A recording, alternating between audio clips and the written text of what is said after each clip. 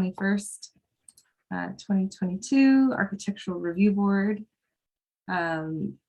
Pursuant to AB 361, this meeting will be held with the option to attend by teleconference, video conference, or in person. During the meeting, members of the public may provide live public comment by submitting a speaker card prior to the start of public comment on that item. Speakers may address items that are not on the agenda during the oral communications portion of the meeting. If a public comment speaker wishes to speak on more than one agenda item, please indicate so on the speaker card. Spoken comments via a computer will be accepted through the Zoom teleconference meeting. To address the board, go to zoom.us/join. Meeting ID is 965-6189-1491. When you wish to speak on an agenda item, click on raise hand. When called, please limit your remarks to the time allotted. Spoken public comments using a smartphone will also be accepted through the Zoom mobile application.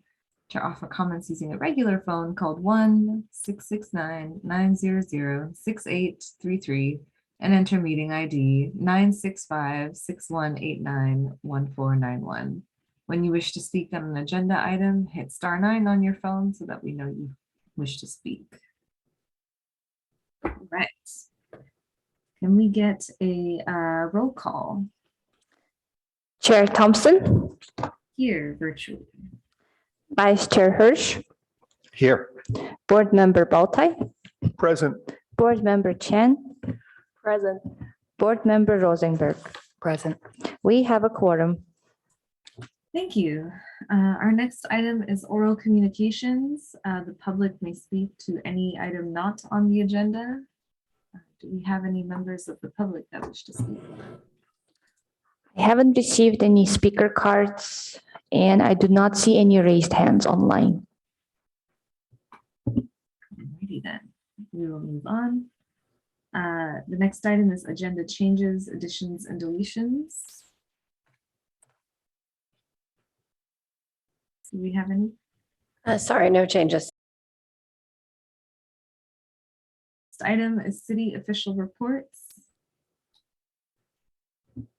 Yes, so good morning. Jody Gerhart, manager of current planning.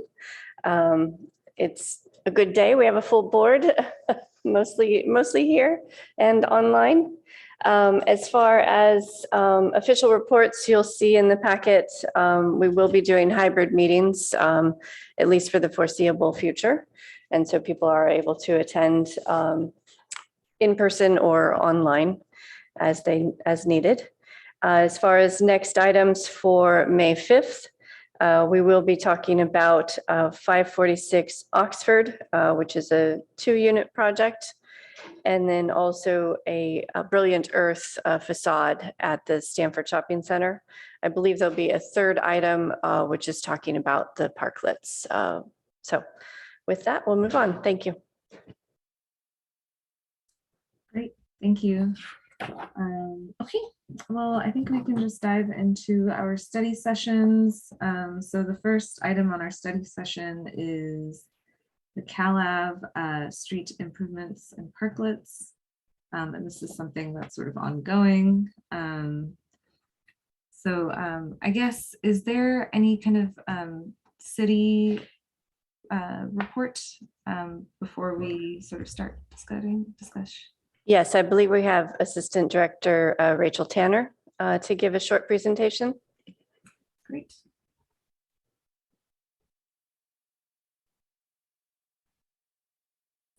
Can you hear me? Yes. Great. And then I just didn't know, was there a need to do a resolution? Did you already do that item on your agenda? I'm sorry, just. No, we did the resolution last meeting, so we can skip this meeting. You're talking about the hybrid resolution? Yeah, I just correct? wanted to make sure we didn't skip something on the agenda because I thought I saw it, but maybe I was mistaken. Yep, all good. Okay, great. Good morning, commissioners. It's good to be with you today. I just want to give a brief update to accompany the staff report, and I'm going to share my screen to do so. And are you able to still see it? Okay, great. So good morning, as Judy said, Assistant Director of Planning Development Services, and apologies, I do have a little bit of a cough, so Hopefully it won't be too disruptive today. So the purpose today for me presenting is to really just provide an overview of the street closure program.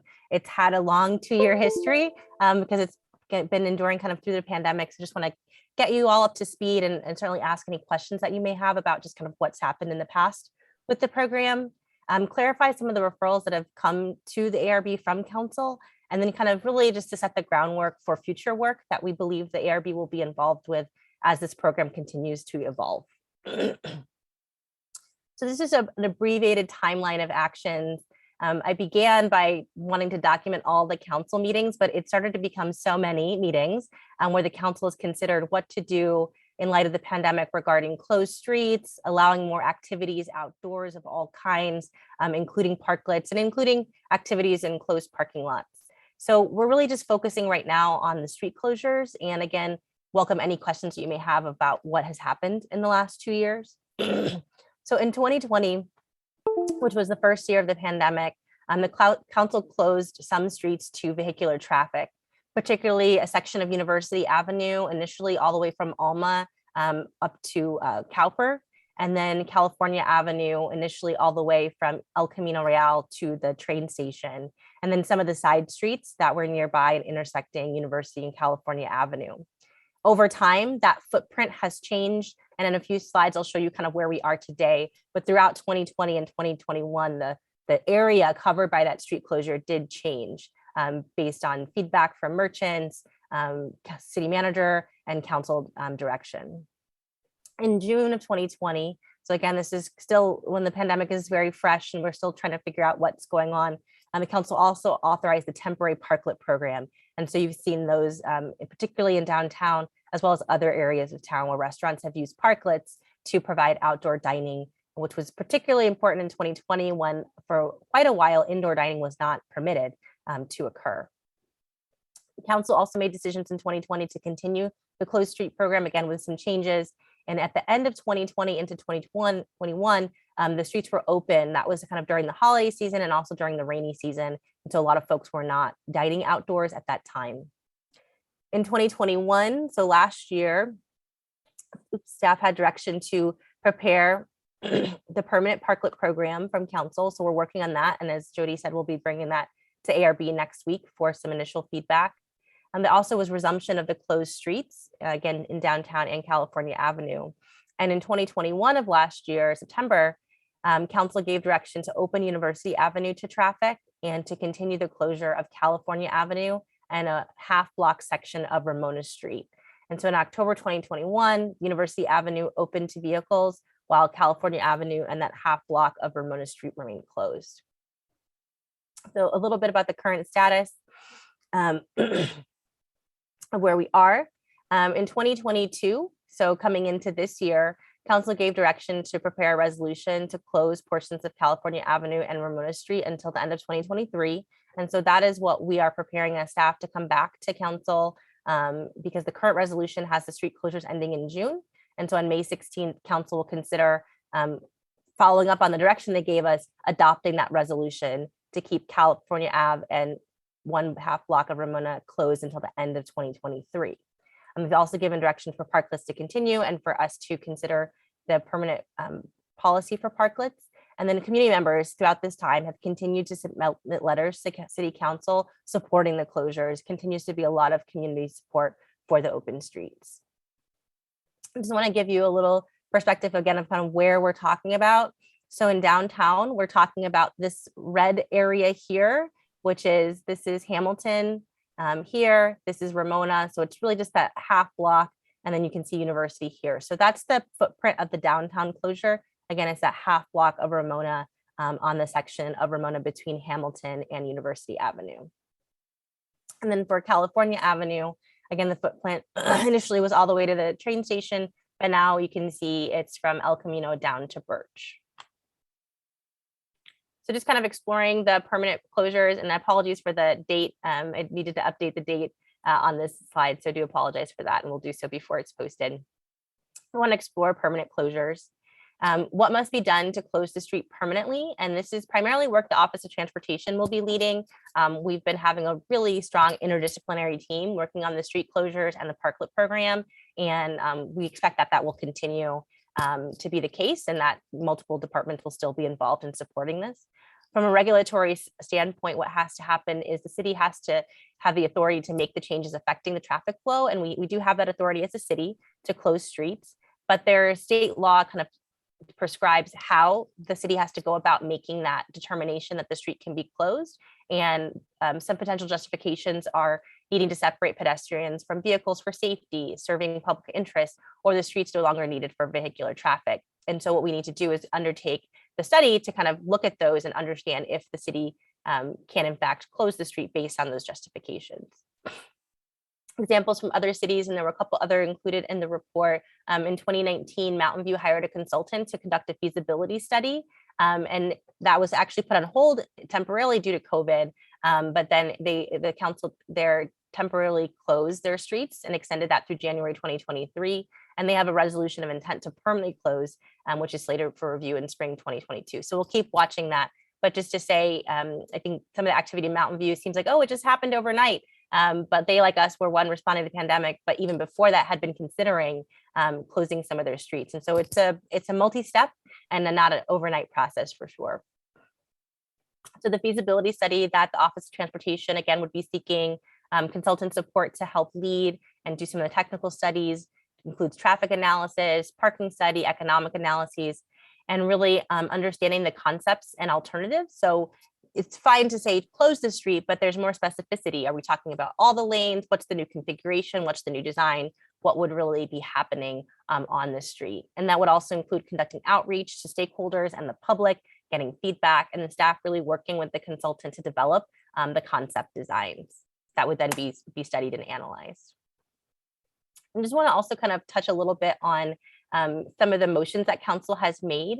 So in their February 28th, 2022 motion, which is the most recent motion, here are kind of some of the general outlines of the motion, not to try to make your eyes glaze over, but just to say that they did recommend that staff move forward with the RFP and or RFI to get more information and to understand kind of the contours of the study and doing the feasibility study. And then as you see letter D, coming back with the permanent closure, the permanent closure with an extension of the temporary closure and to provide a kind of a schedule for what will happen there. And then on February 28th, there was significant discussion regarding the temporary closure and the kind of the ongoing status of the street. And there was a failed amendment that was to direct staff to proceed with commencing a charrette process prior to the implementation of the RFI RFP that did not get enough votes to pass and be part of the motion. However, in June 2021, staff did get direction to work on a streetscape plan for California Avenue and possibly using pro bono design expertise such as the AIA, ARB, or others to include evaluation of potential sites for permanent performance stages or other potential areas such as downtown. So I just put this here to say that it has been an iterative process, and council's gone through different kind of perspectives on what's the right thing to do at different times. And so we have this direction from 2021, but then we also have direction from 2022 that leaves some room for interpretation, let's say.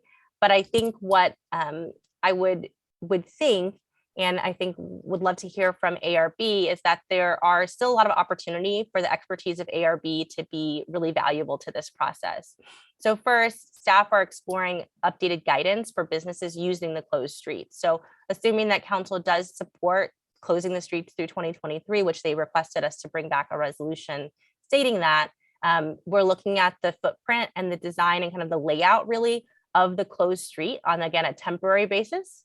2023 means it'll be about 4 years. So 4 years can seem a long time to be temporary, but again, temporary in the sense of we're not pouring new concrete, moving curbs, doing the things that would be related to kind of reviving it into a pedestrian mall if that ends up being decided. And so we're doing things to accommodate emergency access, resolve some ongoing compliance issues we have with some of the setups that are out there on the street. And so there could be a role for ARB in helping as these interim conditions are adjusted, and also anticipating there could be ARB involvement as we are exploring the permanent closure and creating those designs and those concepts for the permanent closure program. So that's some areas where we think that your expertise and your wisdom and knowledge could really, really be helpful.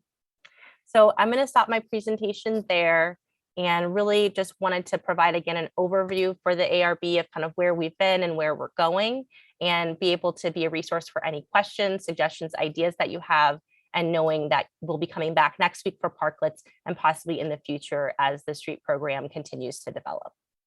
Thank you so much, and I'm available for questions. Okay, thank you. So I guess in terms of moving forward here, I guess I'll ask each of the board members if they have questions. And then I also know that certain board members also have some thoughts to share. So I think we'll do that afterward. So are there any questions of staff?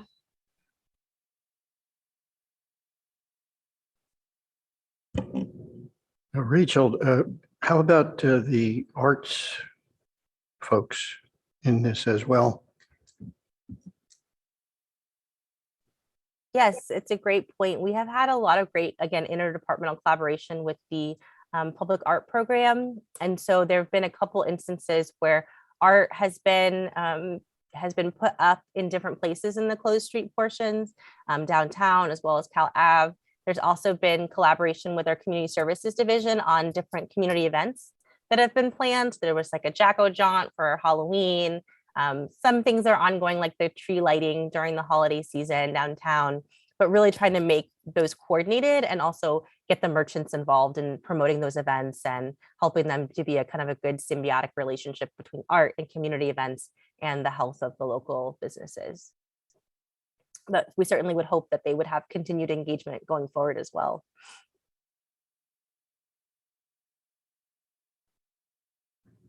I have a question. I want to know, when we're talking about the street closure, do we still open the street to the bicycles or scooters, things like that, or we just close all just for the pedestrian?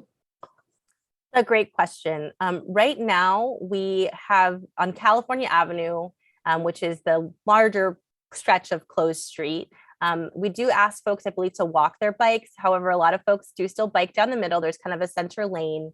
And so one of the ideas, as this may become a longer term, kind of, let's say, interim link, the bicyclists should bike and where pedestrians can walk. That way we're reducing the conflict, because that's been a consistent challenge, is just making sure there's enough space for bicyclists and pedestrians to be safely together. I do also want to note, just in regards to the last question, I believe that is Elise here on the line, DeMarzo? Maybe she's just watching. She's just sent me a message regarding the public art program. And there is a master plan for art that takes into the long-term, for Cal Ave, that takes into account the long-term closure. So they're certainly thinking about how the closure, if it goes forward, how art can be integrated and really be a key part of what the street and experience is like. Are there any more questions, staff?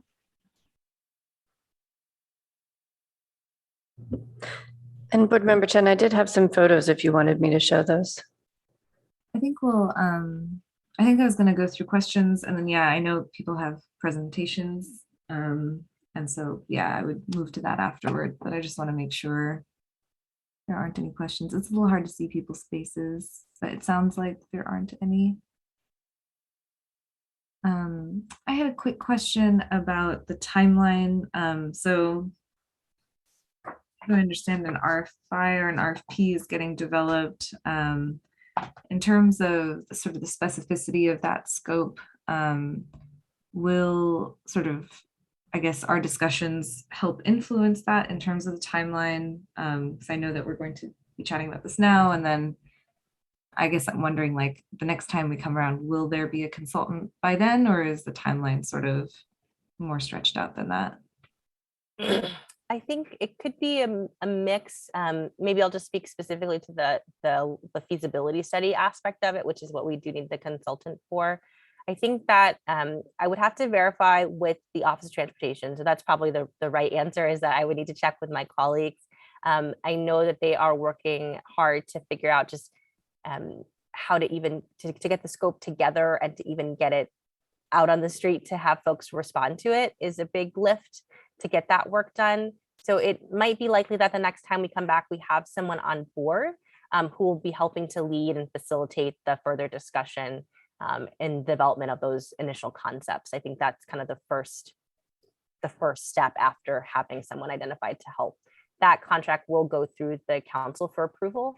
And so it'll be, a number of months probably before that's all kind of on board. Thank you. Alrighty. If there aren't any more questions, I know that Board Member Chen has a little presentation, and then I have a presentation. Does anybody else have a presentation?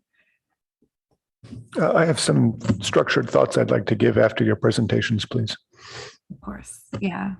We'll go through, feedback afterward. That sounds good. Okay. Board Member Chen, would you like to share your presentation? Actually, sorry, Chair, if you can give me a moment, my Zoom is acting up. Oh. Should I do mine? Or should we wait a little bit longer?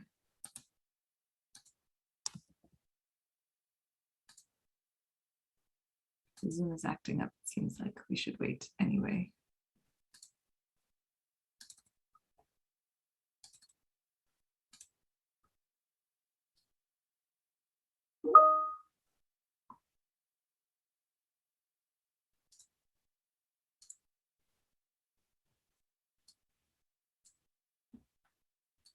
Okay, I think I'm back if you want me to move forward. Yeah, sure. Let's see. Here we are. So I'm sharing the screen, and then Board Member Chen can lead us through these photos.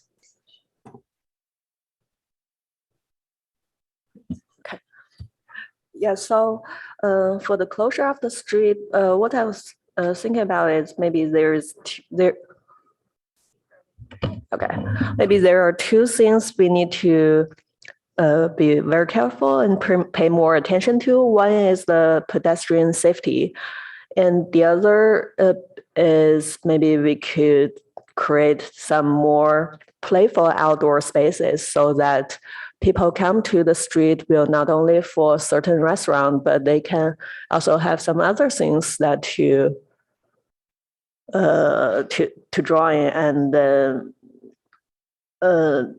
Board Member Hirsch just mentioned some art program. I think it would be nice, and I was thinking about maybe it would be even better if we could have some interactive art installations there so that people can be involved and get fun with it. So I just have some examples of what people do, and it seems like it will attract people to come back. So this first one is one of the art installation. It's called the pin wall, so that people pass by, they can just do whatever they want to do, different poses and take pictures. Next, please.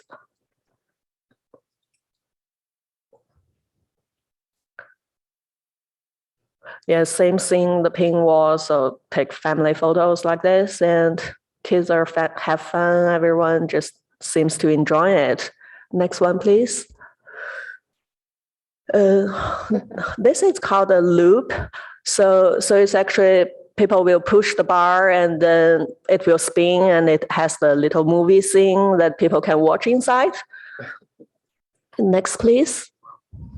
And this is called the prismatic. So people, it's colorful and people can spin it and play with the colors. Next, please. And even at night, it lighten up, and I think it would be good for winter times when the daylight is short. Next, please. And similar thing. So this is like the domino, so people can hold it or push it, just have fun with it. Next, please. Yeah, this is some kind of installation. People can play with it, and it also can provide seating, or people can put things on it. Yeah, so I was thinking about if we can have some of this thing that people can can have interaction with it. It will be more fun, and some of the, depending on what we have, maybe some of them could be used as the divider between different business, or maybe it's separated from different group of activities. And also I heard that some of the business might concern that with the street closure, they will lose business because people will walk more along the center of the street instead of along the sidewalk, so that they could see through the window. So in this case, I think maybe we could carefully place all these pieces, maybe some of them where they don't need outdoor where they don't provide outdoor dining or outdoor activities, we can put these things in front of their store, so that there's something that people want to walk towards their storefront, and then this will add some foot traffic. And another thing I was thinking about is to find some activities for different groups of people, because when people walking along the street, the walking speed is different. It's like if people with family with young kids, or it's just young groups of people walking along there, and the activities that people interested are also different. So I was thinking about maybe we could have created little sections to meet their different requirements. So the next one is, could you please go to the next one? So I was thinking about, for some of the restaurant, when we close the street, maybe we could have some space for like family oriented restaurants. We could have some space for kids just to lay down on the ground and then do whatever they want, to like chalk on the floor, on the street. Next one, please. Or even maybe on the wall, so that the parents can still enjoy their dining, enjoying their meals, while kids will not get bored. And I think there's still one more. Next one, please. Oh yeah, and then maybe during sometimes we can have like some art festivals that invite artists to come over and do some events scene. And next, please. And also, since we might have the bikes go through, so I was thinking about maybe we could paint the street in different colors, so that it will enhance the pedestrian safety, and it will remind people like where the bikes can go. I think that's it. Thank you. Thank you, Board Member Chen. I'll go ahead and do my presentation now. Can everyone see my screen? Yes. Okay, great. Yeah, so this is something I wanted to share earlier. This is I walked through Cal-Ave at nighttime on a Wednesday night and took some photos of the current conditions. So the first thing that I noticed is that the entryway to Cal-Ave is potentially has some design opportunities. There is pretty egregious looking signs and colors, and I understand this is a temporary solution, but I think as we look towards more long-term or permanent solutions, I think the gateway, the entry, the threshold to this space is something for us to consider, because it looks like this right now. And when you move forward, there's actually some really nice spaces. So this is actually one of the cafe restaurants. What you can kind of see, there is like music, so you can actually hear some like jazzy music going around. Oops, wrong direction. So it's pretty well attended at that time. There were some, some scenarios where we have these opaque walls that sort of create a hide and seek, and sort of thinking about whether, having something clear versus something opaque in terms of these shelters. Now, the downside of something like this is that all of the activity is shielded away. So you can't actually, it doesn't feel engaging. It feels like something's happening over there, whereas the street itself, at least in this picture, feels not very active. I'll keep going. Here's another example of, maybe this intention to shield, but aesthetically, this is maybe less desirable. So it might be something where we kind of consider shields, border protections, I guess, for certain properties. I know that I was actually have some pictures with the city of Mountain View of what they're doing. And unfortunately, I wasn't able to add them here, but there's a lot of planter solutions for this that kind of create the privacy, fake planters, but the illusion of a lot of greenery actually makes this area feel really welcoming. And then there are these sort of large swaths of no activity, I would say. And I don't know, I think actually, well, yeah, I don't know what the solution is here, but it's just one of those observations. Here's another musician. I actually thought the music was really great. I think it's really something to encourage more. I actually just came back from New Orleans, where there's a ton of music on the street. And yeah, it just makes these areas so much more vibrant. Here's some more pictures. There's this cute like pathway, sort of footpath, sort of guiding people, which I thought was interesting. I think something we'll have to consider is whether people walk on the sidewalk or in the middle, because there's sort of pros and cons to both. When you're walking in the middle like this, there's no real line of sight for where you're going. And yeah, it does feel like you're met with a lot of barriers on the way. Sometimes. And then there's other times when you're here in the middle and everything feels really open.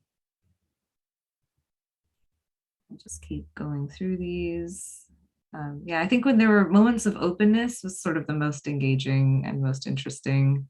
And then there were these moments of like closedness, where you really feel like you shouldn't be walking there, but this is in the middle of the street.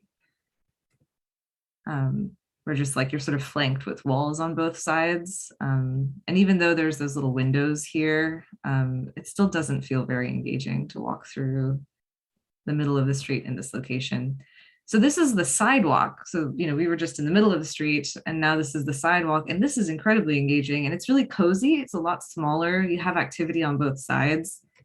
And it really feels like that's where you should be walking. Of course, the only downside is that you're sort of splitting the activity between two sidewalks instead of merging the activity in one place to sort of make it better and more vibrant. And yeah, here's another road closed sign. I think this might be the end of my presentation or close to it. Oh yeah, yeah, so there's a road closed sign. So this is sort of at the end, one of the thresholds. And then sort of walking down one of the side areas. So this is not on CalLab, it's sort of one of those fringe streets. But you can kind of see that there's some activity in some of these alleys as well. So yeah, I just kind of wanted to share some of that research in photo form. So Chair, if I may, we do have at least one member of the public. Yes. Yeah, I would love to hear from the public. So let's do that before we go into personal feedback. Thank you. Bach. I'm doing this on the fly, and thank you for allowing me because I didn't fill out a card because I didn't realize how much I wanted to speak. I've lived in Palo Alto for a long time, and I only say that because I want to, in a way, speak on behalf of my husband, Jerry Masteller, who is co-owner of Printers Ink bookstores for the 20 years of their existence, one on California Avenue. And some of you may remember Printers Ink bookstore. It was a mainstay of the larger Palo Alto community with all of its authors events and everything, and its coffee bar. Beloved, I think I can say that by people in Palo Alto. One of the things is retailers on Palo Alto, on California Avenue. And my husband and I take massive advantage of the restaurants today on Cal Avenue, eating always outside, I must say, to this day, not inside during the pandemic. And we appreciate that very much. However, I feel like and as does he, getting lost in the sauce are retailers on Cal Avenue. And so we see the tents and the parklets and all of this vibrancy, thinking and everything. And I continue to feel all through this that the retailers are getting lost in this. And it's extremely important that their storefronts can be seen, that their entryways can be seen, that their displays, their signs can be seen. Not just when you're up close and your nose is practically pressing against the glass, but from further away and further away. And the city at last, thank goodness, as of maybe a month ago, I don't know, I was watching the council meeting for actually other purposes, are going to do a good study now, including this component of it, to take all the impacts and try to do in consideration. But in seeing these slides, I'm seeing, a lot of the tents and the parklets and everything, and not so much emphasis on keeping the retail alive on Cal Avenue. Oh my God. So that's it. I just want to put that in your brain cells. Don't forget the retailers. And a lot of them are small retailers, and they are, I want to think, part of the heart and soul of what Palo Alto is about and what we love here. Thank you. Sorry, could you come back? We really need you to state and spell your name for the record. Oh, yes, and I'll fill out a card. Winter Dellenbach. I actually have to do that always. Dellenbach.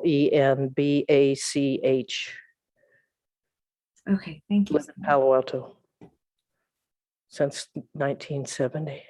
Husband grew up on Stanford campus. Graduated from Pali High. Graduated from Stanford. Printers Ink bookstore. Thank you so much. Do we have any other members of the public that wish to speak?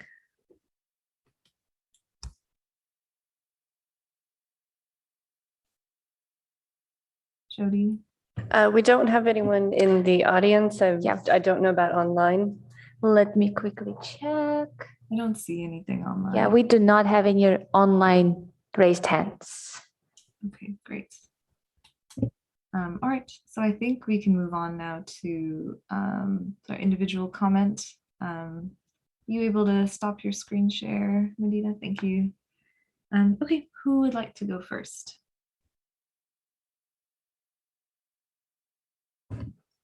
Chair, I'd like to speak. Yes, please go ahead. This is an issue I've been following closely, as many of you know, for the past year or two, speaking to a lot of council members, members of the public. And I've come to think that, as my colleagues have put forth today, this is to a large degree a real design problem, a design challenge. We've seen wonderful ideas from Board Member Chen of what this kind of public space could be.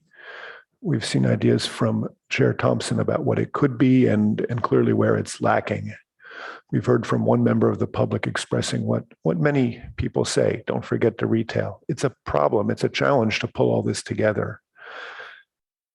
I'm outlining all this because I think that this is a problem that's really uniquely suited for architects to put their finger on figuring out a solution. It's a design problem. It's not engineering. It's not just transportation. And the Architecture Review Board in Palo Alto has a special opportunity to really step in on something like this and help guide the city and offer a path forward. I say that trying very hard to isolate the ARB's professional expertise from the much larger political discussion of whether the streets should be closed. We've been through that extensively in the town. It's a big topic. It's been debated and gone over, and everybody has an opinion, including the 5 board members up here. But I think we're also, first and foremost, design professionals. And as professionals, we can separate ourselves from that issue to really focus on the design question at hand. I'm outlining all that because, again, the Architecture Review Board is really well suited to help with this challenge, to help the city, to help the staff.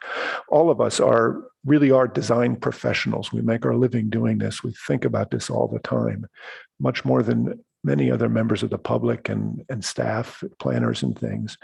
We're all really experienced. It's taken a while to get to the level where we can be appointed to the board, where we've had this much design and life experience. It's very valuable. We're all local. We live and work in the area. We know California Avenue intimately. We go up and down that street all over the place. We're also all working on a pro bono basis. We're not getting paid. We're not charging the city any money. Those are incredible qualifications for any consultant the city might consider to hire. Experienced, professional, local, working for free. Here we are, 5 of us, wanting desperately to do this. What I really want us to do is push the city to think of the Architecture Review Board as the city architect, not just a group who reviews planning applications, but who leverages our design expertise to help solve these kind of design problems, to help direct and offer the city a potential way to make this a much better public space.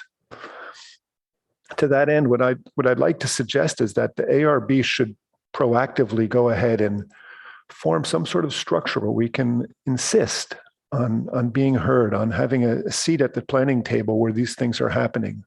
Already we've heard they're putting out requests for information. They're trying to hire a consultant. Why aren't we being part of that process? It's so clearly something that the ARB, that our expertise could be incredibly valuable on. The ideas of public art in a large scale, the ideas of just looking at those barriers, the way the entrance works, the necessity of keeping merchants' businesses vital because they have to be visible. You can't just have a big white plastic tent blocking the bookstore. These are all critical questions that to us as design professionals are just basic and obvious and would always be on the front of our minds. I suggest something along the lines of forming a subcommittee of the ARB who's tasked with integrating with the city to help direct and come up with ideas for how to proceed on these urban design issues with California Avenue. And then that subcommittee could come back on a regular basis to the full board in public to actually take feedback and integrate the entire board's opinions. But by forming a subcommittee, you can have a very fluid and flexible body that could quickly integrate with the staff, with other members of the public, be a point to get to it. If we go ahead and form such a committee, then we can push ourselves in front of the planning department and make them listen to us and get us involved. It's my belief that the city council wants badly for us to do this. I've spoken to several council members, and the planning department would love to have the help, but they don't have the mechanism. And more than that, at least in Palo Alto, there's no precedent for this. The Architecture Review Board has consistently been seen as this quasi-judicial body that reviews planning applications. And yet there's so much more that we can offer, that our expertise can be really valuable on.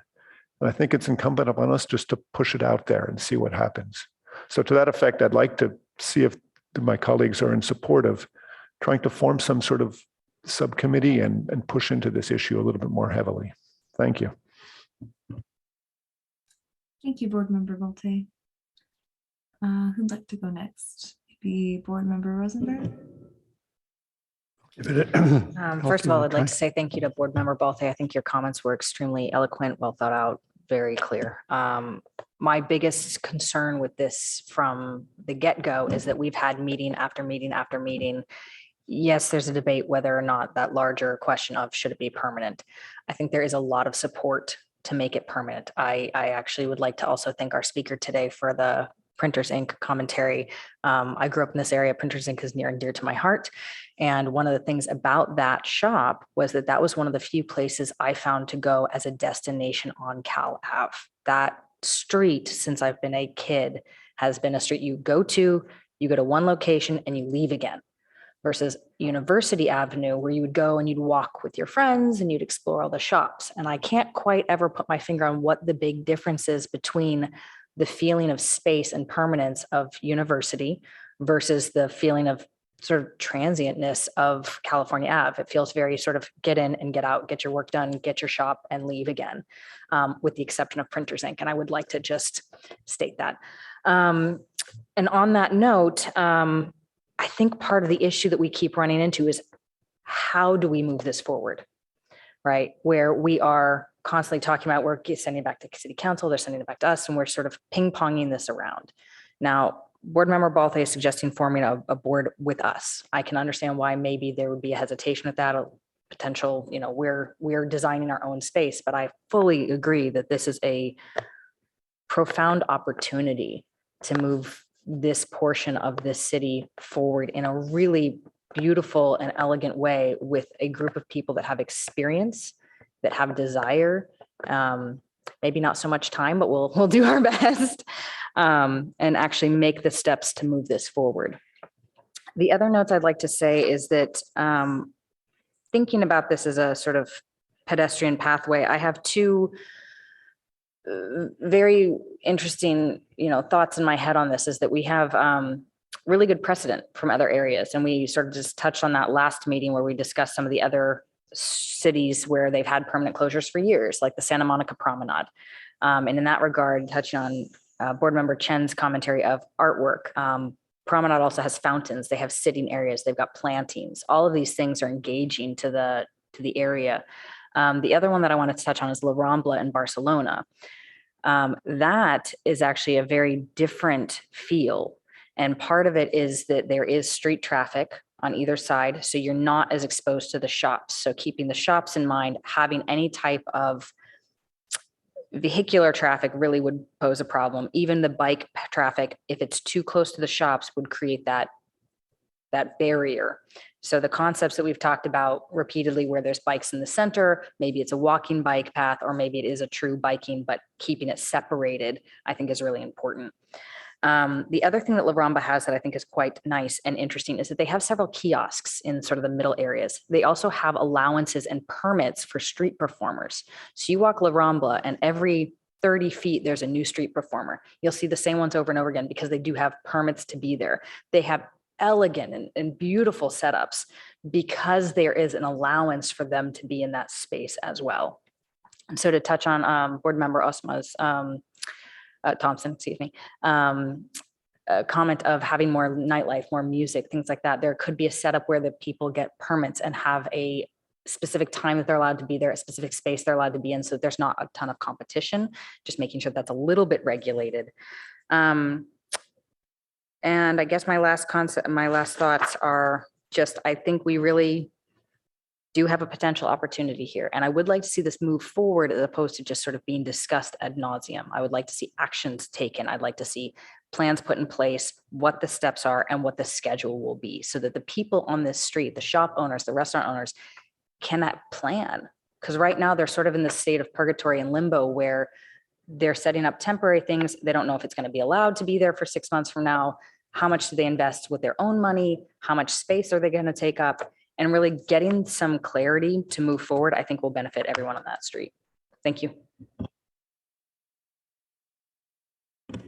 Thank you, Board Member Rosenberg. Vice Chair Hirsch. Yes. Thank you to everybody here who's participated, because I think that there's a very detailed and at the same time broad view of the problem in front of us. This thing isn't working, so. The interesting thing about the Romulus, of course, is that the eating situation with they eat dinner at noontime, I think, something like that. And they have the nighttime to go walk the Ramblas, and everybody loves to do that. I was a block off, and it was just a wonderful thing.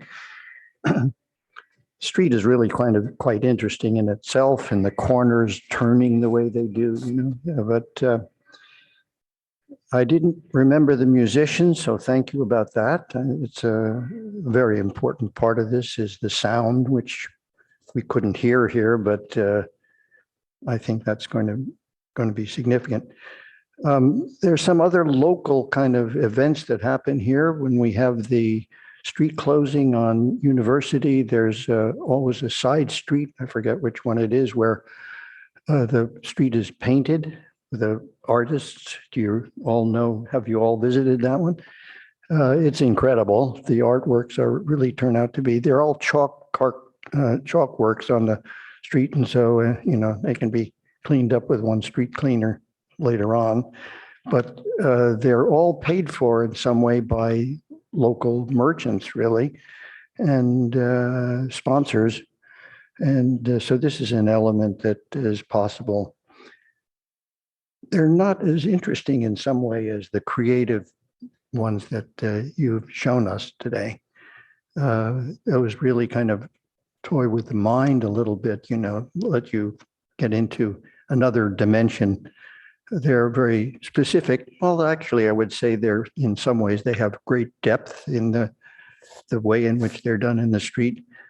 And I want to note that there's some others in Germany, I think, in particular, where chalk drawings are actually done, or they may be actually painted into the street, where there's a kind of a dimension into the street itself, where you, I don't know if anybody has seen any of those. Have you? Yeah, they're incredible.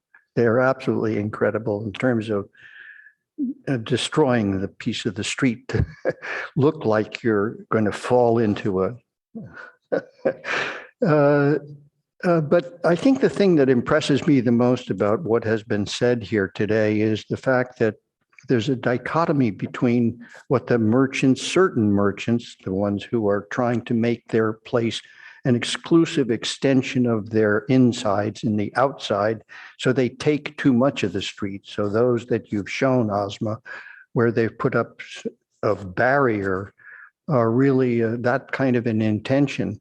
So I think that that's a physical issue we have to deal with, you know, that we as architects have to say, these are the kinds of things that you can build on the street, and you can't really close them off, because you're going to close off your neighbor's commercial enterprise by putting this thing in, this barrier in the middle of the street.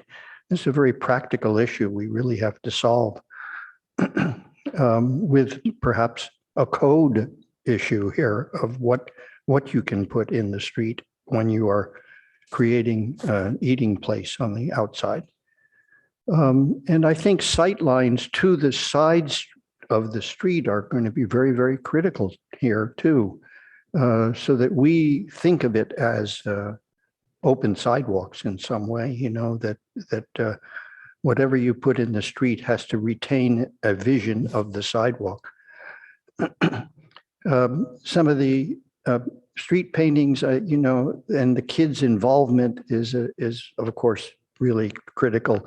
And I recall that that's something that we do in neighborhoods in Brooklyn, where we have street closures and the kids get some chalk and they all sit on from the youngest on up.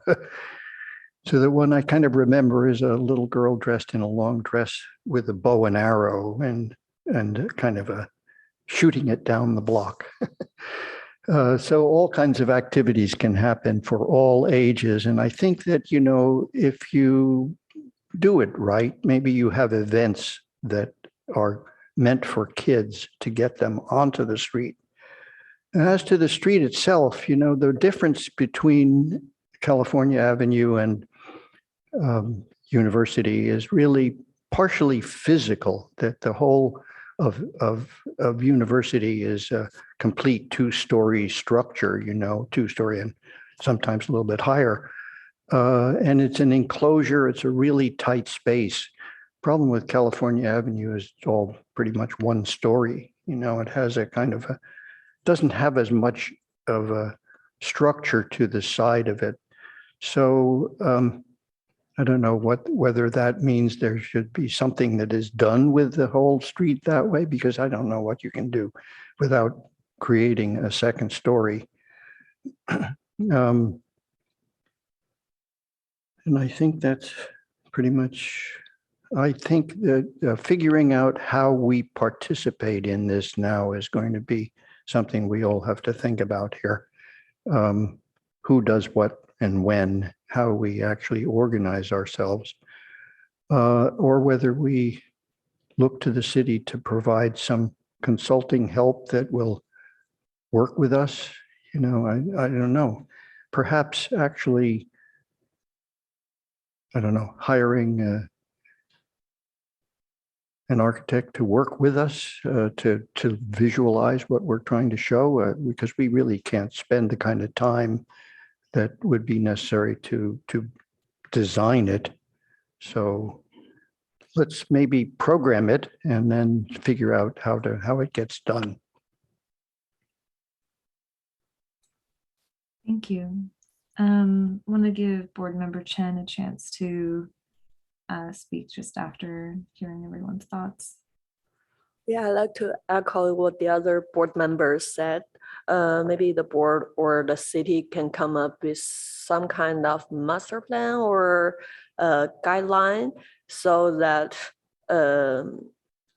it will still leave some flexibilities to what the specific business owners want to do, the tenant want to do for their parklet. But there need to be some guidelines. And I think for different street, we might come up with some different strategies, because the streetscapes are different and the width of the street are also different. So there might be different solutions.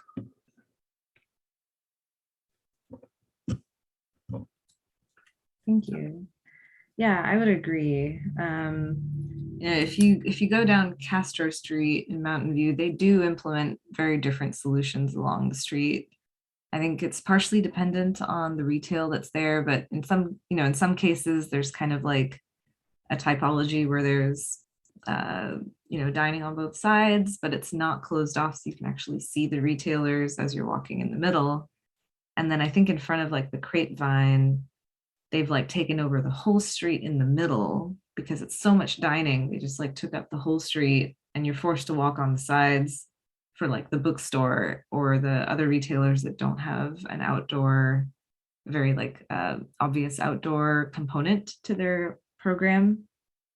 So I think you're absolutely right that different solutions, maybe different typologies, make sense for different parts of the street. I want to go back to what board member Bolte mentioned about creating a subcommittee. I think that's a great idea, and maybe we can sort of try and form one in this meeting if this group wants to do that. I have a little trepidation being considered as the city's pro bono architect, because I think it's important for designers to get paid in general. I think designers give themselves up pro bono all the time anyway in their professional life. And I think we're also like, we are a reviewing board, and we are supposed to be impartial to designs that come in front of us as part of the city. So I have a little bit of conflict in that sense that, maybe we should stay a reviewing board. Maybe somebody else should design something so that we can actually review it objectively instead of having a bias because, we suggested something. At the same time, I think creating a subcommittee that can provide input, I think that's a really good idea. I think it will help move the needle. As board member Rosenberg mentioned, it's no fun to have a ton of meetings of something and not make any progress. I think creating a work plan and schedule is really key here. And I think the only way to hold someone to that is if they're being paid, truthfully. Because if it is a pro bono or volunteer position, it will never be as much of a priority as a job that is giving, paying the bills. Okay, so let's, I think, I've, One more thing I want to add. So I think we also need to come up with some. We need to think about like some solutions that works both for summertime and winter time.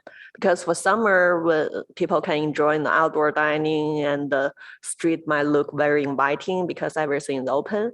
But during the winter, it's raining season and there are some practical issues. So we hope there will be not be what we see on the street now, like all the tents along the street, right? But maybe there are some financial issues depending on what the decision we made for the street closure, how much the business owners want to spend on it.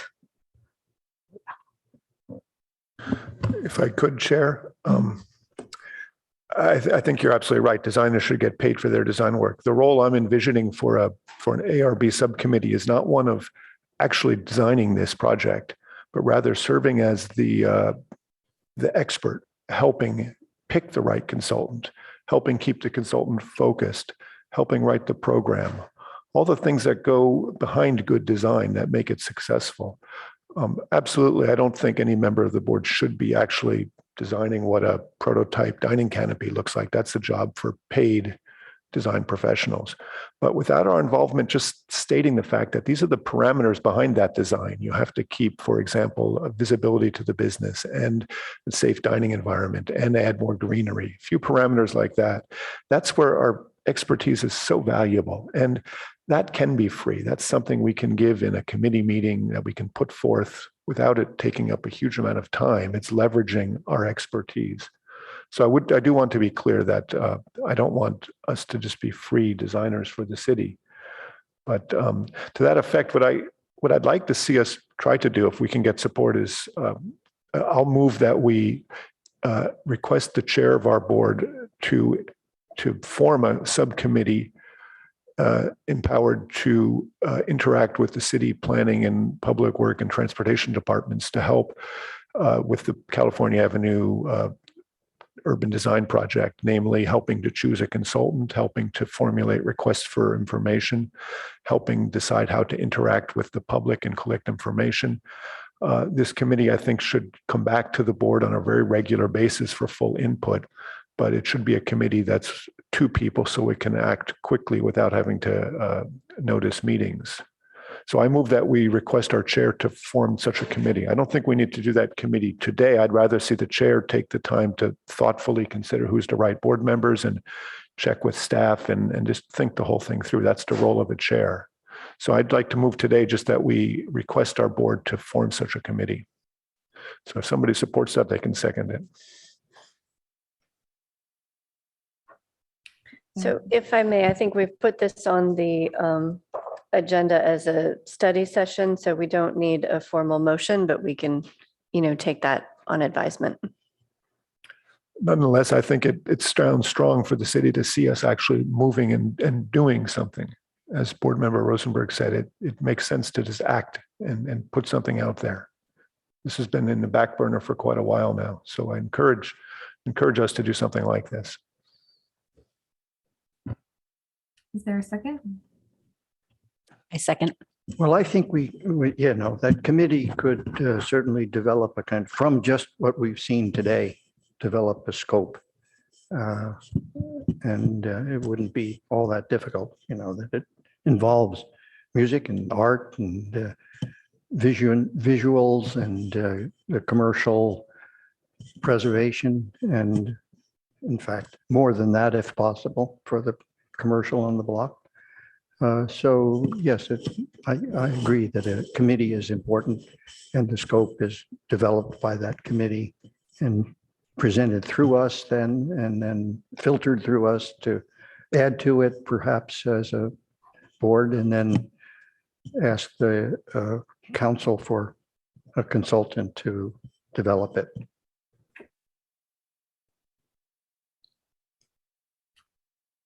And I had seconded the motion, so I don't know if that was heard. I do think that this is a valuable step forward, making sure that the progress moves in a direction, having people who are accountable. Of course, we can decide exactly who should be on the board, what the parameters of their scope is, so that they have clear, defined role as to what they're going to be doing.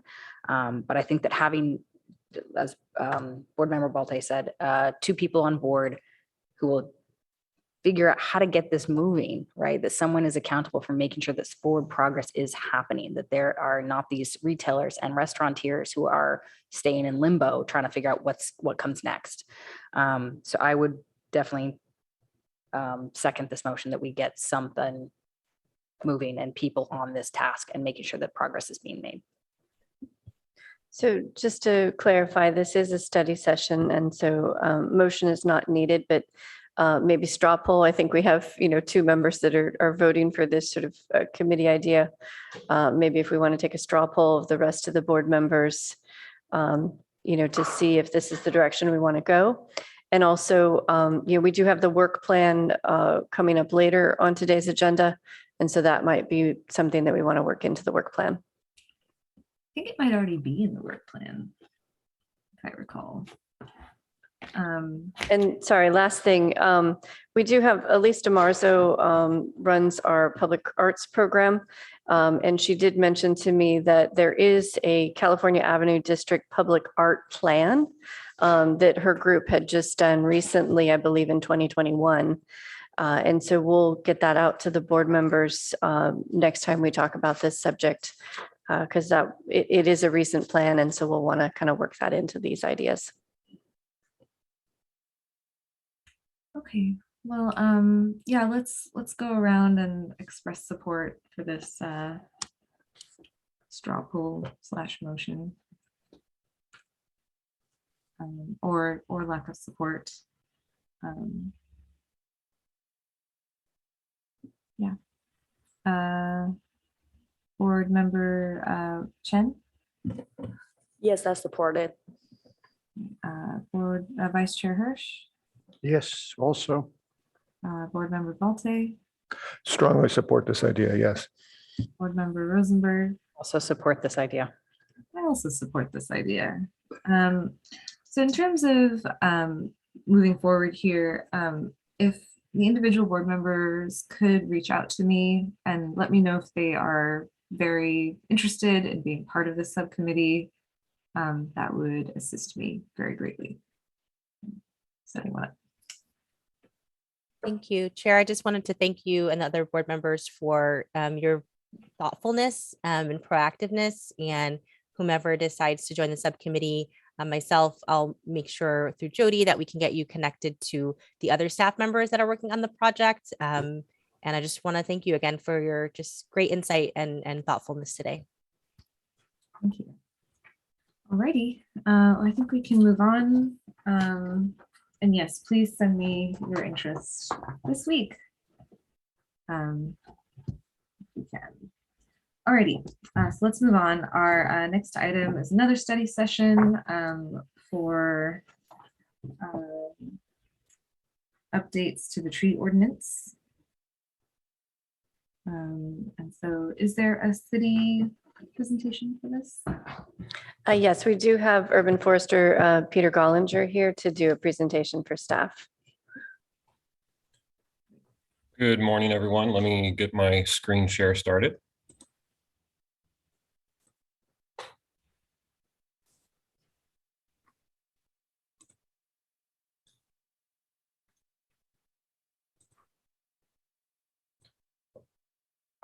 And can everyone see the slides? Yes. Excellent. So good morning, board. My name is Peter Gollinger. I'm the acting urban forester. And we've been involved with a long project to update the tree protection ordinance. And so I'm going to present to you some of the progress we've done and see if there's any questions from you that I can answer. So first, why are we updating the ordinance? The original tree ordinance was first adopted in 1951 that protected public trees. And the last substantial update was in 2001 when redwoods were added to the list of protected species. There's been quite a few new city policy documents since that last update. And this includes, this includes the Urban Forest Master Plan, the 2030 Comprehensive Plan, and the ongoing work with the Sustainability and Climate Action Plan. There's also been some new state legislation, including the Model Water Efficient Landscape Ordinance and some new rules on wildland fire prevention. So this is a timeline of the historical updates to the tree protection ordinance. It was first adopted in 51. Oaks were included as protected species in 1996. 1999 was when the preservation and management requirements were enacted, and that's when private trees were protected if they were the oaks, and then redwoods were added in 2001. So the Urban Forest Master Plan is the first major policy document that's related to this. The plan wants us to achieve a greater percentage of native and drought tolerant species, ensure no net loss of benefits, increase habitat, and increase canopy cover. It also asks us to minimize negative impacts of development on the urban forest. The next document of the big three is the comprehensive plan. And there are many policies and goals in the comprehensive plan that are related to the urban forest, most notably to improve the overall distribution of canopy cover and strive towards the long-term goal of achieving 50% canopy cover across the city. Also, in the Sustainability and Climate Action Plan, we have several policies and key actions that are related to the urban forest, including a measurable goal of increasing tree canopy to 40% by 2030 and ensuring no net loss of tree canopy for all projects. The changes in state law that are affecting the urban forest and could benefit from an update to the ordinance are State Executive Order B2915, which is the Model Water Efficient Landscape Ordinance, and SB 247, Wildland Fire Prevention, which addresses vegetation management in higher fire areas.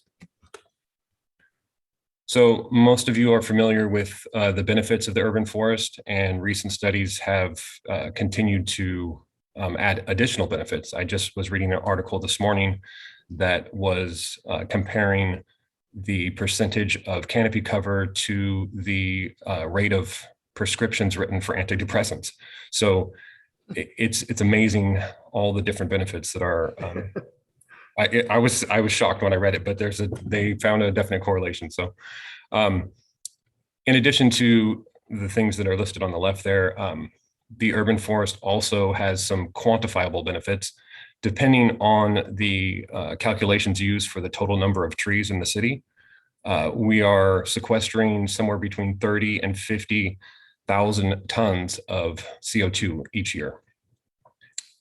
If we had a normal rain season, we would be diverting almost 900 million gallons of stormwater away from the storm drains and into the groundwater table.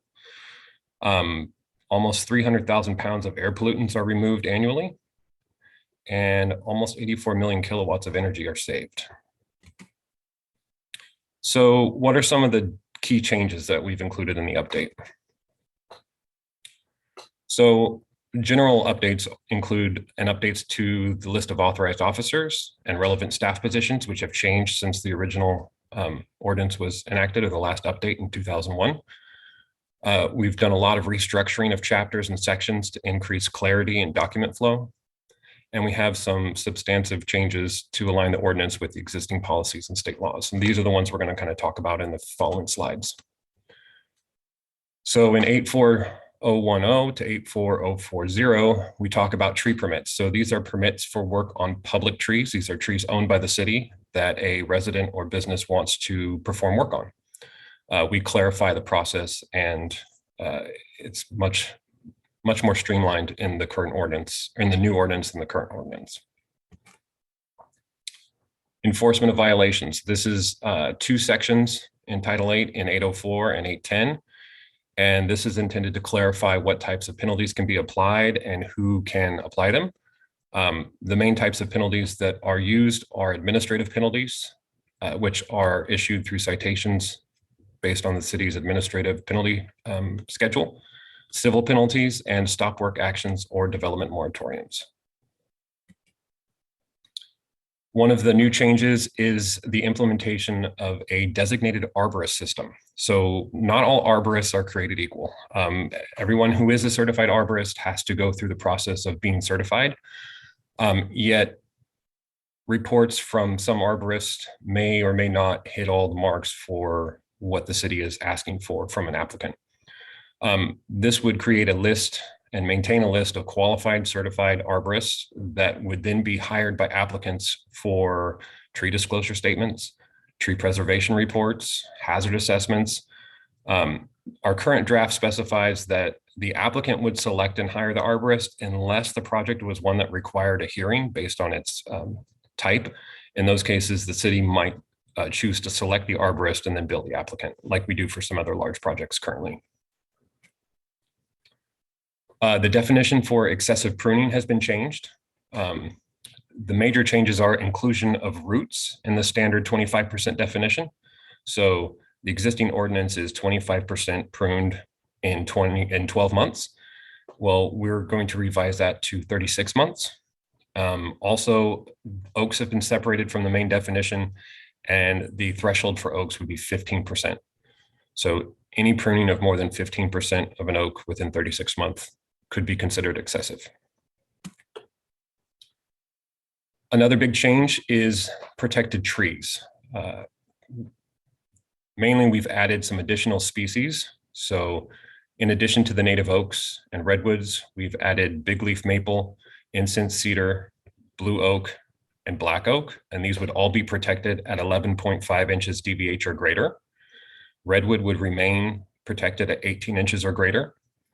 And the biggest change is that all other species would be protected at 15 inches or greater, with the exclusion of species listed as invasive based on the California Invasive Plant Council list, or high water users based on the water use classification of landscape species, which is run by the Department of Water Resources and the University of California system. Some of the other protected tree categories are already existing and would remain. So any tree designated for protection during review and approval of a development project. So that is currently in place. A new one would be any tree designated for a carbon sequestration and storage or environmental mitigation purpose. And any replacement mitigation tree designated to be planted due to conditions listed in the ordinance. Another big change is the change from the tree technical manual to the tree and landscape technical manual. This is primarily to include specifications for the MWELO, the Model Water Efficiency Landscape Ordinance. Additionally, inclusion of climate adaptive, drought tolerant species as a priority when planting. So the 3 priorities that will be included for replanting would be native species first, climate adapted, drought tolerant species second, and the goal of no net loss within 15 years is third. That's intended to avoid planting exotic fast growing trees to replace canopy. So prohibited acts, we reorganize this section to group situations where protected trees might be removed into categories. These categories are outside of the development process, as part of development on a residential lot, as part of a project with a subdivision, and as part of any other project that would require discretionary approval by the city. So outside the development process, the tree could be removed if it was dead, hazardous, or nuisance, or if the tree was a detriment to or crowding an adjacent protected tree, or is impacting the foundation or eaves of a primary residence. The other big change is that trees removed under this category may trigger a 36-month development moratorium. This is intended to prevent trees from being removed, and then immediately a development application would be submitted.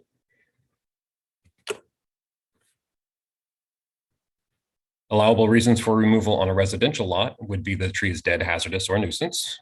The same as before, tree is detriment to an adjacent protected tree, or it's impacting the foundation or eaves of a primary residence. And the new reason here that's included is the tree is so close to the proposed development that construction would result in the death of the tree, and there is no financially feasible and reasonable design alternative that would permit the preservation of the tree. Also, for the other section here is a project that includes a subdivision of land, and this has not changed dramatically from the existing ordinance. Tree is dead, hazardous, or a nuisance, or removal is unavoidable due to access or the repair of a geologic hazard. And finally, we have any other project requiring discretionary approval. So this includes the existing 25% rule, but slightly modified. So retention of the tree would result in the reduction of the otherwise permissible buildable area of the lot by more than 25%. And there is no financially feasible and reasonable design alternative that would prevent preservation of the tree. Care of protected trees. So one of the things that has changed is that there is a requirement for owners of protected trees to notify the city and publicly post their intent to perform maintenance. This is intended to both instruct the public on how to care for their trees and avoid calls of panic when somebody sees workers up in a protected tree, because we get a lot of those calls. Tree removal in the wildland urban interface. We plan on addressing this in a future update in detail, but we do have a new section that specifies that the fire chapter takes control in those situations. So applications, notice, and appeals. This section has been reorganized to clarify the process and include notification requirements that aren't currently in place. So this would include posting notice on the property, on the city website, and by mail when you apply for removal of a protected tree. So what are some of the potential impacts to applicants for development? So first, they must file for protected tree removal permit to remove trees that were previously unprotected, and they must qualify for removal based on conditions in the ordinance. More applications will be submitted that would require an arborist report due to the increased number of protected trees. And now tree disclosure statements and reports would need to be completed by a designated arborist. So after this meeting, we have some additional engagement opportunities. We are presenting a similar presentation to the Parks and Rec Commission next Tuesday. We had originally planned on a second community meeting, but that is tentative at this point. It may not be required, depending on input we receive. And we plan on taking the ordinance to council either at the end of May or early June. And so that's my presentation. I'm happy to take any questions from the board. Thank you. I think we actually have a member of the public that might wish to speak. Yes, we have 2 speakers in the council chambers and 1 online raised hand. I see 4. Actually, we have now more. Yeah. Okay, I'll let you run the public comment, Medina. Sounds good. So our first speaker in the council chambers is Winter Dellenbach.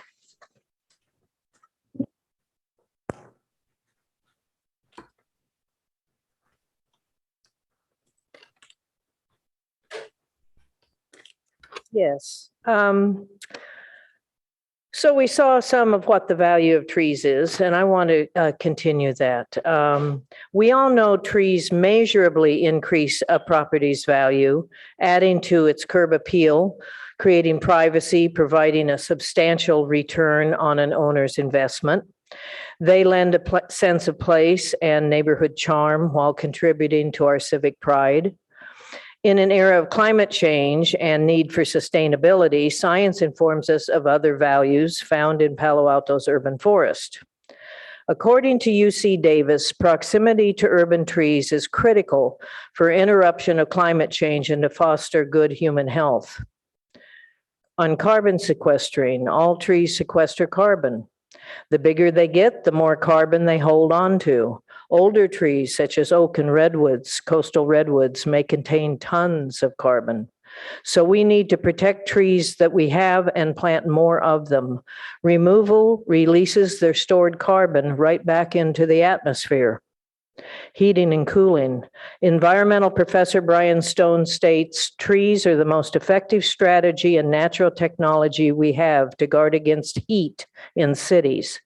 The LA Times says climate change is supercharging California heat waves.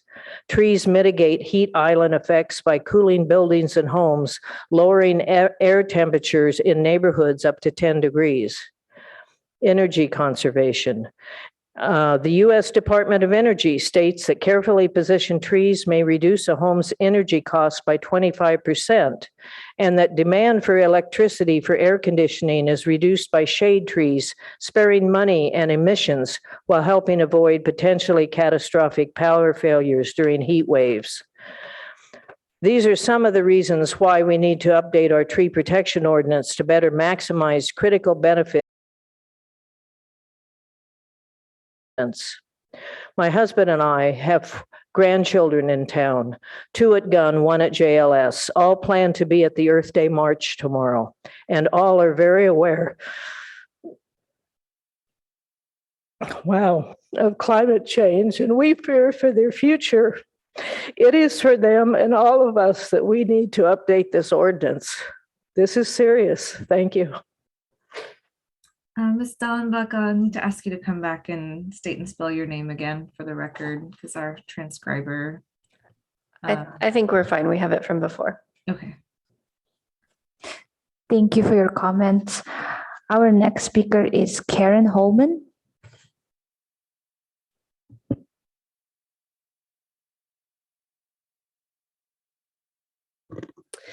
Good morning, and thank you all for your attention. Really appreciate that. So I've been thinking a lot lately about the long view and the short view of things. You may know there used to be a rail line going from Stanford University to Santa Cruz, but it was taken out. So we drive Highway 17. There used to be trolleys in many of our towns, including Palo Alto, that took people downtown. Most all of these trolleys are gone now, including in my hometown of Missouri. So we drive to downtown. If the long view had been applied, perhaps things would be different. During the pandemic, when traffic was light, the skies were much deeper, rich blue, and our air so clean, there was another thing going on. The birds came back. More birds than we'd seen in a long time. So why do I bring this up, and what do birds have to do with the long view? According to a 2019 issue of Audubon, in the last 50 years, North America has lost 1 in 4 birds. Not just threatened birds, but backyard birds. In the Western Forest area of study, which is basically where we are, we've lost 140 million birds, nearly a 30% decline. And note, this was written in 2019, prior to the last couple of years of devastating wildfires. Other studies speak of frightening numbers of species going extinct in the last 20 years. The Audubon article lists a few reasons. Noteworthy among them is the significant loss of trees. Ecologist Doug Tolomei says, every time we force another species into extinction, we are encouraging our own demise. Okay, so let's bring this back to Palo Alto and the long view. You've heard a lot about the numerous and significant benefits of trees, among them how they clean the air. They also provide habitat. If birds are the proverbial canary in the coal mine, which seems not a stretch to consider, it seems pretty obvious that we need to do all we can to support a robust urban forest. And with wildfires continuing to be an annual threat, it seems even more important for cities to support a healthy urban forest to compensate to the extent that we can for the loss of forested lands. We simply must take the long view regarding trees given their numerous benefits. Consider that development needs to embrace trees rather than rely on replacement trees that can take a lifetime to replace lost canopy and associated benefits. Consider that when you look out over Palo Alto, that rooftops shouldn't replace treetops. Smart, environmentally responsible projects incorporate trees. One of the hats that I wear is on the Mid-Penn Open Space District Board, and we look at a no net negative, which may seem simple for an open space district, but it truly is not. It's a lot up to you. You all have a big hand in whether Palo Alto takes the long view or looks back and wishes we had better made accommodation for trees. Listen to what the birds are telling us. Thank you all very much. Ms. Holman, could I ask you to come back and state and spell your name for the record? It's Karen with a K and Holman, Holman. Thank you all so much. And thank you to also to Peter and the staff for working on this. It's been a long labor of love and complicated. So thank you so much. Thank you. Our next speaker is in Zoom, and it's Claire and Doug. Claire and Doug, if you could unmute yourself and share your comments with us, you have 3 minutes. I tried to change my name. It's just Claire. I'm Claire Elliott, spelled C-L-A-I-R-E, and Elliott, E-L-L-I-O-T-T. And I live in the Ventura neighborhood, and I work as a senior ecologist with a local nonprofit, Grassroots Ecology. And I want to thank you for the opportunity to comment. I have a lot of the same sort of feelings as Winter and Karen, but I'm going to reiterate a few of them anyway. I want to start by thanking staff and the board and also the ad hoc group because they put a lot of hours into improving the code. But I have worked for 15 years in the role of working with the community to improve local ecosystems. And a lot of what we do is increasing the population of native species that support wildlife and controlling the weedy ones that don't do that. So I believe that the proposed changes go a long way, but I've sent in a letter with a few comments of things that I think that we can do to further improve it. I was delighted Karen had mentioned Douglas Tallamy, and that's spelled T-A-L-L-A-M-Y, because you should look him up on YouTube, if not for one of his books, because he's a very engaging speaker, and his research shows the importance of providing native trees for insects. And without insects, we wouldn't have the bird populations we have. And an example of that he gives is that a chickadee parent needs to feed their babies 1 insect every 3 minutes, and that's hundreds of insects a day. And even though we have some beautiful trees, one of my favorite being ginkgo trees that have been introduced from other parts of the world, they did not co-evolve with these insects. And so they don't support, a lot of them don't support any of our California insects that are needed to feed our California birds, whereas an oak tree supports hundreds of them. So I'm delighted that we're adding some more species of oaks and big leaf maples and incense cedars, but there's at least 3 more I'd love to see: buckeyes, sycamores, and box elders. I went for a walk this morning in the Ventura neighborhood, and the box elder tree down the street was just alive with bird activity. And it's a beautiful tree. It does have large roots, so it needs to be far from the sidewalk, but I really believe it has an important place in our ecosystem, as well as the buckeyes and sycamores. So if there are people who think that this code goes too far, I looked up Los Angeles's tree ordinance. They protect a longer list of indigenous trees and also shrubs and have the size at 4 inches or more. The other thing I want to mention is that I think it's really important that we control invasive tree species. People don't think of them as weeds. And so leaving the exemption for removing invasive trees by the Invasive Plant Council's definition is really important. And then indigenous grasses is in there as included in the weed definition. And indigenous grasses are very important. They're perennial grasses, most of them, that have long lives and deep roots that sequester rain, water, and carbon. And they also stay green longer. And it seems like item 2, I'm sorry, I'm about to run over, just give me 1 more second. Item 2 is there for fire prevention. And item 3 now covers that. So I'd love to see item 2 get struck. So thank you very much. That's all I wanted to say. Appreciate everybody's time. Thank you, Ms. Elliott. Thank you. Our next speaker is Julian Friesel. Hello, so that's Julianne Frizzell. That's Frizzell, and Julianne is Julianne. And I'm speaking today in support of a stronger tree protection ordinance for the city of Palo Alto, the ordinance that is currently under consideration. I have been a landscape architect practicing in Palo Alto and on the peninsula for 32 years, and I have lived in Palo Alto for 27. As a professional, I have been surprised that the current Palo Alto tree ordinance is so weak. All other jurisdictions surrounding Palo Alto that I have worked with have much stronger tree protection ordinances. For example, Menlo Park Tree Protection Ordinance not only requires the retaining of heritage trees, it also requires mitigation for the removal of all trees whose trunks are a diameter larger than a published dimension, unless a reasonable way can, and if no reasonable way can be found to save the tree.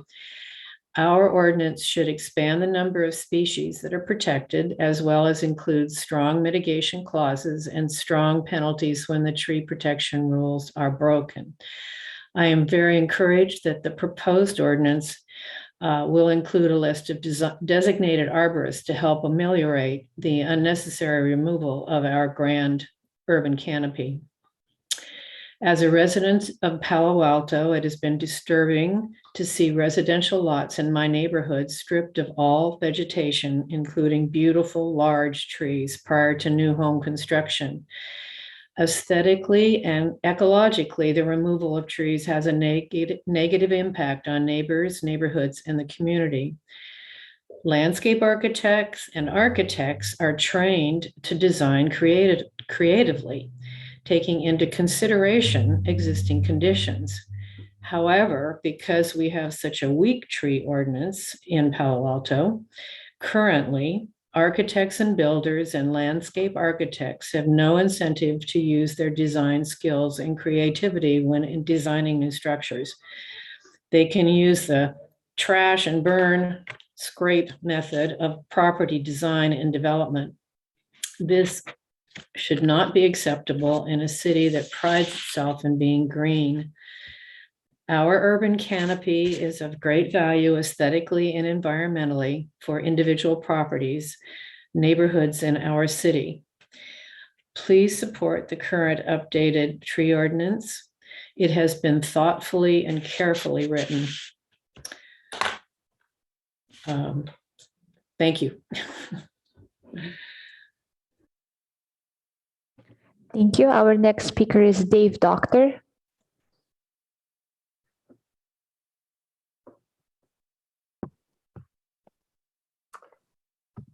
Okay, good morning, Chair Thompson and board members. My name is David Doctor, former planning arborist, and today I'm speaking on behalf of the Canopy Advisory Committee. And by now you've received our Canopy comment letter affirming the details for adopting the proposed updates to the tree ordinance and all of Title VIII. I want to highlight to you certain areas of the changes mentioned by staff. They're important for your purview of every site plan you review. Palo Alto's urban canopy environment is the only nature-based solution to local climate change. One result is neighborhoods well shaded with street trees are 6 to 10 degrees cooler than neighborhoods without. That's significant. So this update expands the list of protected trees. And thus, you're going to want to see the tree ordinance comparison chart of other local cities, which is page 3 of the Canopy letter sent to you. And if you're other members of the public listening to this, you'll want to obtain a copy of that letter, because this chart of all of the surrounding cities does reflect that Palo Alto's ordinance does need to be updated and more inclusive of more native species and such. It's a really good comparison. The update clarifies protected tree removal permit process. That's in the absence of development and in many different development scenarios. Very articulated and well done. It's important for you to know that the document successfully links together a lot of core policy themes, meaning the sustainability and climate action plan. It links it together with the urban forest master plan and the landscape and tree technical manual, and also state wildfire and county water use regs. It's all combined in the ordinance. For mandatory tree replacement, this one core component will simplify all of your site planning reviews, and you'll expect fewer revisions. How? Because into each site, with the new designated arborist system, it will compel complete landscape plans to incorporate the 3 big achievable areas for climate action, namely the stormwater grading design, the adaptive landscapes, smart tree resource preservation. Lastly, I thank you for recognizing the value of Canopy's advisory committee input. In your ARB advisory recommendation to council, we ask that you emphasize 2 specific points for the record. 1, that the update will be completed and adopted without delay. And number 2, that the updates Title 8 companion document, the landscape and tree technical manual, will be completed and implemented, and the budgetary support for the needed internal project review process is intact. With that, thank you, and good day to you all. Thank you. And Mr. Doctor, could you spell your name for the transcriber? My last name is spelled E-E-R. Thank you. Good day. Thank you. Our next speaker is Rebecca Eisenberg. Thank you so much for the opportunity to address you today. And particular thanks to the arborists who have worked so hard on this proposed ordinance. I thank the previous speakers as well, and I strongly agree with and echo their concerns. Their strong support of this ordinance, and in particular of updating our current tree ordinance, reflects entirely the points of view stated by the public in the recent public community meeting on this topic a couple weeks ago. So clearly the need to update our tree ordinance is one that is strongly backed by the community. I was very moved by the words stated both by Winter Delabach and by former city council member Karen Holman. In terms of council member Holman's words, I have a couple to add in agreement and expansion. Where I grew up in Milwaukee, Wisconsin, our community followed the wise tradition of the indigenous peoples who thrived on the land prior to colonization. That tradition says, in all planning, think 7 generations down the line. Now, as we face our urgent and imminent climate emergency, where the future of our civilization is literally on the line, we must act urgently. The fears stated by Ms. Delabach and Holman and other speakers this morning are no joke. Trees hold up the sky, they make our air clean. As recent studies confirm, yet common sense illustrates, trees can be as useful as any other mental health treatment. In fact, in many places around the world, including our neighbor Canada, mental health practitioners are actually subscribing free passes to public parks as treatment for depression, anxiety, and other mental health challenges. Palo Alto is literally named after a tree, a tall tree, yet we are not living our name. We must urgently act to protect our trees. Timing is key here. The matter cannot be delayed even to late May and June because City Council goes on vacation. And over that vacation, trees will be lost. Many residents and most commercial developers seem to kill trees first, apologize later. Trees need to be considered with, not after proposed developments. Such was not the case with Castanea. And here we are fighting to retain some of the trees that this wealthy private school seeks to destroy. Such is not the case ongoing right now with regard to the proposed commercial development at 123 Sherman. We need to act more strongly, and I beg you to assist with that matter. Thank you so much for considering. Thank you, Ms. Eisenberg. And I believe you also still need to spell your name for the record. Certainly. It's Rebecca is Rebecca. Last name Eisenberg is with an E, Isenberg. Thank you. Thank you. Chair Thompson, that concludes public comments. Great, thank you.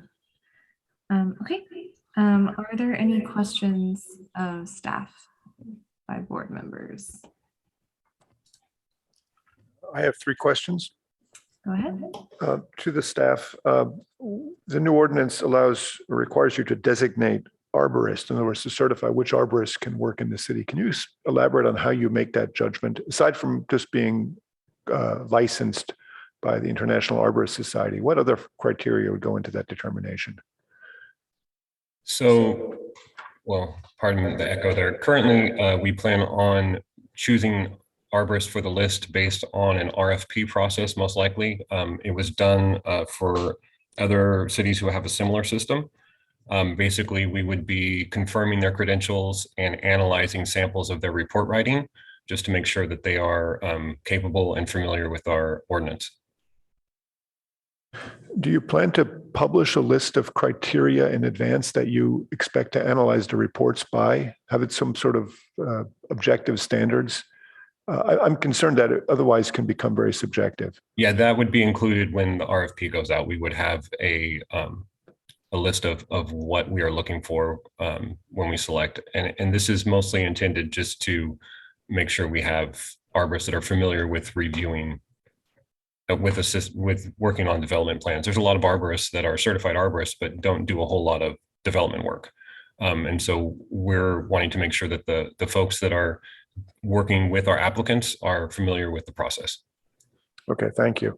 My second question is again for you, sir, regarding how you determine what's a severe development impact. I guess that's the same question you face right now when a project proposes to remove a tree or impact a tree for development. What's the criteria you use to evaluate if that's permissible? Again, that's going to be, are you referring to the language for the residential removal where the tree is too close to the proposed development to survive the proposed development? Is that? Yes, section 1810-050B1. Yes.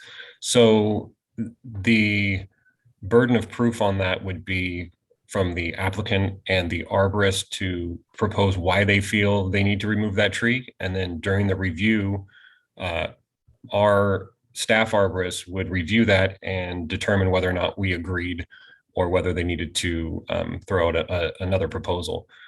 In general, trees could be put in danger if more than 20% of their tree protection zone is disturbed during the process of development. And again, that's going to vary greatly depending on the species of tree and its condition at the start of the project. So it's very individual site specific. But that's kind of the rule of thumb. If it's more than 20% of the TPZ is disturbed during the process, then that tree could be considered removed. And does that have allowance in it for different construction techniques that have greater or lesser impact on trees, say a drilled pier versus a spread footing foundation? Yes, it does, because the drilled pier would have a much smaller impact on the TPZ. Wonderful, thank you. My last question, I'll be brief, is regarding the designation of a primary structure. If the primary structure is impacted by an existing tree, would that include ADUs as well? That is one of the questions that I'm hoping to resolve. To include both the primary home and an occupied ADU, and I don't know that our current language specifies that. We want to avoid including accessory structures like pool homes or sheds, but we want to make sure that we include buildings that are being occupied. So I don't know how we phrase that. That's one of the questions we are hoping to get some guidance on. Thank you. That's my questions.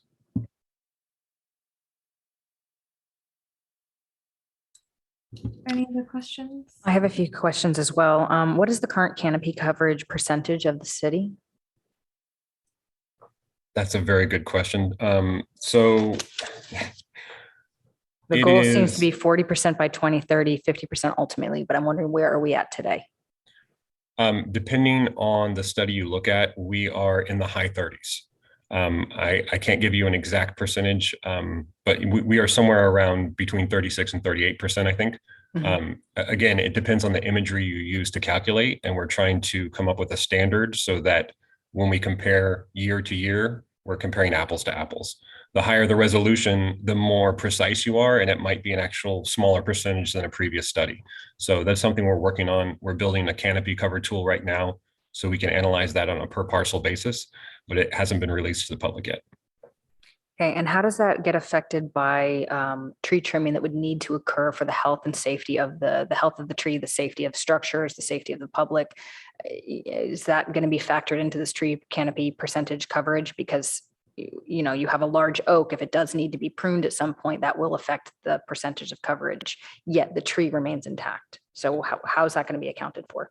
I think that would be fairly minimal unless there was a major structural problem to be addressed. General pruning, maintenance pruning, I don't think would affect the actual canopy coverage of the tree dramatically. Do you offhand have a list of some of these invasive species? Or is it an extensive list? Is it published somewhere? Is it because in the notes we had in here? It is published on the Invasive Plant Council website.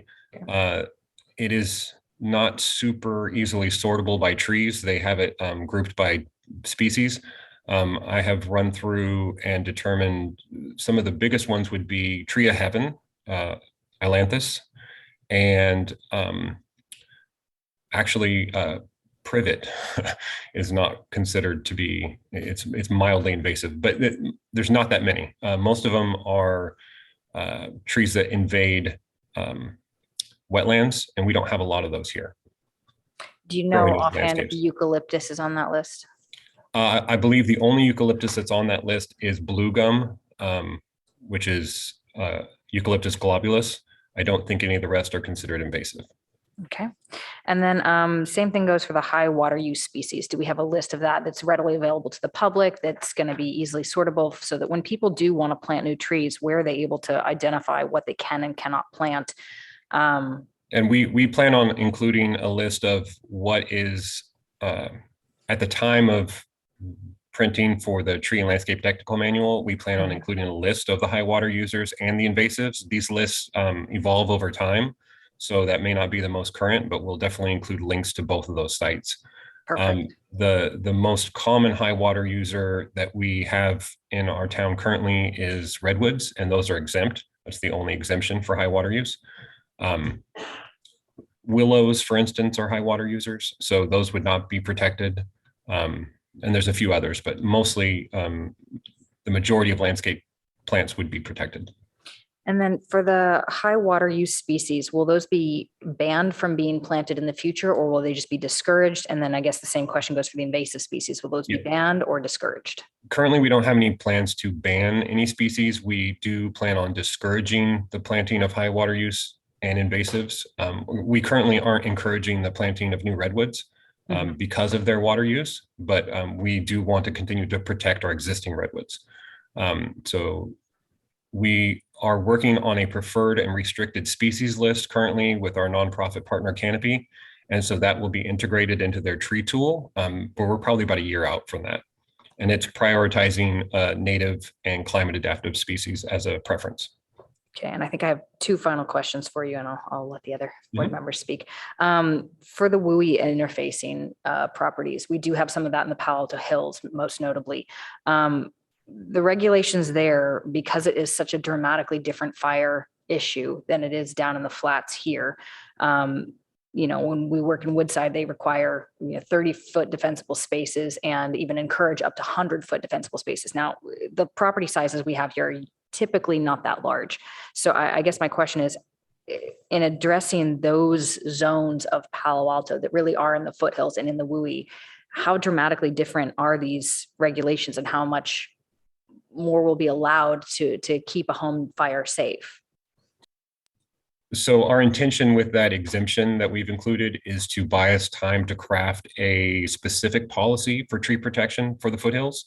So in the meantime, until we have an opportunity to study that and create a separate list, kind of like we have in the hospital district, we have separate rules for tree removal and replacement for the hospital district.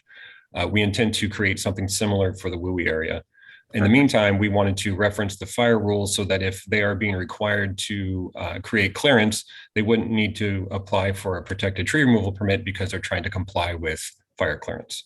So it's a stopgap to tide us over to the next update when we can craft a more finely tuned ordinance for those folks that are in that area. Great, thank you. And then my last question. I've come across this before where there's a tree that straddles a property line. One resident upgrades their property, no problem. They invade 25% of the root system. Now, the other side of the property, 6 months later, decides they want to rebuild their home. They're no longer allowed to affect that 25% of the root system because the previous owner did. And if they do, they'll kill the tree. It is a relatively unique scenario that this would happen so closely back to back, but is there any provision for the concept that one property owner could affect the tree while the other property owner is now stuck in a corner because otherwise they would kill the tree? Do you understand the question? It's a little complicated. I don't think we have anything in the ordinance that would address that specifically, but I think that would go to the excessive pruning rule. Okay. So if the neighbor had affected 25% of the root area or less during their construction, it may need to be a period of 3 years before the neighbor is allowed to do anything in that correct zone. And I think that's a really specific situation where we could probably come up with mitigation measures to allow it to happen, but a worst case scenario, they would need to wait or they'd be fined for excessive pruning. Again, I think that's something we could work around with the project arborist and the designer, but it's a case by case basis. Sure thing. Thank you very much for your time. Are there other questions by board members? Yes. San Francisco Creek, is that a part of your bailiwick at all? Yes and no. I believe there's a JPA that pretty much deals with everything inside the creek. I'm a New Yorker and originally, and the mayor had a big campaign for 1 million trees for the city. And I think if he got 1 million trees, he'd never still come close to the percentage that you have here. And they'd be street trees as well, because we don't have large open sites. So, but it's an interesting idea to project a goal like that because it might attract some private funding. Suggest it might be worth considering because we all love to hug a tree. I want to thank you for the presentation and the work that you've done on this resolution here, and it's really well done and well thought through. Are there any questions? No. Yeah, I have 2 questions. Okay. That is actually related to what board member Bolte just brought up. One is the list of designated arborists. So how many arborists do we plan to be included in the list? Is it like 10 or 20, or is there certain numbers we are looking for? And how often will we continuously update the list? How often we will update the list? That's something that still needs to be decided. Obviously, the larger the pool, the better. It would kind of depend on how many arborists would apply to be included in the list. And that's something that we can consult with other agencies that have done a similar process. I think we don't intend it to be a small list. I think we intend it to be a fairly large list. And I think it would be something that once it's established, it could be adjusted annually depending on who applied, or it could be something that has to be run every couple years. Again, I think it's mostly just making sure that the folks that are on the list are familiar with working with ordinances and development plans on their projects. Another question is about the single family tree removal. So it is stated that if there is no when there is no financially feasible and reasonable design alternatives. So how will we evaluate the financially feasible? Other than the arborist report, will the applicant will also come up with some numbers to prove that there will be the budget issue related? And that is something that would be, the burden of proof on that would be the applicant and the arborist during their presenting their arborist report and their design. Basically, we could have that discussion once it's submitted, if we have some alternative ideas, and then they could provide us with information during that discussion that why it may not be feasible. Again, that's a little bit, I hate to use the word, but squishy. It's not very solid, but I think it's important that we have those guidelines in there because we want to make sure that we're not excluding possible options. Thank you. And I just have I have one question, and thank you to my fellow board members for asking your questions as well. In this ordinance, is there a place where bird habitats have influence over whether a tree is removed or not? Not specifically. We are definitely encouraging the preservation and planting of native species to ensure we have wildlife corridors and that we have habitat. Arborists and tree workers are required based on federal law to survey trees to make sure that there is no nesting before they do any work. So that's something that's already handled above and beyond city level. And so we don't have that specifically addressed in here. Okay, it's because the nesting is handled elsewhere. Okay. Okay, thank you. All right. Osma, will you indulge me in one more question? Absolutely. Thank you. To the staff again, I'm just wondering about you're now adding the term landscape to the tree technical manual.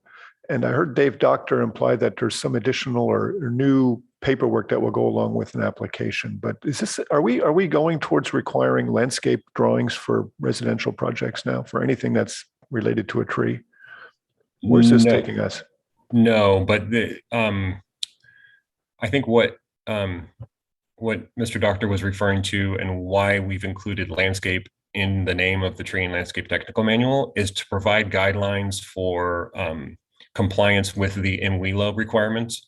So landscapes that are larger than a specific square footage would trigger the Model Water Efficiency Landscape Ordinance Review, which requires water budgeting and a full landscape plan. And I think what Dave was implying is that more of these projects coming through are going to likely have full landscape plans because we have to work around additional protected trees. So that's going to encourage them to come up with a plan.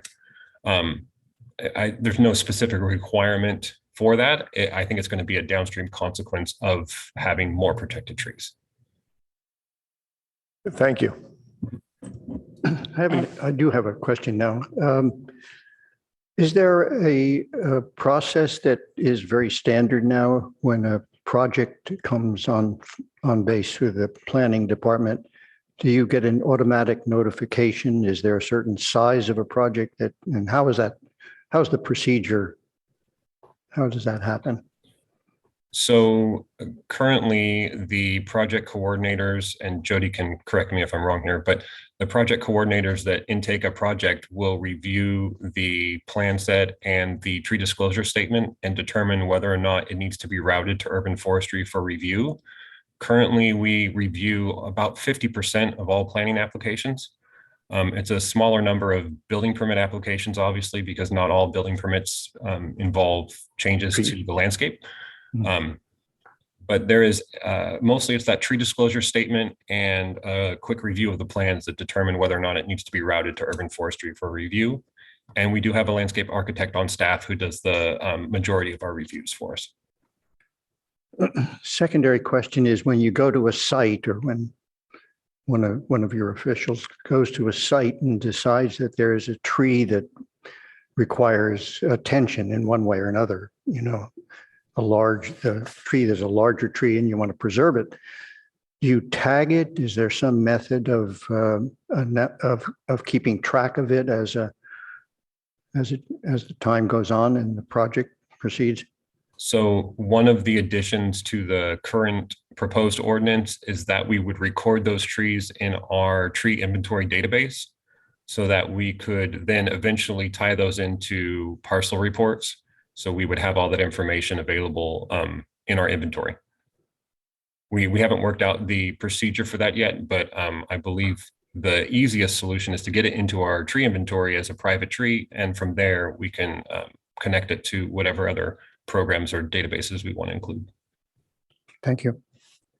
I have a follow-up question to that. Once the tree goes into the private inventory database, so if somebody has a tree on their property and it sudden oak death, whatever, is there going to be an investigation? Is there going to be a fine for that resident? Is there going to be, I mean, what's the process there? How do you keep track of and analyze when a tree goes south for natural causes versus when someone actually removes it illegally? So generally, if a tree was to decline, the neighbors or staff would notice, and usually most of those folks submit for removal permits. And if the tree, based on an inspection, is obviously in decline due to no fault of the resident, then that's a situation where we would issue a permit and no fine would be issued. Because it's a dead or dying tree, hazardous to the, okay, perfect. Correct. And usually it's pretty obvious if the irrigation has been completely shut off and there's other issues that might have led to it, that would be a different scenario. But if it dies of natural causes or because of something like sudden oak death, then that is a situation where we would just issue a removal permit without much issue. And in that instance, would there be a mitigation that they need to replant new trees? So that is probably the only situation, dead, dying, or hazardous, where there is not required replanting. All other situations do require replanting. We are strongly encouraging those folks to replant. And we have increased our replant requirements in this proposed ordinance over our current ordinance. So there will be a lot more situations that would qualify to require mitigation planting. Excellent. And then again, sorry, following up with another question. Did I hear correctly earlier that the trees that are replacement trees, the ones, you know, when you remove one, you have to plant 6, are those all becoming protected trees under this new ordinance? So indefinitely? So they would be treated like designated trees on an approved landscape plan. So currently, any trees planted as part of an approved landscape plan, regardless of species or size, are considered designated trees and are therefore protected for future projects. Okay. So this makes mitigation planting trees or replacement planting trees a similar classification. Those would also be protected. Okay. And then final question, I promise. There's the comment in 8.10.020D. Current draft specifies that the applicant selects and hires an arborist unless the project is one that requires a hearing. And in those cases, the city will select the arborist and bill the applicant. Not to be, you know, overly concerned here, but how do we make sure that that's a fair process for the applicant? They're not being sort of charged sort of free willy-nilly. I don't know how to phrase that. How do we make sure that that's a fair and equal process for the applicant involved, since they'll be the one footing the bill? That's definitely something that we can work on going forward. The intention for that was to make sure that we have firms or arborists that are capable of handling large projects with hearings. That's a whole different level of ability that's required versus simply working on a residential project. You know, it's a little different. And so we wanted to be able to specify or maybe we make a sub list for projects that are that caliber. Again, that's the details of that are going to have to be hammered out, but we currently hire third-party arborists, for instance, like for the Castellea project, when we want to have additional feedback, and then we bill the applicant. So it's not much different from what's done currently for some projects. Okay, thank you very much. Okay, thank you.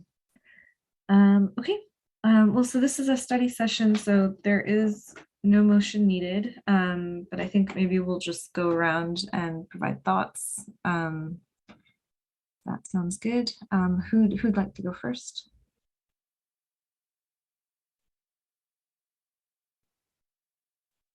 Any volunteers? I can't read the room. Everybody's too blurry. I'll go first. I would like to say first and foremost, I think that the goal of this is excellent. I think we all need more trees. I think that it's absolutely for birds, for bugs, for humans. We all need more trees for the long-term planning of the city, for the long-term planning of planet Earth. We absolutely need to encourage more trees. Now, I do have some concerns. First and foremost is that I keep hearing that we are encouraging native planting, but in what methods is that actually being encouraged other than to say, we'd prefer you plant these trees? My concern with how this is written right now is that people will avoid planting the very trees we want them to plant. They will avoid planting oaks for potential issues with root systems later. They will avoid planting oaks because they're going to have to go through a process to get them properly pruned before the next storm comes and that the tree branch falls in their house. I have a project personally where the oak tree fell on the house 6 months ago, and they had to go and get it removed, and they had massive damage to the house. So my concern is that by over-regulating certain aspects of it, I do believe they should be protected, don't get me wrong. We need to make sure that proper care and maintenance is as easy as possible, that people are able to protect their asset of their home and their property while truly being encouraged to plant these oaks and these native redwoods and things like that, without fear of sort of unintended negative consequences down. But I need to express that concern. I worry that people will literally avoid planting the very trees we want them to plant. So I would love to hear, if there was an option where you plant an oak tree, you plant a redwood, maybe there's a percentage off of your water bill or something like that, there's some benefit and some encouragement, some actual tangible encouragement to get more of these trees in the ground, to get more of these canopies up in the sky, rather than just saying, we'd really like you to plant these trees, but here are all the negative possible consequences that you're going to be assuming once you do. Give them a benefit, give them more than just encouragement, and make it worth their while to actually maintain and care for these trees, because they are important and they are invaluable. And I am very worried that also people will cut them down as soon as they hit 11 inches, right? They don't want to have to deal with an 11.5 protected tree. So they're going to cut them down. We won't have mature trees because the people that don't want them will find a way around the system. Again, I apologize that I don't really have a solution for it, but I do feel the need to express the concerns. I would also, again, like to restate, I truly thank you for your time and efforts on this. I think it is absolutely valuable, and we just need to make sure that we cover all of our bases and truly get these types of trees in the ground. Thank you. Thank you. Who'd like to go next? I'll go in line here. I think the city is overdue for a update to the tree ordinance. All the other towns around us have done so recently, Menlo Park and Atherton, to the better. Palo Alto doesn't protect its trees properly. I've long felt that it's a shame that you can cut down almost everything but a redwood and an oak with impunity, pretty much. Two cautions, I guess. One is that on your list of designated arborists, the arborist firm I work with frequently is no longer allowed to work in Menlo Park. I think the guy does great work, beautiful reports, the best I've ever read, but for some reason the bureaucracy shut him out. He was pretty frustrated by it. I caution you to really be impartial, to not judge based on whether this person's done reports on projects you support or don't support. Establish a clean list of, these are the criteria we're looking for. Meet this criteria, you're on the list. It's so important. This is people's livelihoods, and not just the arborists, but professionals. Design people have teams of people they work with. And it should be much more than just if they've, you shouldn't be just saying the list is really about people who have experience doing development. I suspect there's people out there who some arborists may not like, and that's not a good reason. The second thing I think is that ADUs probably should be considered as primary residences from a point of being protected, the foundation of an accessory dwelling. That's just the way the state law is written now, and you want to be careful to follow that, however you verbalize it. Otherwise, I support this. I think it's a good move for the city, and we should move forward. Thank you. Thank you. Well, we're going down the line here. I'm the only non-working architect here on this board since I'm retired, and therefore don't have as many practical questions. But I have some personal questions, because in the front of my house, I have a humongous palm tree, and this is the year of the dates, and they're really small dates and all over the sidewalk. So I'm just curious, this is a side question. What do I do? Am I responsible for all those dates?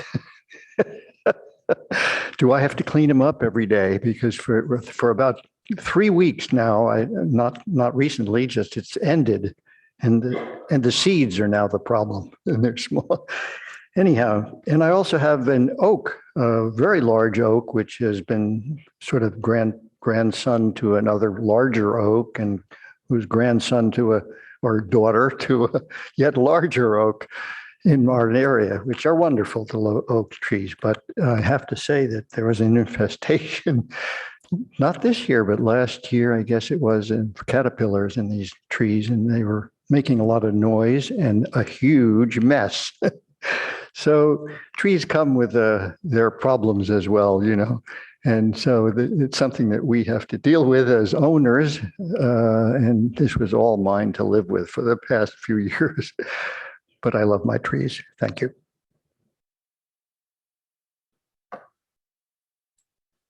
Board Member Chen? Yes, thank you. Yeah, we all know we are a tree-loving city, so I think it's a good move, right?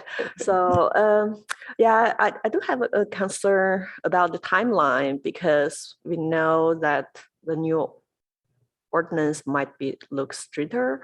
So I was worried before it taking effect, there will be actually more tree removal permit to submit it before it taking to effective. So how can we avoid people to submit and remove the trees before it take into action? And one comment for the phrase of the primary residence, I think it is related to life safety. So I think it would be nice if we could include all areas where people potentially could be there. So we might be able to borrow the same language that we used for the single family technical manual, like for all structures which are greater than 120 square feet and greater than 5 feet in height. Probably we could borrow some language similar to this, so that people are known, it's not only the main residence and the ADU, but say detached garage or some other structures will also be included. Thank you. Thanks. Yeah, I'm happy to see this come forward, and I really appreciate all of the comment from the public. I think, you know, we really, as a community, it's great that this ordinance has kind of allowed all of our voices to sort of speak as much as, you know, in favor of what we love, which is our canopy and our trees and our environment. I appreciate my other board members sort of noting their concerns. I echo some of them. There is one I wanted to bring up that maybe we can discuss, which is the note about allowable reasons for removal of a tree. And this was brought up a little earlier about that the tree is so close to the proposed development that construction would result in the death of a tree, and there is no financially feasible and reasonable design alternative that would permit the preservation of the tree. So I bring this up because we've had projects come in front of us wherein the applicant has placed, their building in a location that might compromise a tree.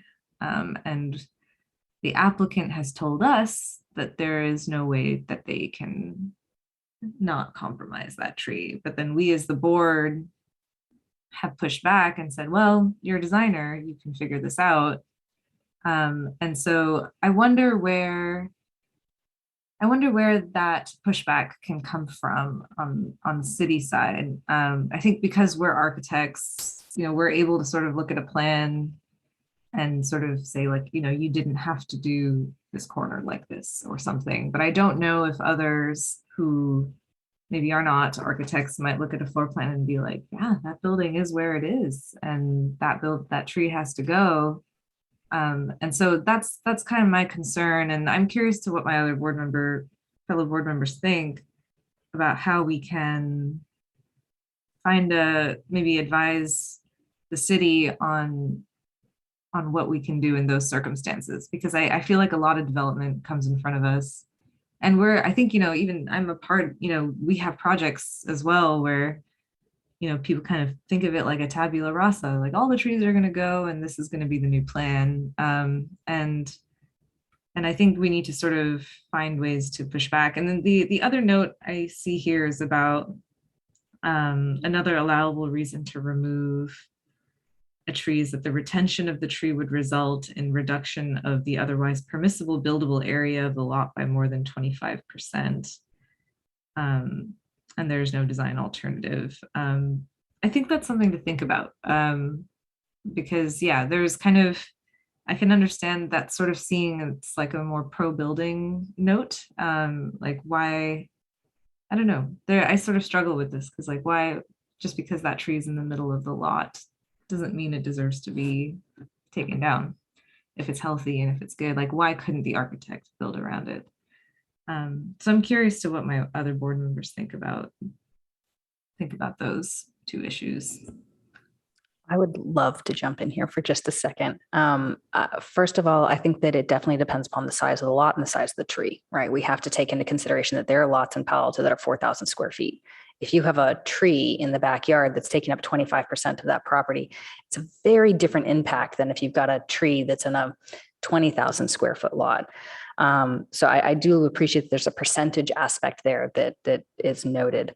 I would also, I guess this is not quite a response to you and more maybe a comment for Peter here, is that I would also encourage that as people, we all know the housing market in this area is kind of crazy, and that people will buy a property sight unseen, they'll buy it, and then they only later unwrap the package and see what they really got.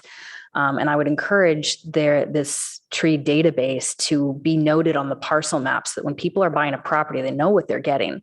My concern is that someone invests all their money, they're a young family starting out, they want to get their first home, they've got this property, they think they can remodel, they're sold a song and a dance by the, whoever's selling the property. And then they find out they can't remove any of these trees and that they're stuck with what they've got, and that's it.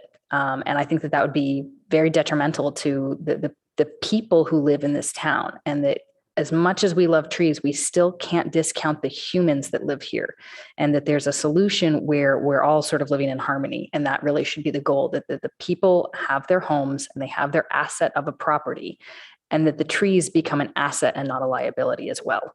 And so in that regard, I just had to make a statement there that I think that this is, we can't discount that people need their homes, that people buy their properties, and that they have to be able to develop them for what works for them as well.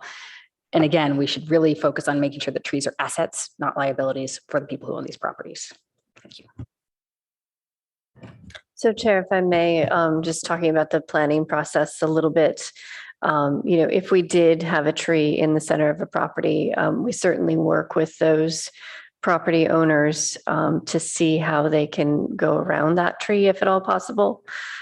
We also offer, a variance process in that particular case. That'd be a very good reason for a variance.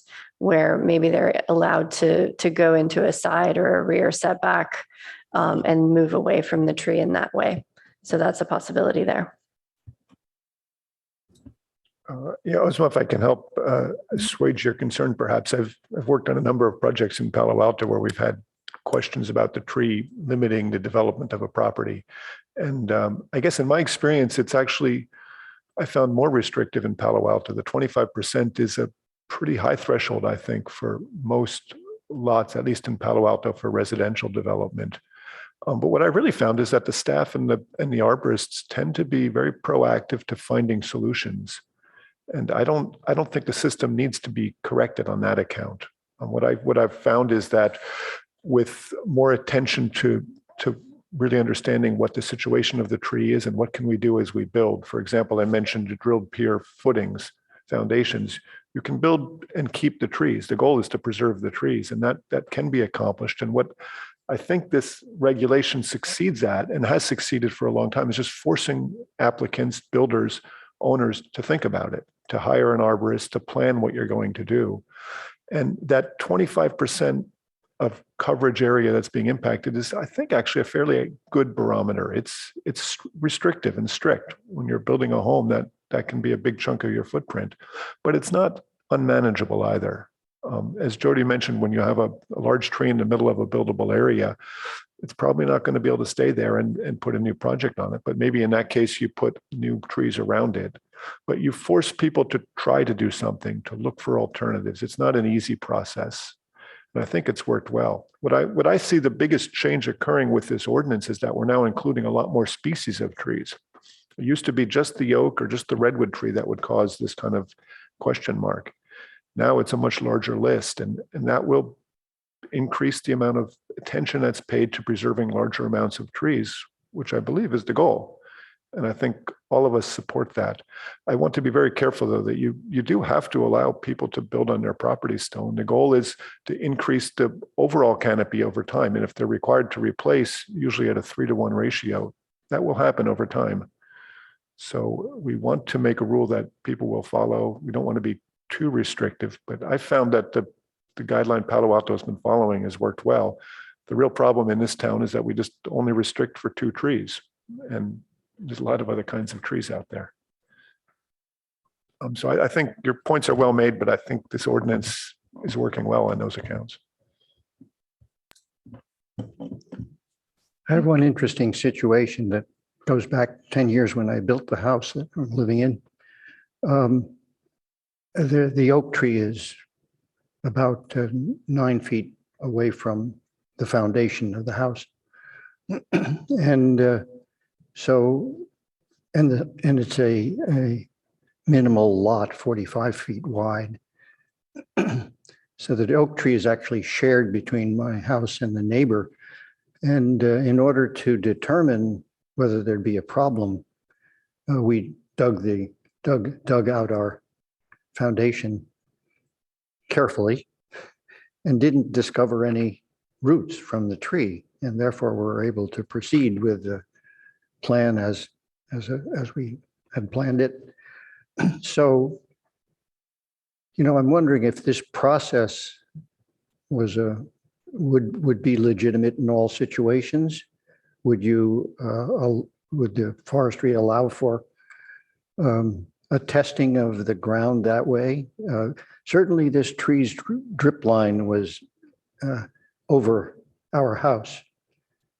And if you took that as the line where you couldn't proceed, I'd have been in very big trouble on this site. So I'm just wondering how you deal with that kind of a situation. Yeah, we already allow and often suggest some exploratory excavation to determine the number of roots that are heading towards the proposed area of development. And oftentimes this can alleviate a lot of concerns whether or not the tree would have substantial impacts. So it is a method we currently use and do encourage on a case-by-case basis. You would have somebody come to the site from this site. I think I had an arborist, of course, as required. And the arborist simply was there when we were digging and was carefully watching and to make sure that he didn't see any roots from this tree. And then his report allowed us to continue. That's sufficient then. The arborist who would be asked to, who would be selected from the list and advising an owner would advise them at this point, either using the radar system that you now can do, or would it be to monitor the digging process? Either would be sufficient. I think most common is an exploratory trench, either carefully dug by hand or with the air spade method, and then it's inspected by the project arborist and the city to confirm the results. That's probably the most common method that is undertaken before a project breaks ground. Okay, thank you. Okay. Is there any other last comments on this item? Okay, well, thank you so much to the city and thank you so much to the members of the public on this. So I think let's take a maybe a little break and we'll come back and do our action items. So let's maybe come back at 11:15, if that works. Thank you.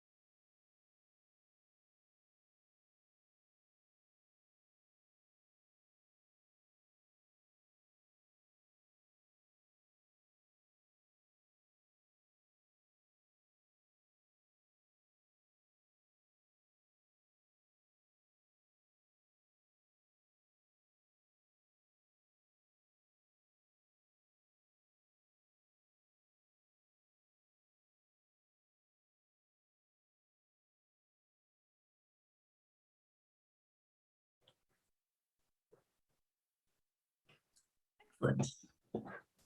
All righty. Well, thanks everyone. We're going to reconvene. So our next item is a quasi-judicial item.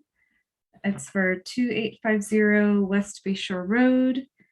It's a recommendation on an applicant's request for a major architectural review allowing for the demolition of an existing office building and construction of 48 townhomes with associated private streets, utilities, landscaping, and amenities. The project also includes a bike lane and a 14-foot sound wall along West Bayshore Road. Okay. Do we have a presentation by staff? Disclosures, Ozma? And disclosures, thank you. Yeah, let's go ahead and do that. I visited the site earlier this week. Great. Anybody else? I visited the site as well, and I grew up near-ish there. Spent many childhood years there. Thank you. And I have reviewed the videos from the previous meetings. Visited the site and some other housing projects similar. I visited the site earlier this week and also parked my car on the Colorado Avenue and did the short walk from the Colorado Avenue to walk through the park with my 2-year-old. So just want to let everybody know it will be below average walking speed. And it took us about, so it took us about a couple of minutes walking from the Colorado Avenue to the southwest corner. Yeah. Oh, and the parking space along the Colorado Avenue, I think it's surprisingly, it's better than I thought. So we went there like at 5:30 on Monday. So it's a work day, kind of like people are heading home after work. So it's empty. There are plenty of parking space on the south side of the street. And then there are still a couple of spots left on the north side of the street. Thank you. And I did not get a chance to visit the site this time, but I have visited the site multiple times in the past and walked through Greer Field, looking back at the site so to get a sense of visibility, trees there. Okay. Let's move to the presentation, staff presentation. Good morning, Chair Thompson and the reigning board members. My name is Garrett Sauls. I'm the project planner for this application. Project is 2850 West Bayshore Road. This is the second formal review. So this is the second time that this project has been before the ARB. We also have the applicant present as well as our environmental consultants should there be any questions to either group.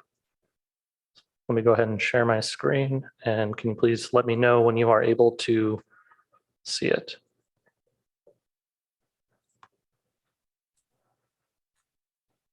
Yes, we can see your screen. Okay. So this project site is located adjacent to Greer Park, which is also sandwiched then between West Bayshore Road and the 101 freeway. This project site is a research office and limited manufacturing zone district parcel.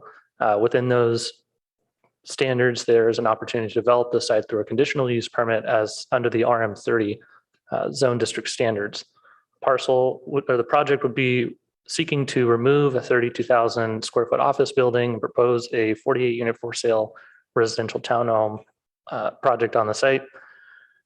The project is also an SB 330 and Housing Accountability Act application, which the SB 330 aspect of the project, when they submit a pre-application to the city for review, that seeks to trap in time or capture in time when the development standards are able to be applied, or which development standards are able to be applied to the project. The Housing Accountability Act also identifies that the project must be decided within 5 public hearings That is inclusive of any subdivision applications, which this project does include a vesting tentative map, which will need to go to the Planning and Transportation Commission as well as the City Council in order for those to get approved. So in terms of total hearings that are required for this application, 5 is the maximum number that we're allowed to have before a decision is made on the project. Overall, the site is about a 2-acre site, and the surrounding uses outside of Greer Park are the Emerson School and Heads Up site to the northwest of the project site. The project also qualifies for a density bonus. This is discussed within the city's consultants, Kaiser Marston density bonus analysis, which is provided on the project webpage. Their request is to provide for a 1.142 to 1.0 floor area ratio based on our allowances in our density bonus code, which is reflective of what the state density bonus allows. And effectively what that requires is that the project needs to provide a minimum of either 10% based on the state density law of the units on site as affordable. Our requirements are that they have to provide up to 15%. The greater affordability threshold is what the applicant needs to provide for. And so there are going to be 7 affordable units provided on this site as a result of this project, which qualifies them for 1 development concession. Staff has also brought on Rincon in order to do the analysis for the project's environmental impact. And staff has found that the city has found that the project qualifies under a class 32 categorical exemption under CEQA. The applicant is also requesting an allowance to utilize private open space within the complex's private park space in order to accommodate for the additional common open space requirements that each of these units need to provide. And there are about 18 of them on the site that would be utilizing that provision in our code. As Chair Thompson had noted before, there's a sound wall proposed as well between West Bayshore Road and Highway 101 to help mitigate noise impact from the freeway onto this property. And they're also looking to record an easement against the property to provide property frontage widening in order to provide for a bike lane to be expanded within that space. There's also one thing that I did want to note in the staff report. There's a correction on the zoning comparison table that I wanted to make that it says that there's a street side yard setback applicable to this project. That's actually not the case, and that the interior side yard setback on that item in that attachment should actually be reflective that there's a 10-foot setback requirement in the interior sides of this property. So you can see here on this site plan, this is the previous site plan that the applicant proposed, which the ARB had reviewed. The primary changes that you'll notice are going to be some changes where you can see my cursor moving around in the complex's private park, as well as the new change that the applicant has proposed to include a access point from the project site to Greer Park. They've pulled back this area, which you can see here. They pulled back these units 42 and 48, these buildings 7 and 8, a little bit in order to provide for additional landscaping between these 2 spaces. And as I mentioned just now, this access point to Greer Park. So there are a number of things that the ARB commented on in the previous hearing, which was on January 20th this year. Included in those items were, again, this request to have access from the project site to Greer Park, which the applicant has included, to study the retaining wall along that interface between Greer Park and the project site, which the applicant has sought to reduce that impact by, or the height transition from Greer Park to the project site by sloping down the common area at the rear of the project site and reducing the retaining wall along that area. There's a request and discussion from the ARB to consider putting underground parking on the site, which during that hearing, the applicant had noted would not be something that they would be proposing, as it would make the project financially infeasible for them if it was a requirement that the ARB had pushed for. They had also modified their parapet walls to be removed, as well as, the flat walls to be removed from the project previously that had been shown. And then they also had modified their parapets to try and replace them with hip roofs. There was additional attempts that they made to modify the design in order to meet the context-based design criteria, which were to modify the massing of materials that we're include things like brick veneer sample, which we have samples of for you to be able to review. Brick veneer along the ground floor spaces for the units, introduce additional materials and colors to break up and differentiate each of the units between the different building types that they're proposing on the site. There's also the discussion about providing additional guest parking on the site. And while the project exceeds the city's requirements as it is, the other addition that they included, which was the connection point from the project site to Greer Park, provides an easier access point for individuals who may park on Colorado Avenue and walk towards the site. It is not a requirement or is not an intention to say that the off-site parking is going to accommodate guest parking, but it is something that will provide an opportunity for people to access the site if they come visit. There's another item that was raised to reduce or remove the white trim fascias. The ARB felt that it was very reflective, so that color choice has been changed to utilize a warmer tone. They have provided additional details on the plans to identify that they are going to be able to satisfy the clearance, minimum 7.5 foot clearance requirements for vehicles. They've also modified their plant palette to include majority native species, which this can be found on page 63 in the plan set. They've also introduced additional landscape buffering, as I noted before, on the site plans for between buildings 7 and 8 in Greer Park. And they had provided additional details about the sound wall, which I will be able to show as well in this presentation. So these images are what you will be able to see in the packet page as well, in the packet as well. These are elevations of the buildings, the different building types. You can see as we transition between them, not only the colors are changing, but the organization of the building materials and the massing is also modified as well. So that it does not, there may be, in certain instances, there are buildings that share a common design. So in this instance, building 4 and 5, this buildings 1 and 2, sorry, this should be building 1 and 3, not building 1 and 2. But between them, they're all broken up with different building types, styles, and colors as well.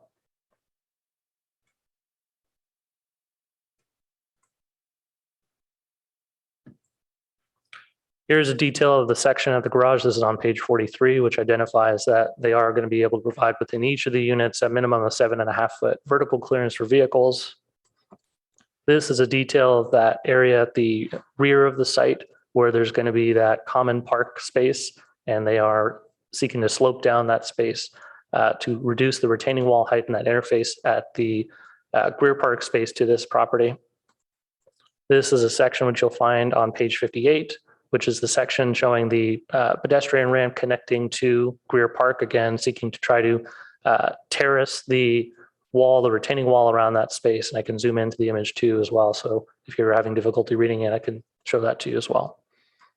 And then here's the detail on page 60 of the sound wall that the ARB had wanted additional information on, which they're going to have vines running down on the wall to try to break up maybe some of the color or lack of differentiation on that portion of the wall. So staff's recommendation is to approve the application with the attached draft conditions and findings for approval for the staff report to the staff report. And that concludes my presentation. Thank you. I think next we'll hear from the applicant. Thank you. May I share my screen? Question actually is, can I share my screen? There, are you able to see that? Yep. Great. Good morning, board members. Thank you for your time this morning. My name is John Hickey. I'm a Vice President of Development at Summerhill. Before I start, I'd like to say a quick thank you to Garrett and to Jody for the ongoing work they've put into reviewing and commenting on the project. I think you'll need to state and spell your name for the record. Oh, yeah, I'm happy to. It's John Hickey, Hickey. Thank you. And you have 10 minutes. Great, thank you. I'd also like to say hello and welcome to Commissioners Chen and Rosenberg. You, of course, were not present for the ARB study session last April, more than a year ago, or for the first ARB hearing in January, but I appreciate that you've both had the opportunity to review the material from those meetings. Thank you very much for taking the time to do that. And again, welcome. We appreciate the chance to be here again today to show you the changes that we've made to the project. Garrett stole my thunder a little bit because he did such a good job of explaining the changes. I won't go into details, but I'd like to try to highlight a few of the key points. And of course, I'm happy to answer questions after the presentation.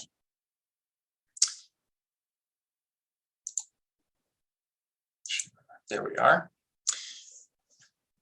At the hearing on the 20th, we heard a clear direction from the board that they'd prefer to see a direct pedestrian connection from the project to Greer Park.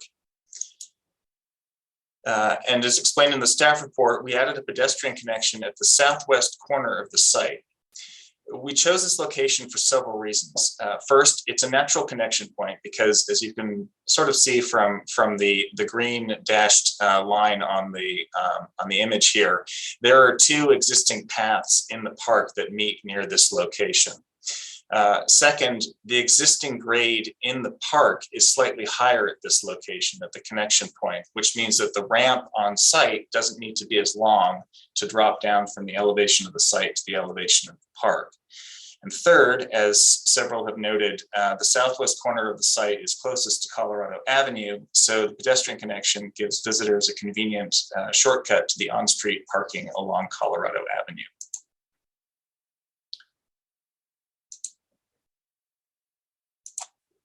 This slide shows a section detail of the ramp from the project to the park. As you can see, we've left room for a landscape terrace between the edge of the walkway and the park, so the retaining wall can be screened with plants and vines. There are also existing shrubs and bushes in the park along the edge of the site. This illustration shows a conceptual view of the project and the pedestrian connection is viewed from the park. We've shaded back the trees in this image so that you can see the architecture of the buildings more clearly, but as you can see from the illustration, the point where the walkway connects has the benefit of being open enough so that it's safe and pleasant, but there are also trees in the park that partly screen the buildings from view. And again, as noted, you can see from this aerial, it's actually only about 350 feet from the corner of the site over to Colorado Avenue. And there are more than 20 parking spaces on street along that section of Colorado between West Bay Shore and Simkin Court. And in addition, that pathway on the site it's got street lighting, so it's well lit at night for safety. Also, at the hearing on the 20th, the board asked us to look for ways to further reduce the appearance of the retaining wall along the edge of the site. And after discussing our options with staff, we added a slope at the rear of the common area, which allowed us to reduce the height of the retaining walls. As you can see from this section, having the slope here allowed us to drop down and get closer to the grade of the park adjacent, which means that the retaining wall is actually quite low, particularly the upper retaining wall. And in addition, we have another conceptual illustration here, which shows what the view would be like from the park. You can see because that upper retaining wall is so low, the focus actually is on the vegetation, on the plants and shrubs that are on the bank there along the slope. Again, we've screened back the trees so that you can see the architecture. And also, we're not showing the existing trees and shrubs that are on the park side of the property line.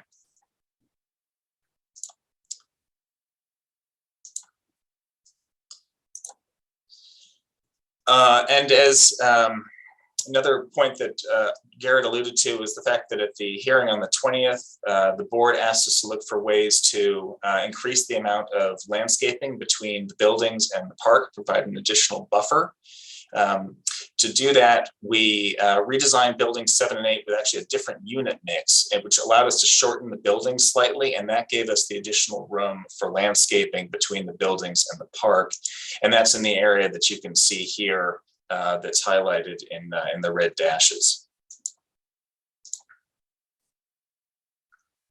In addition to redesigning buildings 7 and 8, we made a number of other architectural changes, all with the goal of differentiating the buildings and differentiating the individual units. At the board's recommendation, we eliminated the parapet elements and we incorporated either shed roofs or hipped roofs, depending on the building style. We revised the massing at the second story on a number of different locations. We introduced different designs and materials at the entries, including brick veneer, stone brick veneer, and we also upgraded the stucco finish to a 2030 light sand float.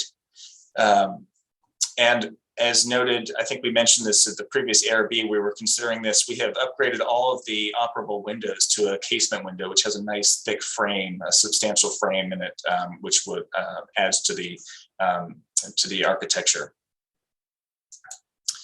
With these changes and variations, each building now has a unique combination of architecture and color scheme.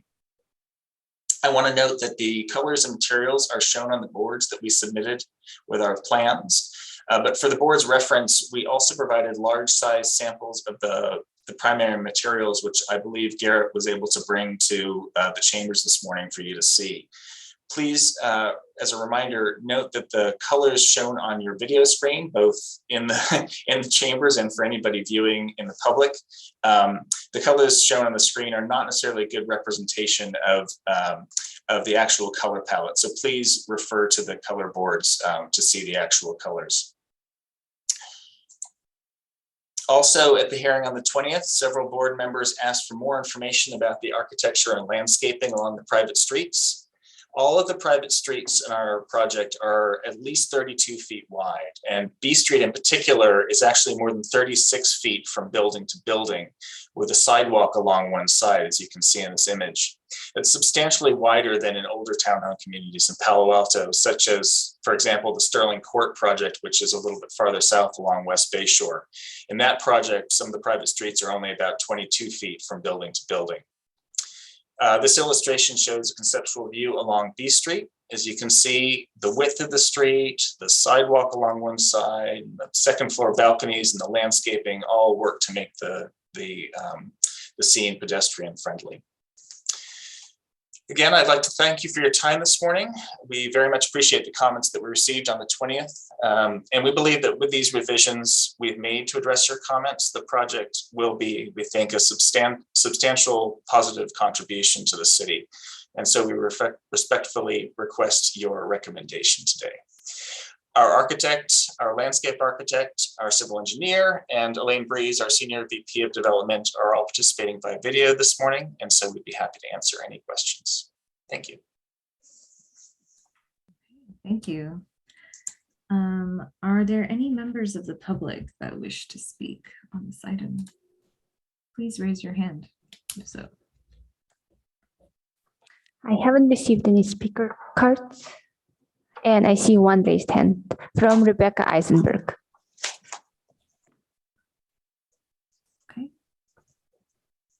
Thank you so much for the opportunity to speak.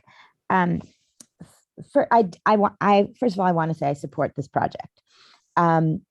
Second, just as a general matter, it's come to my attention, and I think from what I hear, others agree with this observation too, that often it's hard to distinguish between the city planning department describing an application and the applicant describing an application.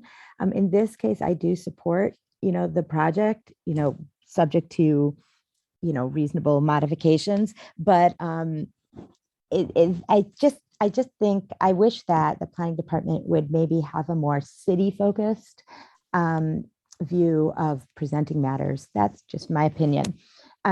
As to this project, I support it, recognizing that, of course, architectural review is likely to have modifications that I'm a lawyer, I'm not an architect, that I am not privy to, but I strongly support the addition of housing in this neighborhood.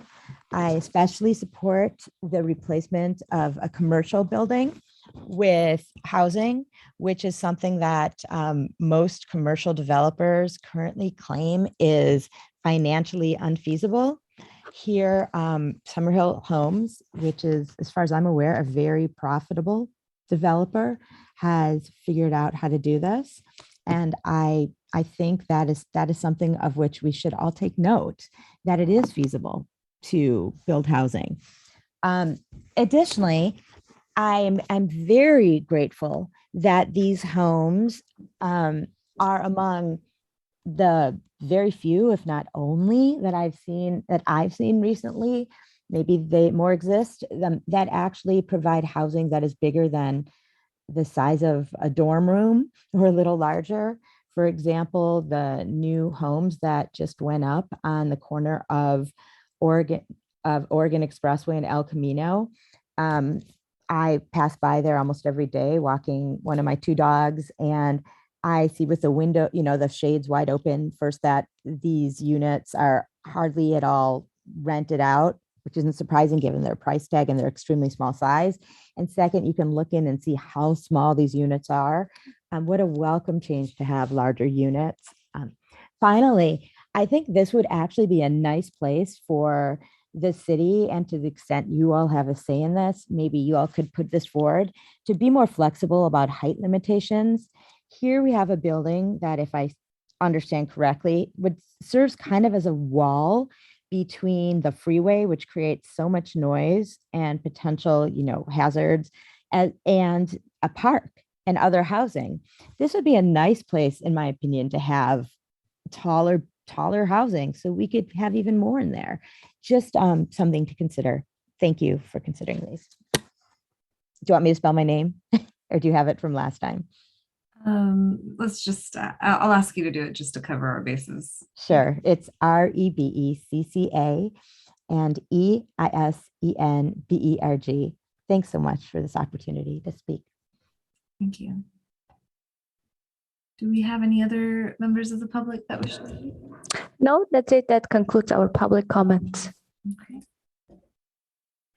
Are there any questions of staff or the applicant from members of the board?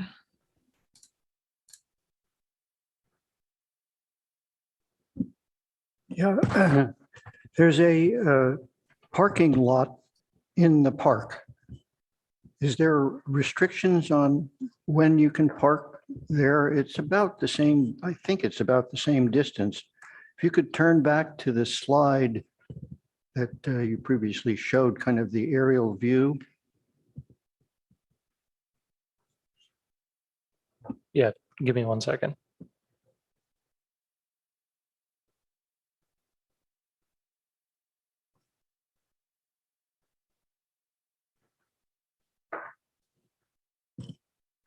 Well, not the right one. Sort of an angle shot from lower down. It's actually almost like a photograph from. This Oh, is, there. I think this is the Okay, one you're there talking it about, is. correct? Yeah, that's good. Yeah. Mhm. So that's, looks to me to be about the same distance from the project as Colorado Avenue. Maybe you slide down a little bit to take a look at Colorado Avenue, just to get a sense of it, where it is. Okay. It looks like maybe Colorado is a little closer, but wouldn't people possibly be using the area where the you pass a dog park along there that you can see there's a kind of a green thing there, and then the pathway goes all the way up to the parking lot. Seems like a good place for some of the visitors to get to the site. Have you considered that possibility, and perhaps provide a similar connection at that end of the site? Chair, is that a question for the Anybody? Designer? Yeah. John, perhaps? I'd be happy to answer that. So I guess a couple of points. The first is that the signs in the park indicate that the parking is supposed to be only during park hours, but you're right, during there's a possibility that people would choose to park there. I walk my dog there sometimes, and there are sometimes cars parked there. But I think the Colorado Avenue point is on-street parking is probably more convenient for people because of the proximity to that corner. And as I mentioned in my presentation, the advantage of that corner is that the park is substantially higher. The elevation of the park is substantially higher at that corner than it is at the, I guess that's the northwest corner of the site. So if you were to try to put a ramp at that corner, it would have to be a lot longer, and there simply isn't room for that, particularly if you want to keep the 2 on-site parking spaces for guests that we have at that location. Okay. I have a question as to the sound study, the sound wall study. How much of a dB reduction would that allow for from 101?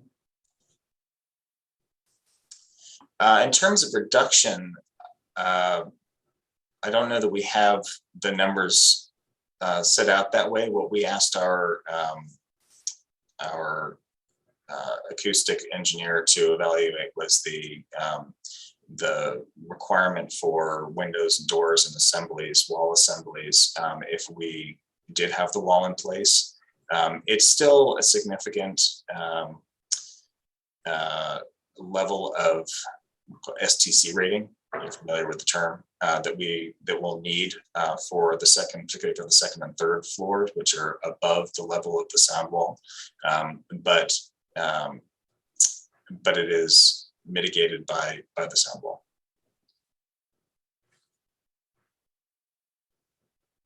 If you'd like, we can look into that.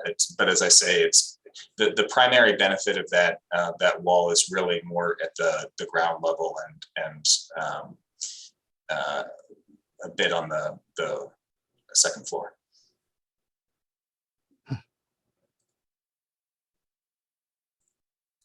It'll make it a lot more pleasant for pedestrians, for example, walking along West Bayshore.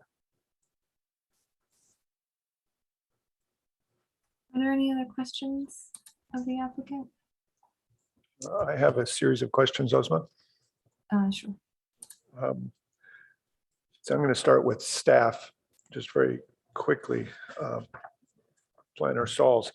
I'm just concerned or curious how we're measuring the height of these buildings. When I read the zoning code, it says the height is measured from the average ground elevation adjacent to the building, basically. What I see us measuring is the finished post-grading height of the property, and you're measuring the building height from there. What I notice in the code, it says, except when the ground has been raised by a berm or similar landscaping feature. So I want to be clear, your interpretation, I believe, is that the grading that's being done is not a berm or other feature of any kind. So you're measuring the height from the finished grade of the project. Yes, correct. Because a berm would be sort of come up and come back down before it gets to the building, whereas this is the land sort of sloping up to the building itself. And so in those cases, we're taking a measurement that's 5 feet out from the building. So we're not measuring right at the building wall, we're measuring 5 feet out. So it is, if it's a slope, it is going to be a little bit lower. I understand that, but it is after the grading that's being done on the property. That's how we're looking at it, yes. Okay, thank you. Then to the applicant, please. I notice on the site plan, streets C and D dead end close to the park. However, I see that street D is held back a considerable distance. You have some nice landscaping there and the new pathway to the park. However, street C seems to go very close to the park. So I wonder if you have a section or can explain how tall the end of street C is where it's close to the park. It seems about a foot away or so, very close. What's the height of that retaining wall And then is there a reason Street D doesn't also need a similar backup space for the folks in those end units to get in and out of their garages? Yeah, I'd be happy to answer that. So those aren't actually backup spaces. Those are guest parking spaces, which we had included at the board's earlier suggestion when we were here for a study session. So that's what those spaces at the end of C Street are. We don't have those over at D Street, and we would not be able to accommodate them with the pedestrian connection to the park. And I believe section, I can probably even have it. So in your packet page, or sorry, in your plans, page 56, it shows section BB, which shows that section area and shows the retaining wall height. So I can go ahead and share my screen. And John, if you want, you can describe it a little bit more. Thank you, Garrett.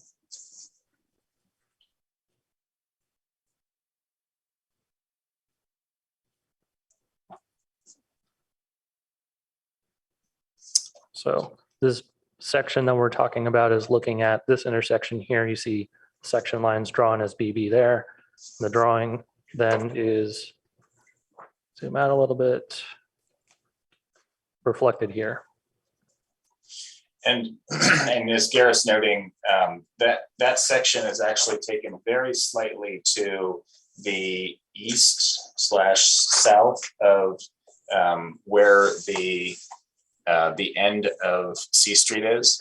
And just due to the constraints of the site, that upper retaining wall will probably be within about 6 inches to a foot of the outer retaining wall at that location.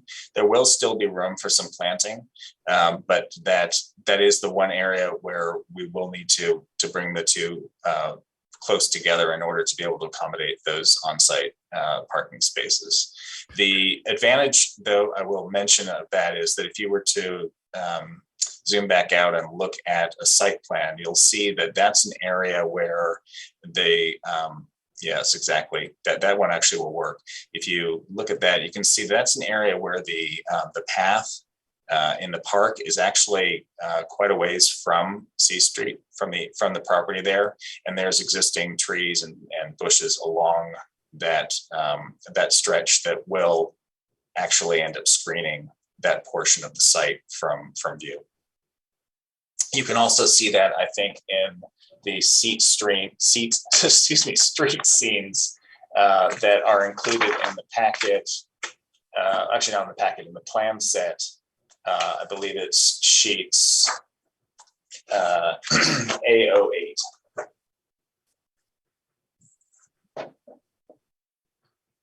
Thank you. Two follow-ups on that, though. What is the height of that combined retaining wall then? I see the plan, the detail shows 13.7 feet is the top of the wall, and the grade at the park is down at 4 or 6. Do you know what the total difference is at that one point? I will look. So it's actually two different walls, just to be clear. It'll be two separate retaining walls. The lower one, and actually, I don't know, our civil is available. If Andrew or Ryan, if you happen to have that top of wall height and the grade at base available quickly. Okay, well, they can follow up on that. I'm guessing it's around 7 feet, the combined height of those two. And then the other follow-up is that, do you not need some sort of backup space on D Street at the end there? How does someone get out of that garage? Well, the streets are really wide. So unlike a situation like a drive aisle, it's only going to be 24 feet wide. You have a lot more space than that. You've got 32 feet. And so a car can just back straight out and then be able to easily turn and you can go down the street. I agree with you. If this were a situation where it would be, say a parking lot or something like that, or even some of the older townhome communities in Palo Alto, it would probably be more convenient to have a back out space, but in this case, it won't be necessary. Okay, thank you. My next question has to do with some of the elevations I noticed, in particular on buildings 1 and 3. Let me reference the drawing I'm looking at. It's a small item, but that catches my eye. I'm looking at your architectural drawing on our packet, page A14 and A15. A15 is perhaps the most illustrative of what I'd like to notion. I don't know if it's possible to bring that up on the screen, Garrett. It's Sure. drawing You have- A15. Sure. Give me 1 minute. And I'm looking at what's labeled the right elevation on A15. It's the upper left-hand corner on this sheet. It shows an architectural feature in the middle with a hip roof on it against the building. It adds some character to the building. When I look at the corresponding elevation, it's rear elevation on the right of that. It shows that architectural element only projecting from the building approximately a foot. Can you zoom in, Garrett, is this the right drawing here? Looks differently formatted than what I'm looking at. You said this is A15. This is the one you're looking for? I'm looking at sheet A15, yes. Right. So you could zoom into the upper left corner, I'm sorry. There's an attractive hip roof on that feature. On this same zoom, and if you look to the right, you can see that architectural feature projecting off the building about a foot. So how does that roof actually work? The hip roof. It seems hard to imagine it could have the depth that it's implied. I understand your question. Jennifer, are you our architect? Are you able to speak to that? I am, John. Good morning, commissioners, board members. Yes, I do think you're correct that the hipped element you're seeing on the left image, which is our right elevation of this building, is incorrect. You would actually see it, there'd be a horizontal line rather than it coming to a peak in that location against the wall there. Thanks for the clarification on that. It's a small element, but I just wanted to get a sense for what I'm really, if my eyes are deceiving me. Yep. My last question is just regarding the extent of the brick masonry finish on the fronts of the building. I notice it most extensively on units 1 and 3 and 7 and 8. But I wonder if you could just show me clearly where you have the brick, especially on like units 2, building 2. Is it just that one piece in the middle? Like this one is 7 and 8, right? This one is 1 and 3. You wanted building 2? I'd like to look at building 2. This is the front elevation of building 2. Where do you use the brick on the front, and where do you have other materials? So actually in building 2, we aren't using the brick. We don't, again, in an effort to create some variety and differentiation from building to building. This is actually the one building where we do not use the stone brick veneer. Instead, we have stucco at the end units and the 4-inch lap siding for units, unit 1 and unit 3 units. Wonderful. And then how about building 6? Garrett, can you pull that one up? It's sheet A23. I apologize asking these detailed questions, but you have much more time looking at this than I do, and there's a lot here. But I just want to understand again, what I think I'm seeing is a brick portal at the center of this building, and then a series of hardy board panels, the darker brown on the sides. Is that correct, or is that just a misrepresentation of brick? No, that's correct. So we have the stone brick veneer for that unit 3R that you see. It's the third unit from the left, and we're using stucco for the other unit 3R. That's the 5th unit from the left, exactly. And then we're using the 4-inch lap siding, the cementitious siding for the other 4 units. And obviously, as you're seeing, 2 of them have actually a deck at the second level there, which is why you have the sort of parapet look, and then 2 of them have the shed roof. I see. Okay, that answers my question. I'm still curious as to what the architectural rationale was. Are you able to have your architect explain the design rationale for having that variation of materials at the base level? Share if that's okay. If this is too much time, say so. No, actually, I was also going to follow up and ask what the design intent behind that choice was. That's all my questions. I'll leave it at that, but let's hear the answer to that, please. Jennifer, if you wouldn't mind jumping in. Sure. Yeah, John kind of alluded to it a minute ago, but the idea was to create differentiation in the buildings themselves as well as the entries.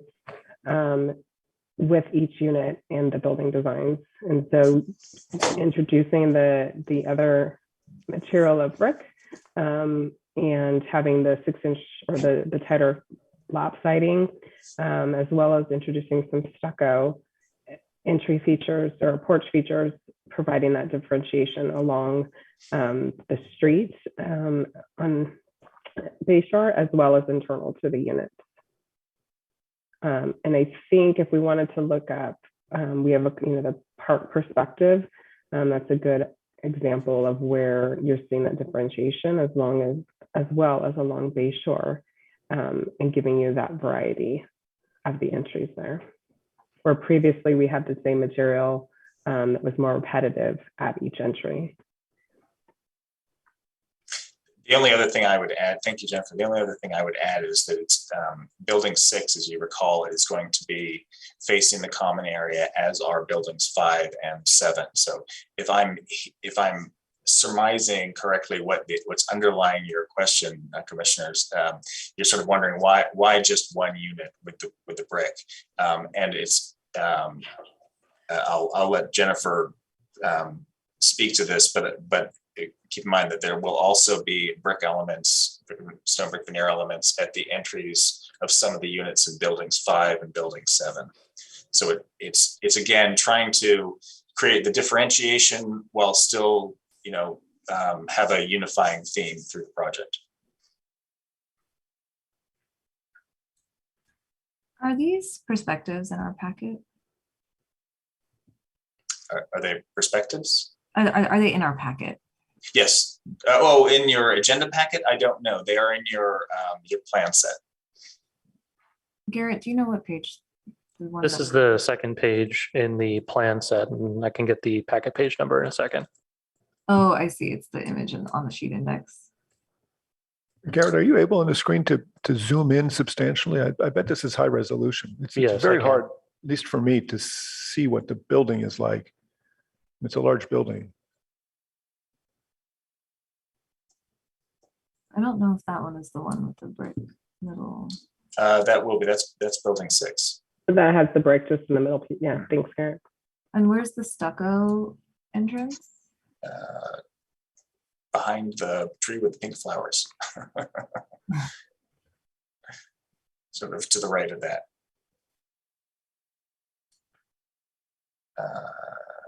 That gentleman walking to the right. If you look back behind. It looks like there's some wood. I believe it's that one. Wood framing it. That may be. Yeah, this one on building 6 just has the one stone in the middle, John, or the brick in the middle, and then the siding on the other units. Oh, it doesn't have the stucco? It doesn't have stucco on the. Oh, I apologize.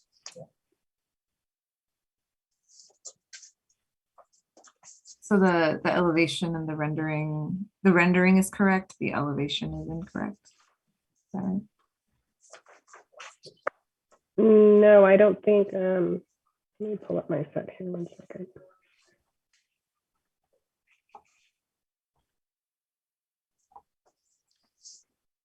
So I can share my screen again for the presentation where I have the different building variety types, and that makes it any clearer. So give me 1 second.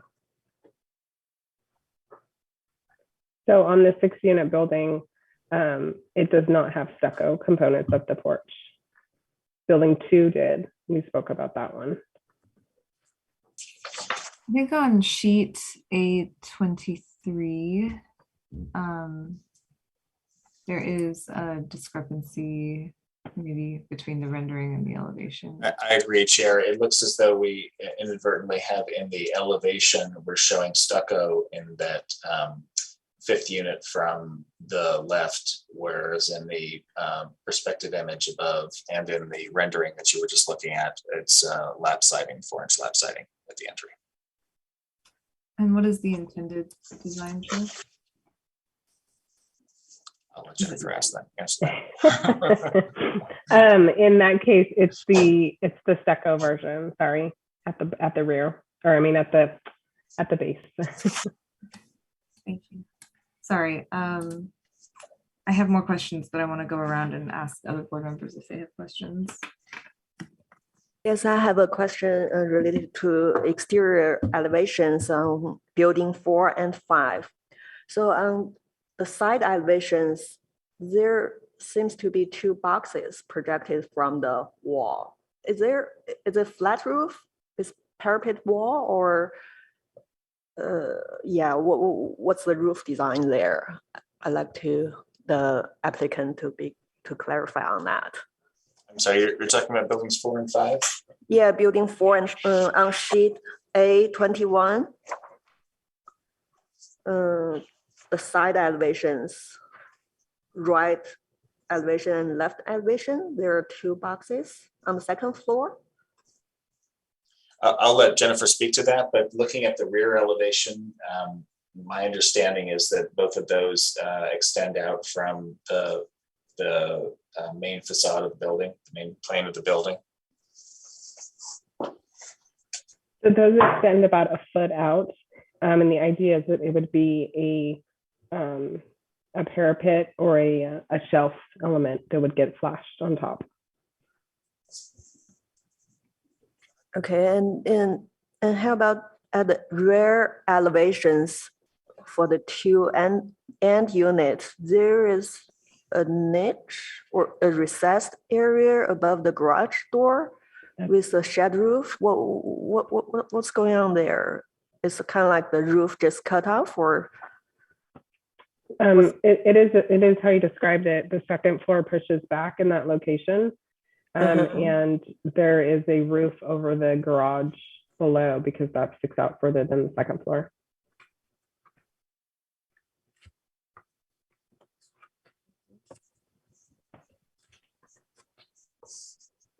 Just to clarify on the first question, on the other side of the facade, or were we talking about the gray blue slats and the white stucco, what the transition is like over there? Oh, my first question is actually the side elevation, the right and left elevation. Sorry. Okay. I believe the tan color is the one you were questioning, correct? I'm sorry? The element that's tan on the side? Yeah. With the white lap siding. Floor. Yeah.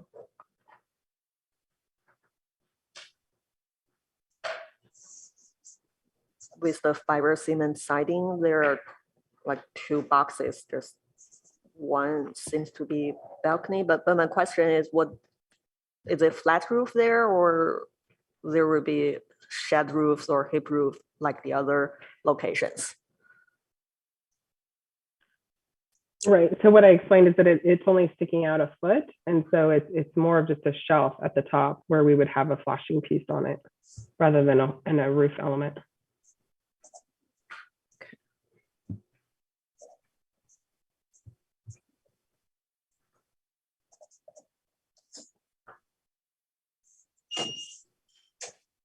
Are there more questions, Board Member Chen? No, thanks. Other board members, questions? Board Member Rosenberg. I do have a question. It might be a little bit out of left field, but that's okay. On building section A28, it shows that there's a pretty significant attic space above all 3 units. Is there going to be any utilization of this attic space? You're creating a lot of height with this roof form and leaving a flat ceiling on that uppermost level. And I'm curious what the reasoning was behind that, or if there's any intended use of that space.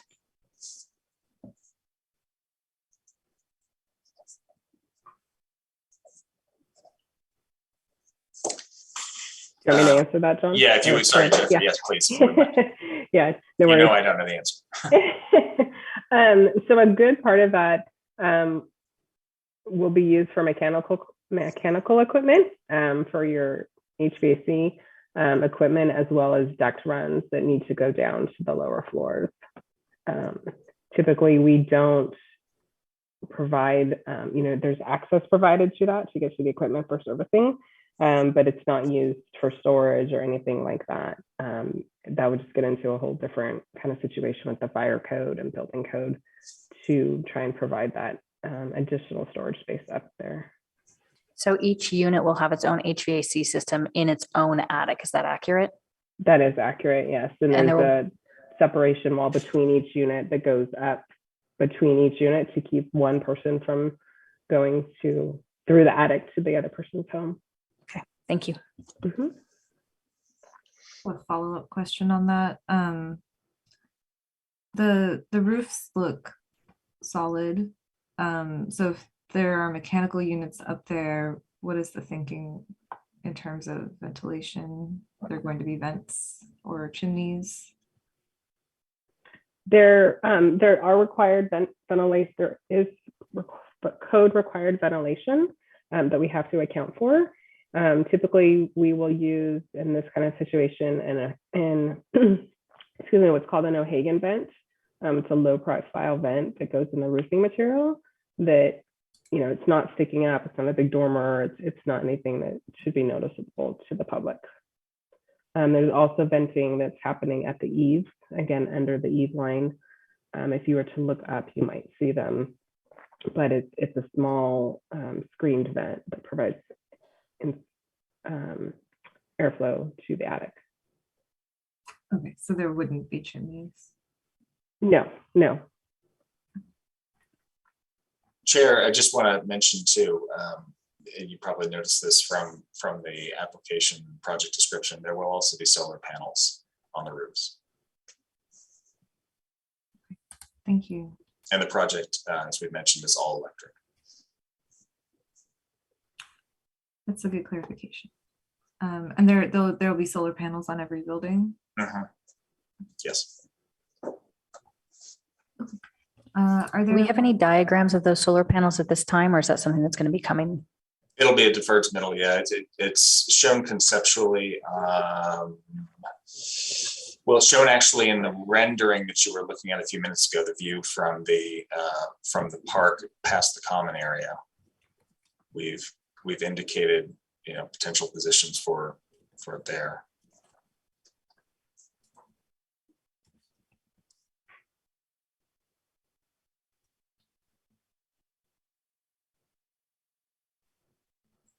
Are there other questions? Board Member Hirsch, any questions?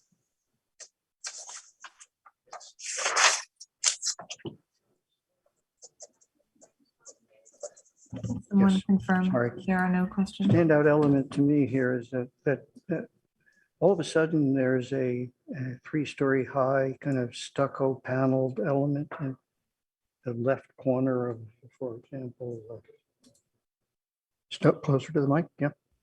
Okay. Well, You have a question, David? yes, it's coming. Oh, okay. Building 5, you have all of a sudden the addition of the 3 stories that's a stucco, and what is, can you describe what's dividing those elements? That vertical window. And what is the window for? I mean, which is it for a bedroom at the top? And so it's an elevation piece for a bedroom. It might be useful, Garrett, if you show sheet A21 on the screen, or potentially A20. I think, I'm not sure whether the material is showing clearly for Commissioner Hirsch, but I think he's asking about the lap siding, not stucco. It's a vertical window and panel bay. I think this the in-between pieces that isn't glazed is stucco. No, actually, Jennifer, I'll let you describe it, but it's actually a hardy panel. Yeah, no, that's what it is, John. Thank you. It's a fiber cement hardy panel piece, the gray color that you're seeing in between the 2 windows.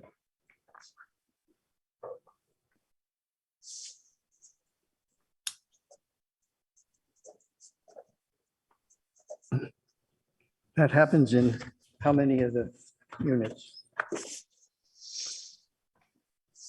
In this building, it's just the two in the back. We also are using that as an accent on some of the front locations on the different buildings. Commissioner, I think it appears actually in a number of the buildings. If you look, for example, at 1 and 3, you'll see it in at the front elevation. You'll see it in 4 locations. In some places, it's painted to match the adjacent stucco, and other places, it's in the, I believe it's the body 3 color. That's just an example there. Mm-hmm. And to answer your question about the windows on the 3rd floor, yes, that's a bedroom there, and it's a bedroom with additional volume ceiling. So that upper window, sort of quasi clear story window, will provide additional light in the bedroom.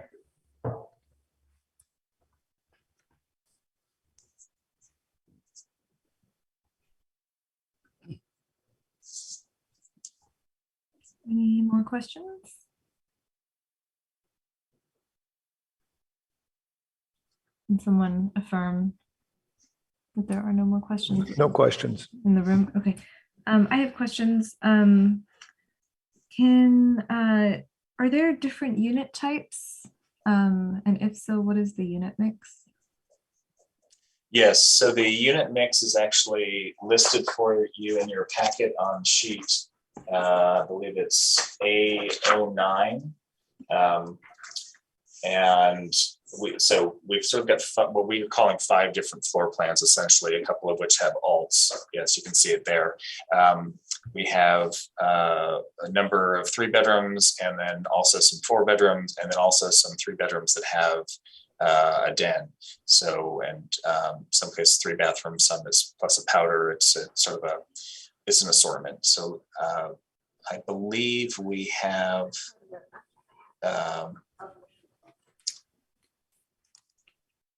11 4 bedrooms, and the others are 3 bedroom.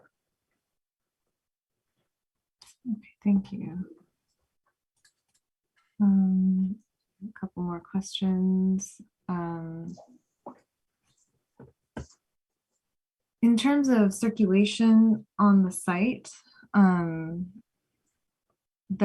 is there sort of an intended relationship sort of in the sort of street areas like D Street and C Street versus the inner, like is it assumed that pedestrians will take the inner walkways and there won't be pedestrians on the streets where there's cars? No, not exactly. Certainly on B Street, we have a sidewalk all along B Street. And then obviously there's a sidewalk at the entry, on the other side of the entry drive there. And then when you get back to C and D, they're really intended, I mean, they're alleys. They're only going to be serving those buildings on either side. And they're wide enough with the driveway aprons that, frankly, I would anticipate that people would be comfortable using them to walk without feeling like they were conflicting with cars, particularly given the low amount of traffic. But it's not necessary for them to use that. They can certainly use the dedicated walkways as the alternative. If you see, looking there at that site plan, building 4, certainly, there's a walkway that goes all along the front entrances there. Same for building 5, building 6, building 7, building 8, all of them. Is there any intended different paving on C Street versus B Street, or is it all the same? No, we'll be using the same paving throughout. Obviously the driveway apron is going to, for each of these garage aprons, is going to be a different material from the asphalt paving, but the actual asphaltic pavement is going to be the same for C and D as it is for B. We will have, however, as you can see, sort of from this image, we will have some stamped asphalt decorative paving at the locations where there's sort of a crosswalk. Yeah, I was asking. Okay. Yep. So that is a different. Yes, right, exactly. That'll differentiate and make it clear for people that that's intended to be an extension of the walkway. Okay, I think that's the extent of my questions. I'd like to jump in here with a couple more. Hopefully they're quick. Did I hear correctly that this project is going to be all electric? Yes, you did. It's all electric. We're also going to be providing capacity in every unit for a level 2 EV charger in each garage. Plus, we'll have an EV charger for the 2 parking spaces over at the end of B Street, which can serve the ADA space and the non-ADA space over there. Do you guys have an estimated amperage per unit that it's going to be required? Are they all 200 amps each, 400 amps each? What are we looking at? That's a great question. It is, I cannot remember off the top of my head, but when we worked with our MEP, we did run, this may answer your question. We ran the demand calcs with our MEP and specifically took into account the fact that it would be all electric and the fact that we would have the level 2 EV charger in each unit. Okay, and then I would assume that you guys need to have transformers on site based on project this intense. Have they been located? Is that what these gray boxes are on either side? I didn't see anything. That's probably, I don't know. It's probably easier to see in the joint trench sheets if you look that far back, but they also show up in our site plan. So if you were to look at sheets, I'm at A05.1 right now. 5.1. Let me flip to that if you don't. If you look at my screen, you can see that along building 1 and 3, there's a transformer that is being proposed along back here. And so then it is on going the to be other screened from view. Okay, so yeah, so if I'm, again, because they're not labeled, and I apologize if this is something that you guys are familiar with and we're sort of picking up on, it looks like there's 2 transformers on the site. One is sort of right next to unit 18 on this sheet, and one is between unit 1 and 9. So basically at either end of B Street, it looks like there's 2 transformers. Are those the only ones? Those are the only ones. We worked that out with the City of Palo Alto Electric Utilities on the specific locations and the number of transformers. Okay. And then switching gears a little bit, do you guys have designated which units are going to be your 15% affordable units? Yes, we actually had submitted a BMR plan for those. It's the unit mix is comparable to the unit mix for the overall project. Garrett, I don't know if you have that one handy. If you bear with me, Commissioner, I can probably pull that up. It may take me a few minutes though. Not a problem. Thank you.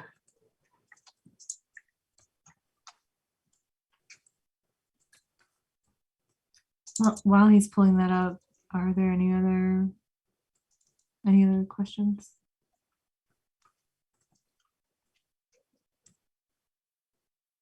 Garrett, may I share my screen for actually, I can just tell you which units they are by number, or I can show you on the screen, whichever you prefer. Go ahead and share your screen.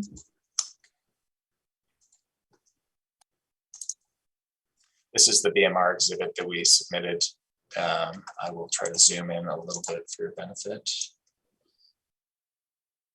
Also, and there's this too. So the unit mix is shown at the bottom here. It's units 2, 7, 11, 15, 19, 22, and 44. Kindly repeat that one more time. Sure. 2, 7, 11, 15, 19, 22, and 44. So that is, and it's a combination of, consistent with the city's requirements, combination of the pricing will be a mix for low income and for moderate income households. So 2 of them will be for moderate income and 5 of them will be for low income households. 5 of the units are 3 bedrooms, 2 of them are 4 bedrooms. Again, consistent with the overall unit mix.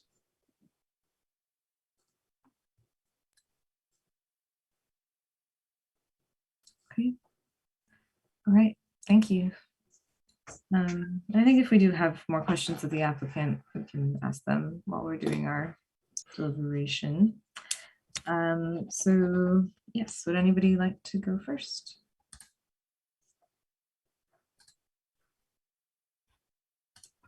I'm happy to give it a stab, Ozma, if that's okay. Yes, please. Thank you. So I thank the applicant for bringing this project forth. It's exciting to see the scale of new housing proposed. I think this is the right location for it. And I think this is a thorough and serious application. I'm just going to talk about the 4 things that are really leaving me honestly on the fence whether I can recommend approval to this project, in the hopes that my colleagues can persuade me otherwise.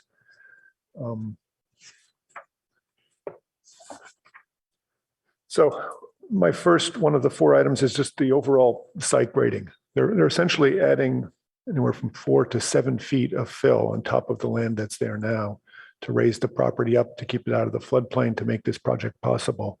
And they're pushing that all the way to the edge of the park with a series of retaining walls. And I'm just profoundly uncomfortable with that technique of development. I've said before, I think that there should be a greater space between the edge of the property, the boundary line, and where the buildings are. More space to landscape and slope and make a softer transition when we're going to do this.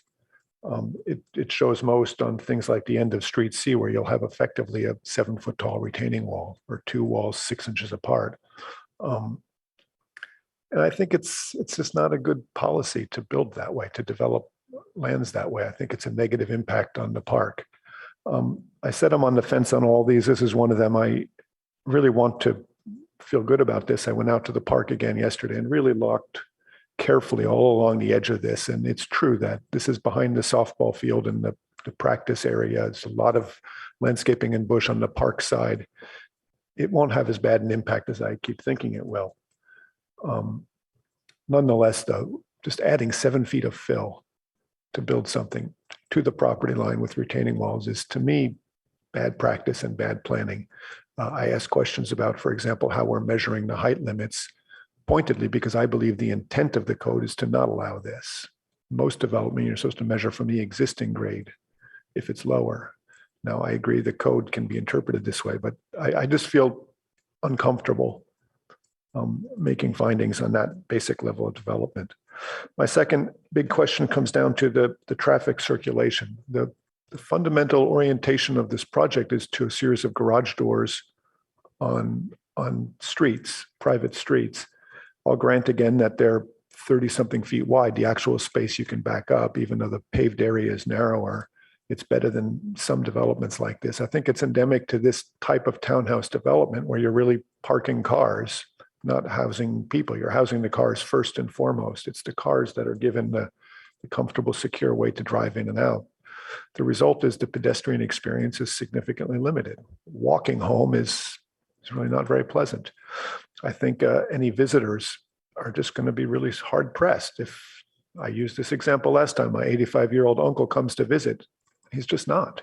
He can't park 500 feet away across the park and walk that far. Any place he stops his car here is very likely occupied by somebody else or in front of somebody's garage door. There's just not the planning to make it really comfortable. Any Uber driver, any UPS truck, any deliveries, it's just not there. And I just feel uncomfortable with the way it's designed. I feel uncomfortable making finding number 4 that this is functional and safe. I just don't quite think it is. My third level of uncomfort has to do with the basic massing of the buildings. What I'm seeing is the architects responding and trying hard to our techniques, and the building has improved in its overall design. But now I can see more clearly than ever that these are 8 buildings that are essentially the same massing, the same window fenestration, and from any objective standard, they're more or less the same building type. And yet we're the ones who brought this up, that we wanted to see different types of buildings. So they're applying to it 1 foot thick little pieces of building pop-outs, as Board Member Chen was pointing out, as I pointed out with the roof that doesn't quite work. They're just glued on. There's nothing even in the floor plan that has any rationale behind this. It's just efforts to take little pieces of architecture, small a architecture, glued onto the building. And I'm just really bothered by that from a design point of view. To me, that's not what I call high quality design. That's just sort of applique to an existing box to 8 different boxes that are the same. So again, it's not that it's that bad looking. It's not. It's an attractive building, but in the end, I'm just hard pressed to feel like the pieces come together. And then lastly, I look at the material palettes, and there's an awful lot of basic fiber cement here, just the thin hardy boards, not the high quality ones. there's a lot of just back and forth with not brick, but cement brick in a haphazard way, not thoughtfully put forth on the buildings. I would like to see more of the same building going consistently through. So those 4 items, the basic grading of the site, the traffic and circulation, the overall massing of the building, just continuing to need to be resolved, and then the materials leave me really on the fence on this whole thing, in spite of the fact that it's great to see this kind of housing development proposed. So I hope to hear what my colleagues think about this as well. Thank you. Thank you, Board Member Bolte. Who'd like to go next?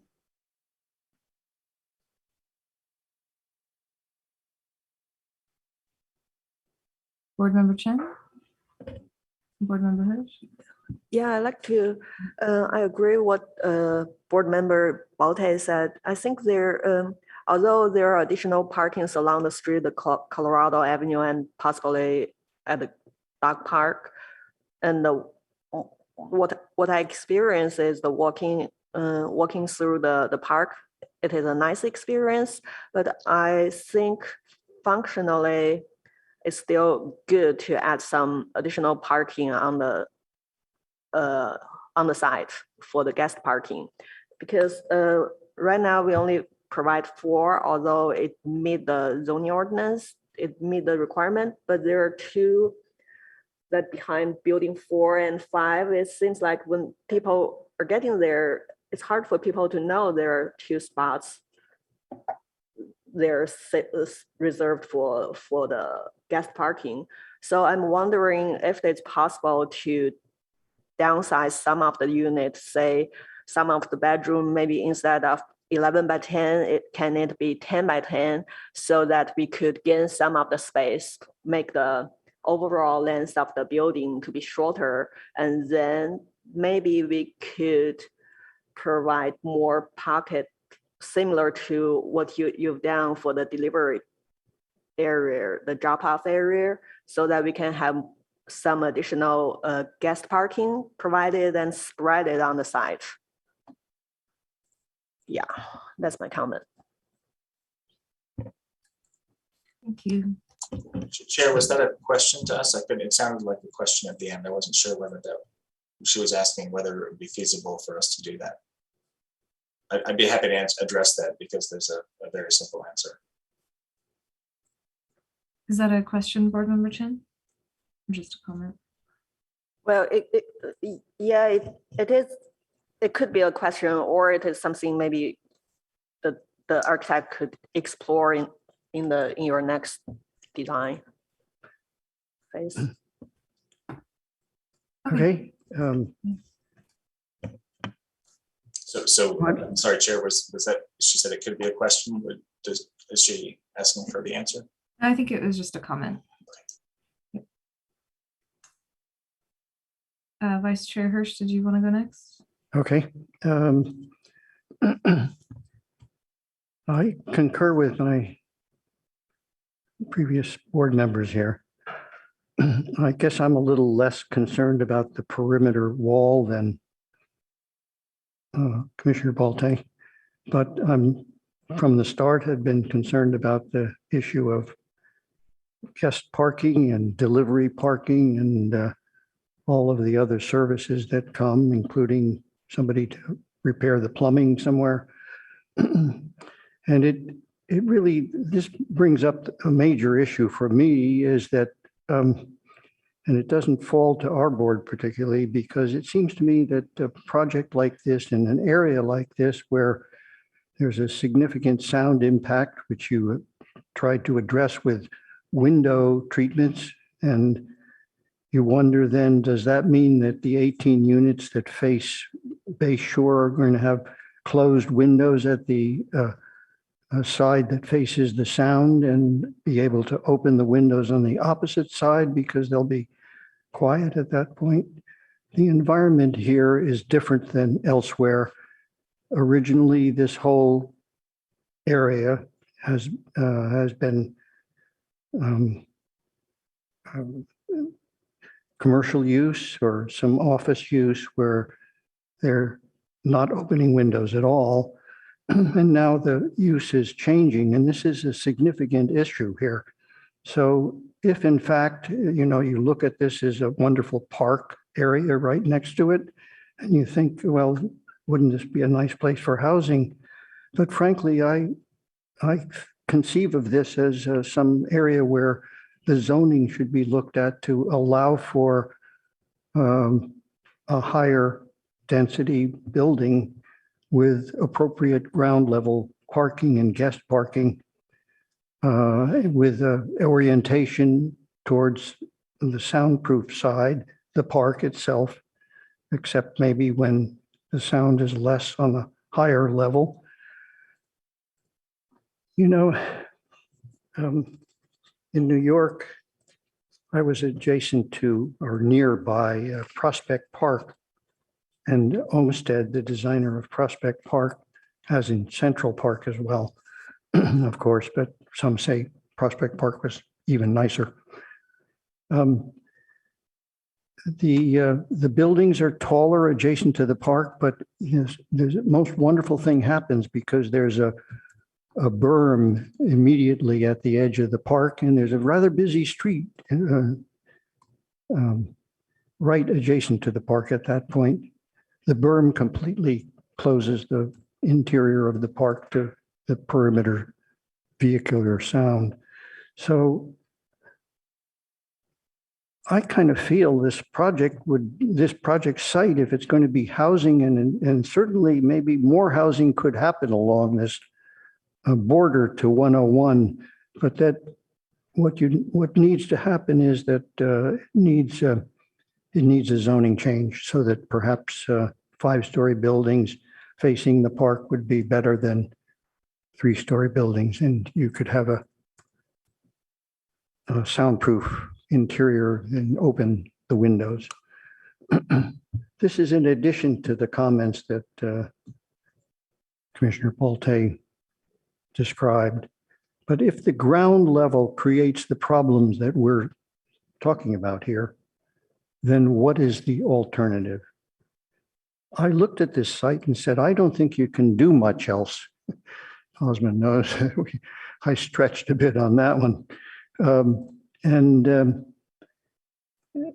And so, you know, what you've done is actually really not bad. And I think that the kind of subtlety of the buildings are nice, but it is true that it's kind of a paste up, you know, it's a bit of this and a bit of that to kind of very subtly make the difference between one unit and the next in the grouping of 6. And it doesn't strike me as being an exciting way of doing it. You know, there could be different forms of differentiation, I think, than this that would be more successful. I also sort of feel that, well, there's a lot of land here given to a private park in the project when you have a major public park immediately next door. So does that make sense? So in a way that the way I kind of sketched myself to say, what else is possible here? I thought that if you had a one-way in and a one-way out, you would reduce the street significantly. And you could use that for more private open space adjacent to these units. That kind of private space is very significant and very important. Looking at a housing project that I thought was very, very successful, it's Alma Village, fully planted up and really quite something to go visit. I found the distinction there was each of the houses were very different in their texture and material and color. And there was a significantly more guest parking, and there was a delivery truck that was able to be in a corner out of the way, close to everybody. So I don't think it works on the basis of, for one, in which I've stated from the beginning, that I think, you know, it's just not close enough to where visitors will be or the needs of the site will allow. And that's pretty much it. Thank you, Vice Chair Hirsch. Board Member Rosenberg. Hi, yes, I want to say thank you for your time and also thank you for your efforts on this. I do feel that more housing is needed. I think this is an ideal location for this. I also appreciate the efforts to make more high quality housing, that it's not just another studio apartment complex. That being said, I have to agree with a lot of my other board members here on several points. Number one is the site fill. And while I understand that there's a floodplain issue, it's the extent of the fill that I'm sort of having an issue with. The fact that in certain areas, the fill is up to 7 feet tall. And at the same time, the applicant has stated we can't possibly do an underground parking structure. Well, if you're filling 7 feet, you could almost dig down 2 to 4 feet and get a parking structure and then refill. So I'm curious why that was crossed off the list so quickly, especially when we have so many concerns about guest parking here. It appears there's 4 guest parking spaces for all of these units. You know that that overflow is going to go onto Colorado. You know that it's going to go onto the parking space. I'm also, while I understand the concerns about getting a staircase in to get more access to the park, I think that that is a worthwhile investigation. Maybe it's not at the corner, maybe it's sort of next to this park area, the internal park area, sort of next to building 30. Maybe there's just simply a staircase. It doesn't necessarily have to be a ramp since you have a ramp in another location. But a greater connection to Greer Park, I think, is critical. And you know, delivery issues and guest parking issues and all of that, I think just really could use a little bit more thought and time and attention. The massing of the buildings based on the previous meetings that you've had with the Architectural Review Board, it sounded like last time, and again, I apologize, I wasn't here, I'm only watching videos, but it sounded like last time there was a request for more building variety. And instead of getting back a building variety, we got a very superficial material variety. Slight changes to geometry, little extra roofs and additions here, but there's no major revision. I mean, maybe building 1 is all these small buildings, the skinny ones, a whole bunch of them that are very differently masked than sort of what's going on here. And I would again urge the applicant to sort of take a second look at that. I'm not here to tell you how to do your buildings. I'm not here how to tell you how to do the architecture, but I would encourage a second look at that and maybe even just sort of figuring out how to break these up a little bit more and create a greater variety of actual building type, not necessarily just material change and color change. I think that's not going deep enough into what the Architectural Review Board is looking for. I think that the other issue that I have with the fill and with the raising it up, and I can be persuaded that the fill is worthwhile if there's an underground parking, right? There's a trade-off there that's worthwhile.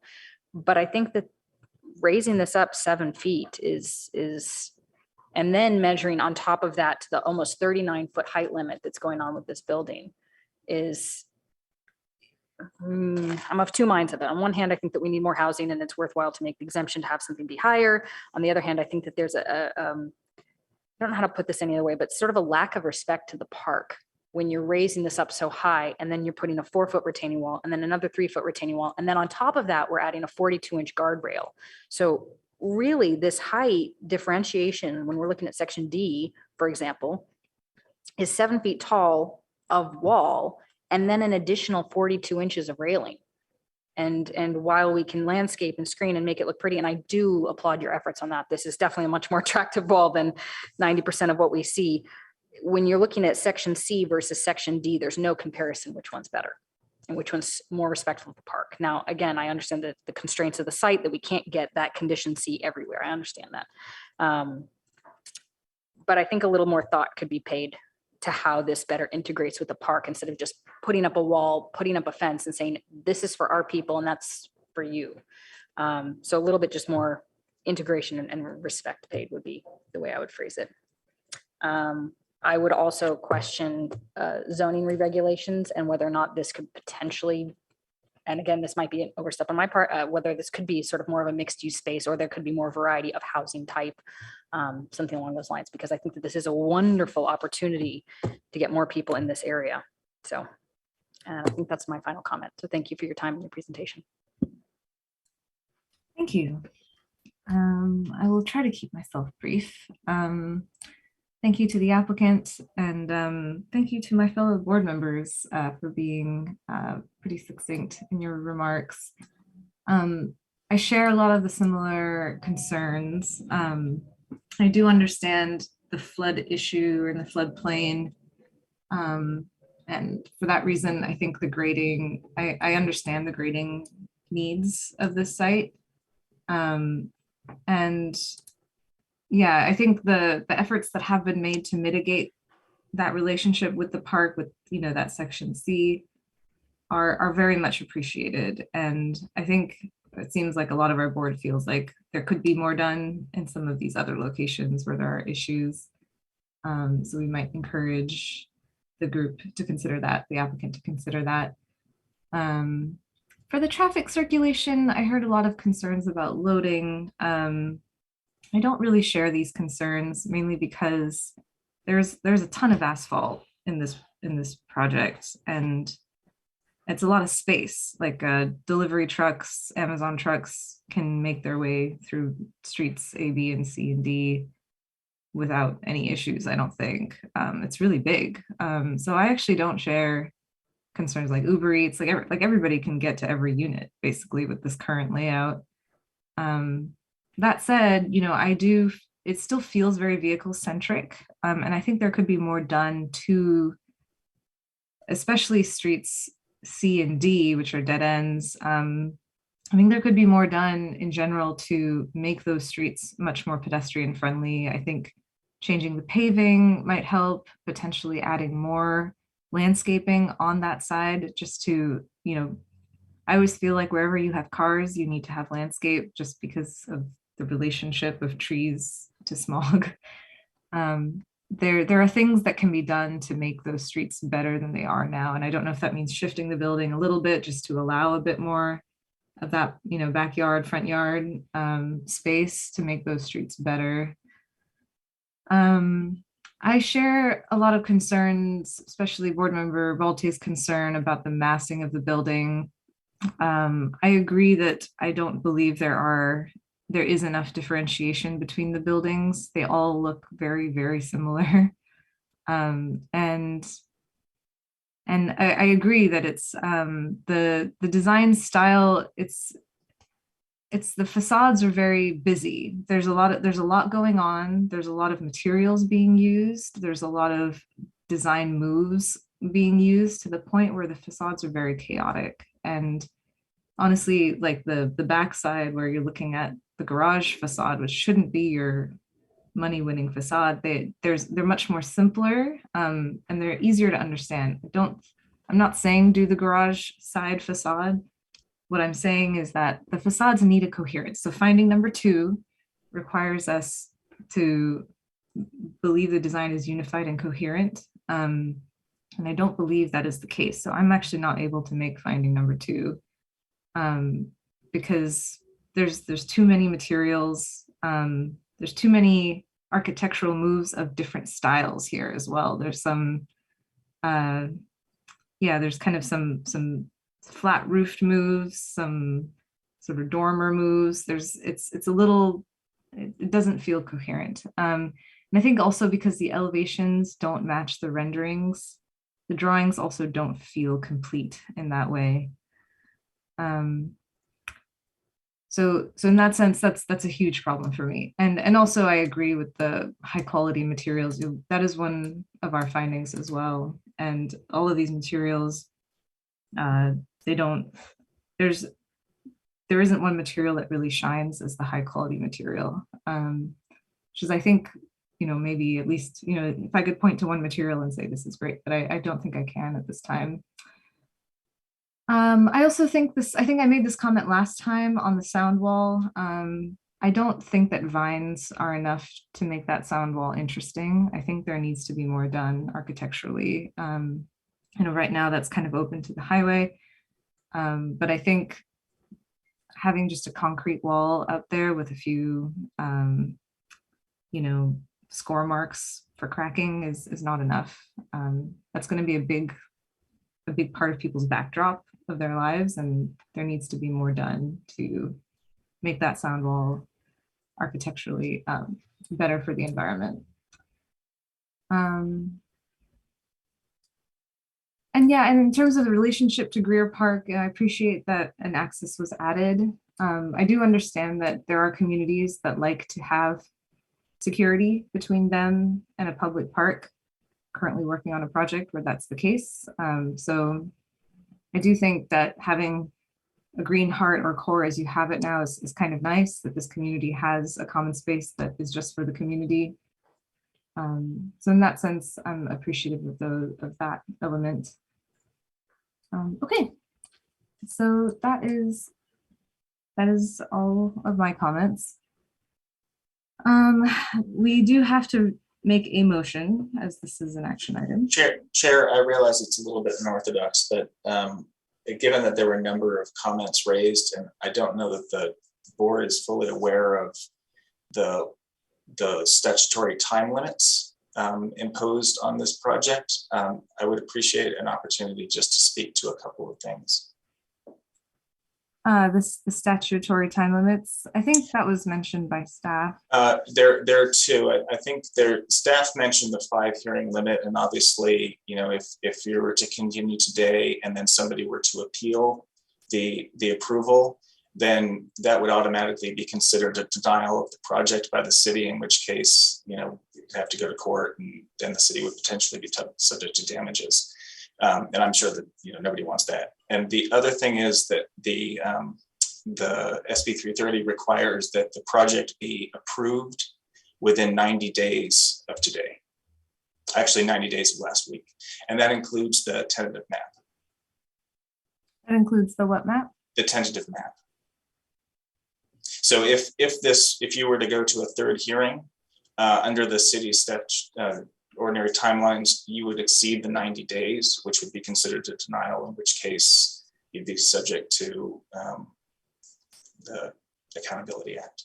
And I do think it's important to just keep in mind what's in the staff report. I'll just read it. The project is in conformance with the city's objective development standards. And I realize there's some disagreement about that for some of the members, but because none of those issues were raised in a timely manner, that it's considered fully compliant with the objective development standards. As a result, the city's discretion to deny or reduce the density of the project is constrained by the Housing Accountability Act. The HAA states that the city cannot disapprove a project or impose a condition that requires a lower density when the project complies with objective standards. The only exception to this is when a project would have specific adverse impact, which is narrowly defined in the statute. Modifications to the Housing Accountability Act in 2018 made it easier to claim compliance with objective standards. A project must be considered consistent with objective standards if there is substantial evidence that would allow a reasonable person to conclude that a project complies. And I'll take this a step further. That also actually, as they say here, for purposes of the HA, lower density includes any conditions that would have the same effect or impact on the ability of the project to provide housing. In addition, those recent cases say that they essentially, the board must find that the project is consistent not only with the objective standards, but also with the subjective standards, the findings that you're required to make, if any reasonable person could make those findings. So even if the board individually disagrees, you really can only deny it if you can say that no reasonable person could make those findings. And candidly, given that the staff has already proposed the findings, I don't think there are any grounds for the board to say that no reasonable person could make those findings. Thank you for that. Yeah, I want to kind of bring this back to the board. My understanding, and staff can also correct me if I'm wrong, is that we are, we are a body that recommends approval, so we do not grant the approval. So we can make a recommendation that the board feels comfortable making, and that is our recommendation, and the city may take our recommendation or they may not.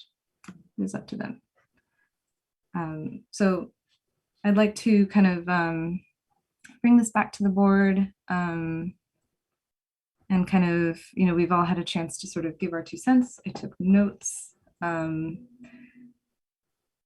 Is there any kind of discussion based off of what folks have heard other people say? Otherwise, we can kind of try to move towards a motion.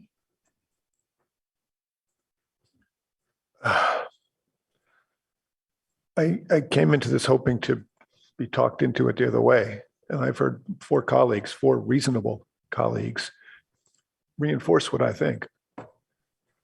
I've met with these applicants in advance of their project, once at an informal review. We had one formal review. We have consistently made the same comments. And we have not seen the level of change to the design that we would normally expect or anticipate. I understand that there are issues regarding how the process has to move forward, although I would much prefer, Chair, to hear that from the staff than from the applicant, what the situation really is. I don't know what to believe, honestly. There's a lot of talk. My feeling, however, is that it's been twice, it hasn't worked. I think we should recommend denial now and just push this forward rather than waste time for the city, waste time for the applicants. If they would like to pursue this through other channels, that's fine. But I certainly cannot make the findings I'm required to make. I don't have a whole lot of confidence that I'm going to get there the next time around. So sometimes you have to just call it like it is. This is our job here. So I see nods and heads. It's terrible. I feel really bad doing that. This is a project that could succeed and that should succeed. And yet we haven't really had much traction getting there. And now I feel threatened. So I guess through the chair, I'd like to understand what the real situation is, or maybe I don't, it doesn't matter. I don't know, but I'd like to hear staff, I think, help us out here. Through the chair, please. Yeah, I mean, if staff has anything to add, in terms of, anything that has been said so far, I'm happy. Yes. I'm happy to hear that. So Chair, if I may, yes, I think a lot of the statements that the applicant made are correct as related to state law. However, as Board Member Balte said, we have communicated our concerns early and often. So I don't see that we have any late breaking issues there. But we are restricted to the 5 hearings maximum. That includes the subdivision. And so if we had another ARB hearing, it would make it difficult to fit into those 5 hearings. Should there be an appeal, we'd have to figure that out. It would be best if we could get a motion today. It would give us a lot more leeway if there were an appeal. But in order for you to make a motion, especially if it was a recommendation for denial, the director would definitely need some help in understanding what findings you cannot make and what objective standards they're not meeting. And it is a pretty high bar when we're talking about, a housing development project. There are the state regulations that we need to adhere to, and there is also the density bonus law regulations that we need to adhere to. So it's a very high bar. Could you address when you said objective standards? My understanding is that we have to check this for conformance with our Architectural Review Board findings. And the objective standards were not in place when this was applied for, and it only applies to low and to certain housing projects. Correct. We're not talking about the new objective standards, where we're taking design criteria and turning them into objective standards. The current objective standards that we have are setbacks and height limits and things of that nature. So that's what we're talking about with this project. It is still discretionary. So yes, we still have the ARB findings, but we're not able to reduce density and those sorts of things. Yeah, I haven't heard anybody ask to reduce density or unit count. We didn't even discuss that. So just for the record, I want to be clear that that's what I've heard or not heard. Yeah, I would concur. There's no request to reduce density at all. I think the concerns that I've heard, involve finding 4, which is about functionality, and finding 2, which is a unified and coherent design. So those are the 2 main issues. I mean, I agree, we want housing here. We don't want to recommend denial in that sense, but at the same time, housing that is designed not functionally without coherent and unified designs will not be successful. And that's fact. And I think we want housing that is functional for our area. And I also, I think we are all very reasonable people. I don't think that our evaluations have been made in any bias.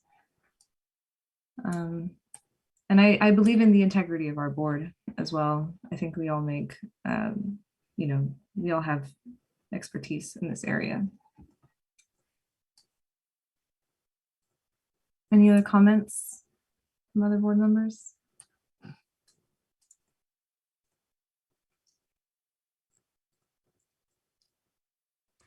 I'm sorry, I can't see you guys very closely to make eye contact. Does not look like there are other comments at the moment from the ARB members, unless they would like to speak up now. I'm sorry, can you ask the question again, please? It's directed at the board members. Yeah, I think, Chair, have you closed the public hearing? I have, yeah. Okay, thank you. Okay, so would anybody like to make a motion? I'd like to try to make a motion, if that's okay, Chair. So I'd like to move that we recommend a denial of this project to the Director of Planning based on the following statements. That we are unable to make finding number 2, 2D, that the project provides a harmonious transition in scale, mass, and character to adjacent land uses. That we're unable to make that finding regarding the height of the project relative to the park adjacent to it. That we're unable to make findings number 2 and number 4 regarding the circulation of vehicles and pedestrians on the project, that it does not create an internal sense of order nor a desirable environment. That's finding 2. And finding 4, that the design is not, but does not allow for ease and safety of pedestrian and bicycle traffic, nor supply sufficient elements that support the building's necessary operations. Then I'd like to further say that we're unable to make finding number 2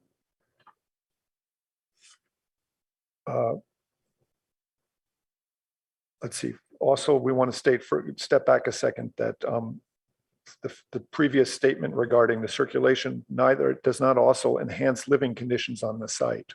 The way it's designed is centric to vehicles, and that does not enhance the living conditions on the site.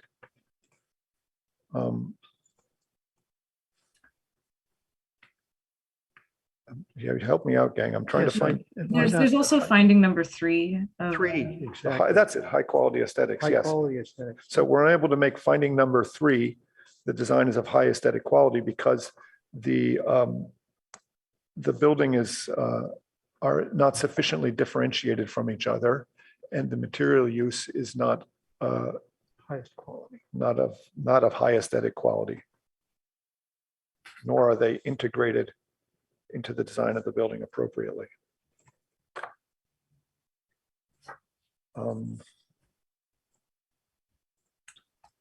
So in sum, to staff, it's findings numbers 2, 3, and 4 that we're unable to make.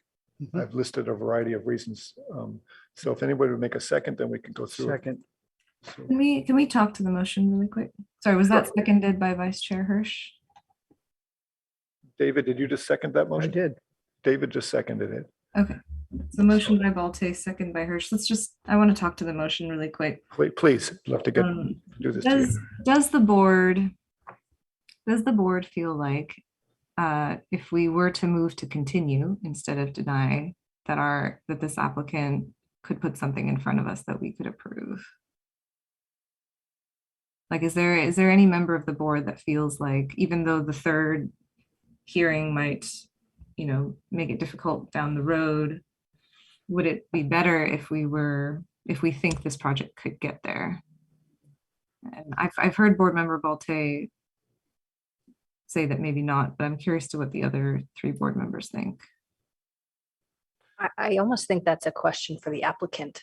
That's a hypothetical question, Ozma. I'm not sure it's wise to put it that way right now, if you don't mind my saying that. But my colleagues should respond as they see fit. Yeah, I want to hear, because I mean, just as I'm speaking to this motion, I'm on the fence, because I think, if my other board members feel like this project could get there, then I might be inclined to vote towards a continuation instead of a denial.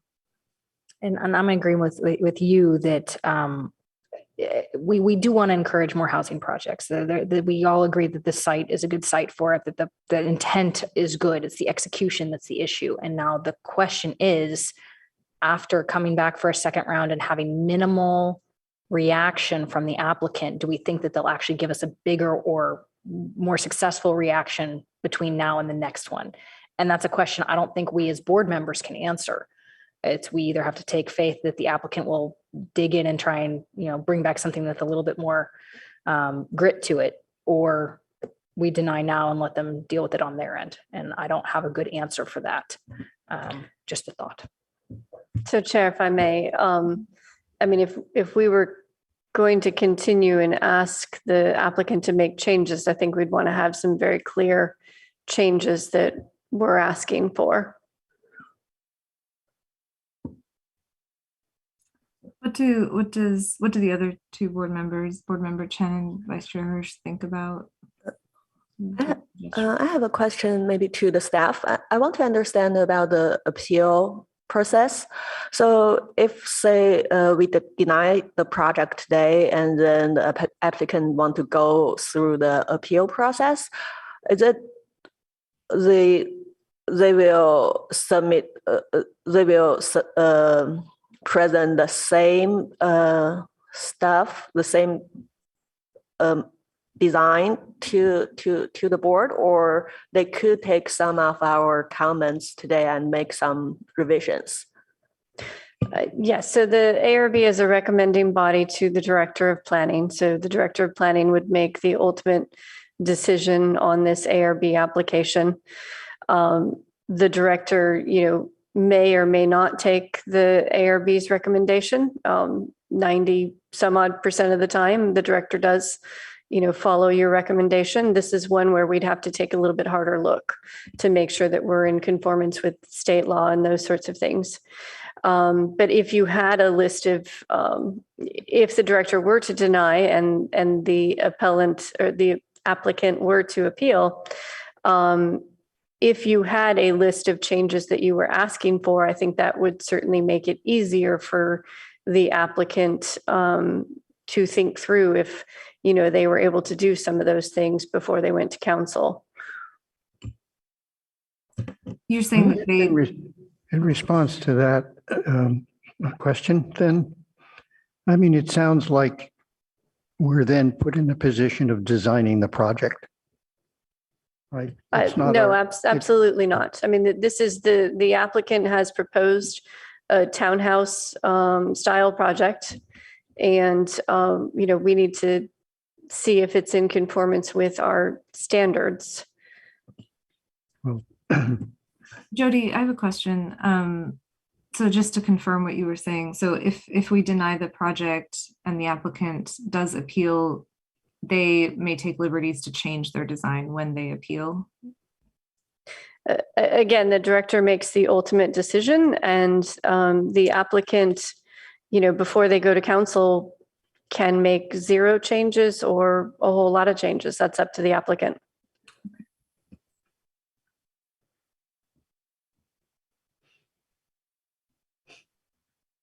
Okay.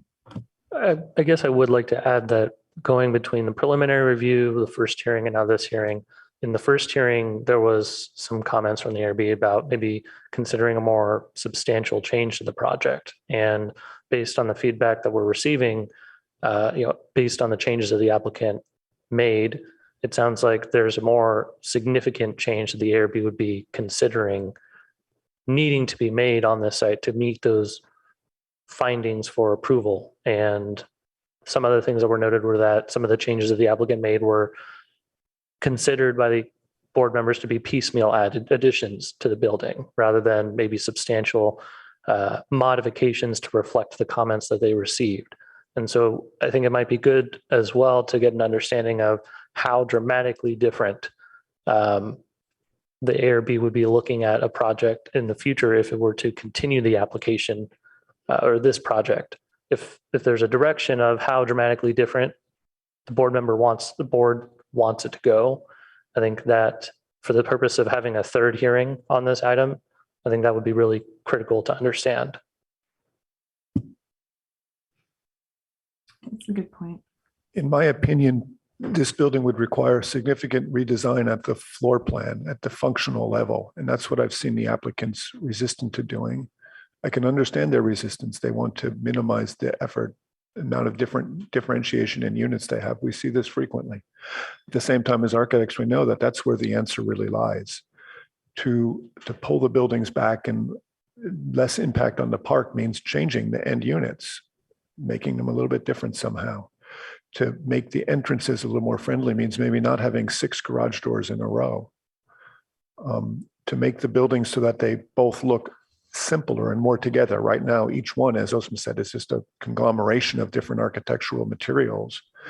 At the same time, there's differentiation between all of them means changing things like the plate heights, the roof lines, the shapes, the fenestration pattern, and God forbid, even style, look of the windows. Those are all things that architects use to make buildings different or the same. These are tools in our tool bag, none of which have we seen being done after 3 rounds of feedback.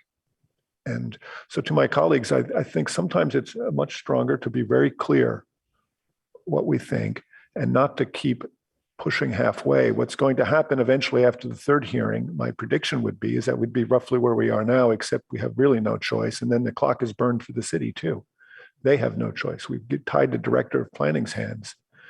And what we want them to do is find a solution to this. And this way we've given them 3 months to work on it with clear direction from us, hopefully unanimous direction from us. So it really resonates throughout the town.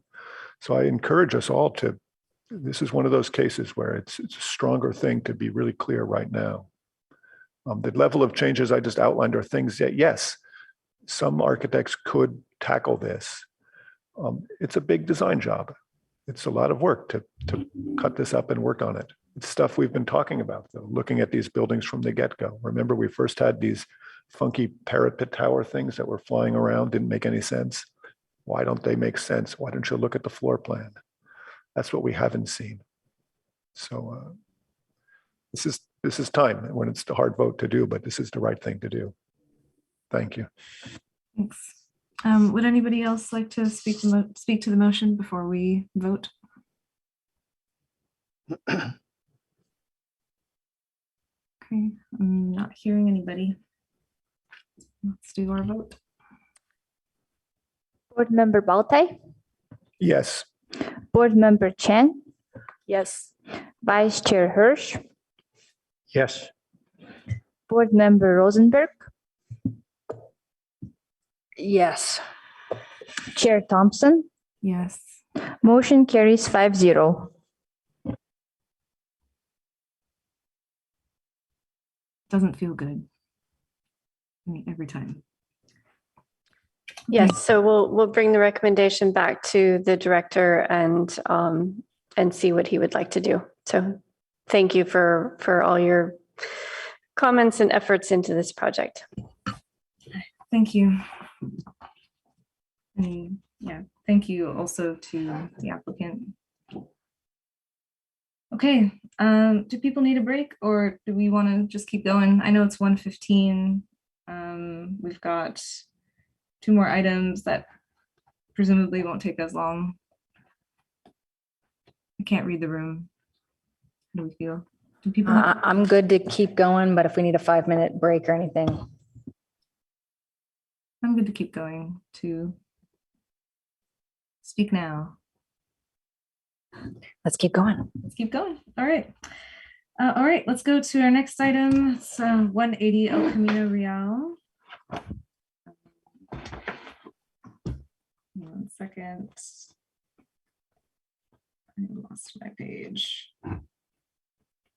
It's a applicant's request for approval of a minor architectural review to allow a new storefront for Aloe retail storefront glazing and new signage within 2 spaces at the Stanford Shopping Center. We have a staff report. Yes, thank you, Madam Chair. Tamara Harrison with Michael Baker International, presenting as contract planner for staff. And I'll go ahead and share my screen here.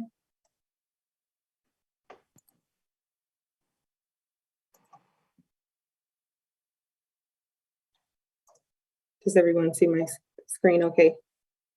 Yes, we do. Thank you. Awesome. Okay.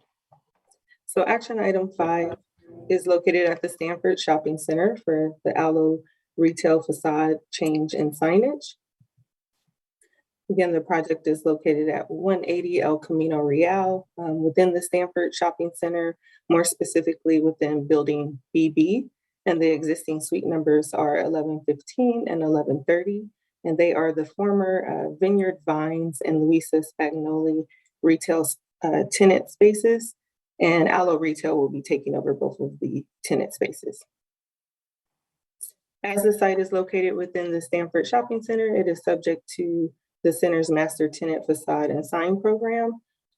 This layout here, this diagram of the center shows green lines, which indicate the tenant spaces which require city review. Those storefronts that are greater than 35 feet in length require the ARB public hearing, and those storefronts that are less than or equal to 35 feet in length require staff level review. So as you can see from the layout, building BB has been starred, and it is one of the areas that require city review. And since the storefront exceeds 35 feet in length, we are before the ARB today.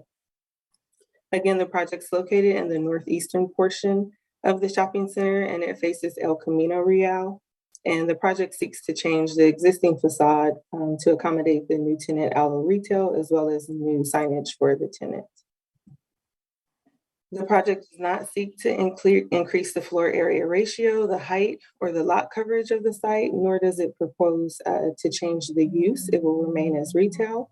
Instead, the project seeks to change the interior and exterior of the tenant space. The new exterior facade has 3 design components that consist of a white plaster finish, white oak wood trim at windows and doors, as well as open storefront glazing. And the facade design has been determined to be consistent with the master program, as well as the character of the shopping center.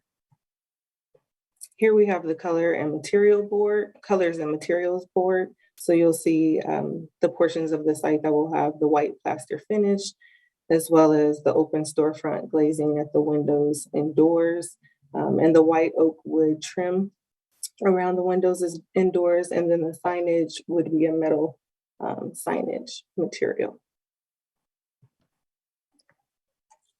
Signage is subject to the Palo Alto Municipal Code, which allows for several wall signs within the allowable sign area regulations. The subject facade is roughly 117 feet by 20 feet in height, which is about 2,340 square feet, which allows up to a max of 100 square feet for sign area. The code also allows for blade signs that are up to 3 square feet in area.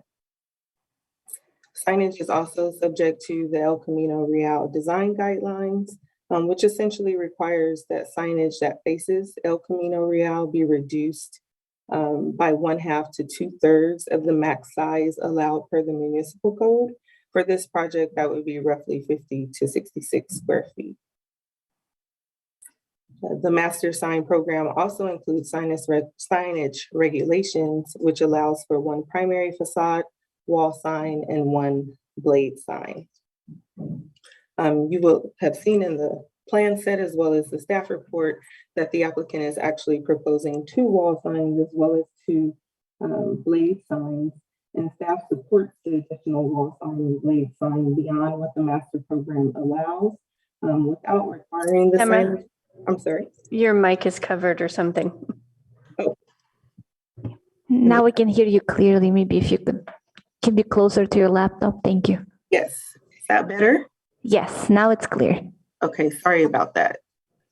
So again, I was mentioning that staff supports the additional wall sign and blade sign beyond what the master program allows without requiring the signage exception due to the fact that the tent space is located on the corner of building BB and includes 2 front door entries.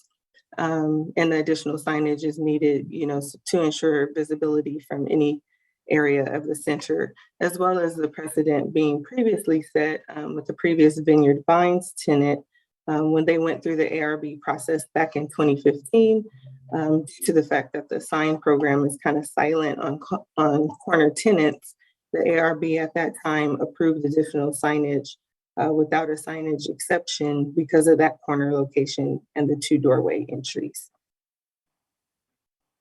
Key considerations and conditions would be to ensure that the project is in conformance with the ARB findings, the master tenant and facade sign program, the city sign code, as well as the El Camino Real design guidelines. And so with that, staff recommends the Architectural Review Board take the following action: recommend approval of the proposed project facade changes and signage to the Director of Planning and Development Services based on findings and subject to staff's conditions of approval. This concludes staff's presentation. I'm available for any questions. Thank you. Thank you. And I realized before we go to the applicant, we need to do disclosures. So can I ask the board members to provide any disclosures? I visited the site the other day. Thank you. I visited the site the other week. Last week. Visited the site yesterday. Yes, visited the site early this week. Thank you. And I was out of town. I was not able to visit the site, but I go there. I go shopping there all the time. Okay, thank you. Let's go to the applicant for their presentation. And please state and spell your name for the record, and we'll have 10 minutes. Well, good afternoon, board. Pleasure to be back in front of you once again for a project at Stanford Shopping Center. Tamara Harrison, thank you so much for your presentation, and welcome new board members. My name is Jason Smith, Jason Smith with Landshark Development Services, here as applicant for Alo Yoga. And currently we actually have some design team members that for some reason are not able to join us today. They may have to join as public and raise their hand once we transfer to them, but for some reason I don't know if they weren't provided a link to join, but so we may have to just work through that. Currently with Alo Yoga, we have Laura Donovan on, and she's going to provide a quick presentation or discussion for Alo Yoga, and then we'll move forward from there. So Jason, we can stop the clock. Are there particular people that you need on as panelists? There are 2 panelists, yes. Lan Hong, and then also Daniel McFarland? Correct. Okay, so we'll transfer them over right now. Fantastic. Did you want them to be part of the presentation? They will ultimately be part of the presentation once Laura Donovan has an opportunity to speak first. Okay, I see Medina. There we go. Okay. I think both of them are transferred over. I can see them both now on my screen as well. Okay, great. Okay, then we'll start the clock again and go ahead, Laura.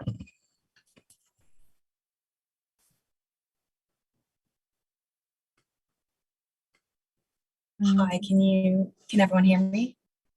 Yes, and please state Hi, your name. Thank you. Hi, my name's Laura Donovan. That's spelled Laura Donovan, Donovan. And I am with Alo Yoga.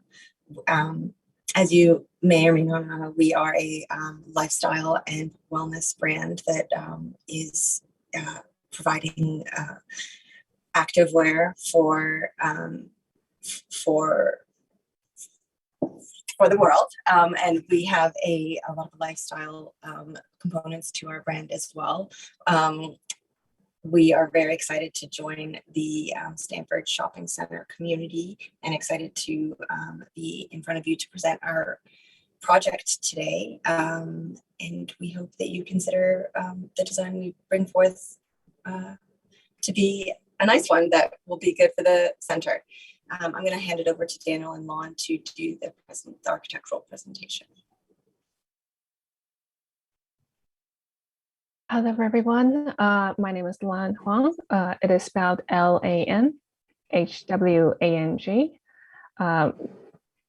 Daniel and I are from Lilia March Architects, and we are assisting Elo in designing the store. And we're very excited to bring our design and our vision to Stanford Shopping Center. So we would like to introduce, as mentioned in the presentation earlier, we will be occupying the two previous tenants, which is Luisa and Spagnoli Vineyard Vines.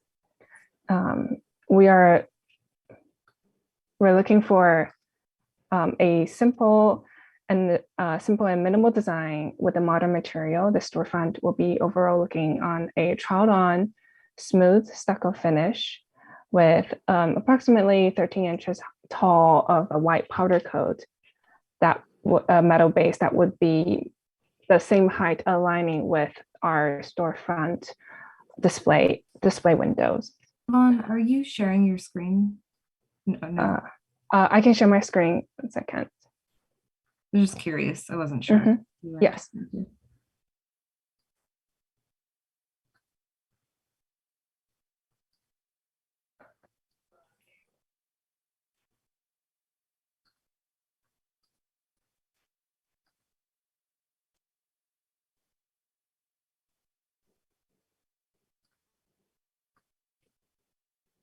So give me a moment. Let me find the share screen tool.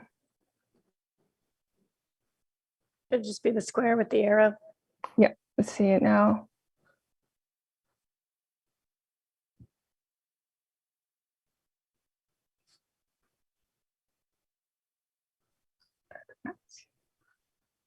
Yep. Can everybody see the screen? Yes. Yes. So apologies for the inconvenience earlier.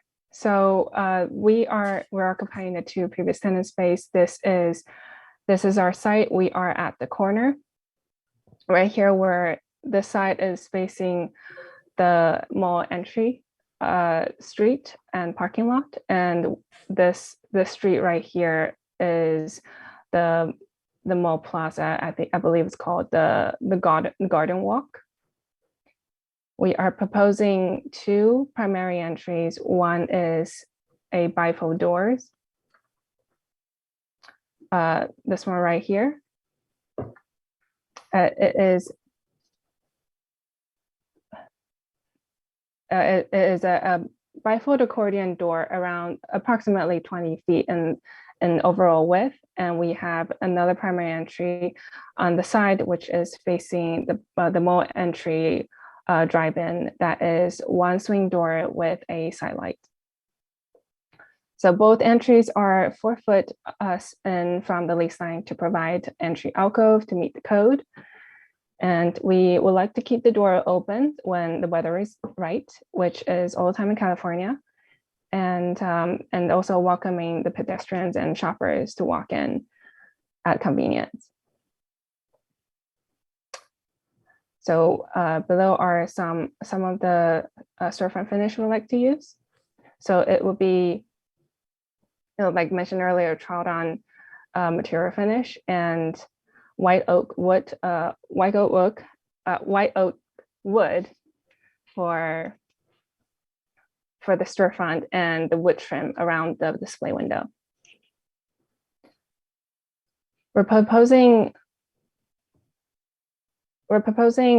one primary signage and one blaze sign along the garden walk. And we are also proposing one primary sign and one blaze sign on the mall entry drive-in side for our corner store. So I think it's we also provide a section for the look. I think this is a fairly simple project. We consider the visual from all sides and ensure the storefront design to look beautiful and well thought out. And we are happy to answer any questions and further explain our design. Thank you. Are there any members of the public that wish to speak? I haven't received any speaker cards, and I do not see any raised hands online. Please raise your hand if you'd like to speak. Okay. Are there any questions of the applicant or of staff by the board? And please, someone let me know if there are no questions. Yeah, I have two questions. One is for the applicant and the other is for the staff. So, well, to the applicant, maybe it's more about a clarification. So is your rendering on sheet T005 true to size? No, the logo, it seems like it's much smaller compared to the stores next to the proposed project. It seems like it's almost the half size of the logo compared to the store next to them. Is it true to size? Yes, our rendering is true to size. Okay, just want to clarify. Okay, and another question to the staff is, since it is a corner store, are we allowed to have two primary wall signs or only one primary wall sign is allowed? The master tenant facade and sign program is kind of silent on corner building elements, or excuse me, on corner building spaces. So due to the, again, as I mentioned, the previous precedent set with the Vineyard Vines location, which is the same location as this site, they were allowed additional signage due to that corner location and the two front entry doorways. So the actual program says that one wall sign is required and one blade sign is required. Yeah, so as Tamara was saying, Tamara, your mic went out a little bit again. As she was saying that we've taken a look at the Vineyard Vines when this space was originally put there. And it was reviewed by the ARB at that time. And because there isn't as much detail related to corner spaces in the facade program, the ARB did make a decision at that time that we could have two fronts. And this particular tenant space does have two doors, and therefore we've concluded that the two sets of signs are allowed. Thank you. Any other questions? Very straightforward question. Can you please confirm that both entrances actually have a recessed overhang? It looks that on floor plan A101, they each show a 4-foot recessed area where the door is set to the far to the inside, but on the rendering, it does appear a little shallower than that. Can you just confirm what the depth of that sort of overhang and recession at the entrances is? Yes, I believe the rendering is just a perspective and confirm that we are overhanging by 4 feet. Great, thank you. Mm-hmm. I have a question. Yeah. Hate to say it, but we've been having a lot of broken windows in Palo Alto lately. And so what do you do about your curved window at the corner? Actually, is it straight sections or it's curved sections? Right now, our drawings are showing faceted. We are considering curves, but our initial design is faceted glazing.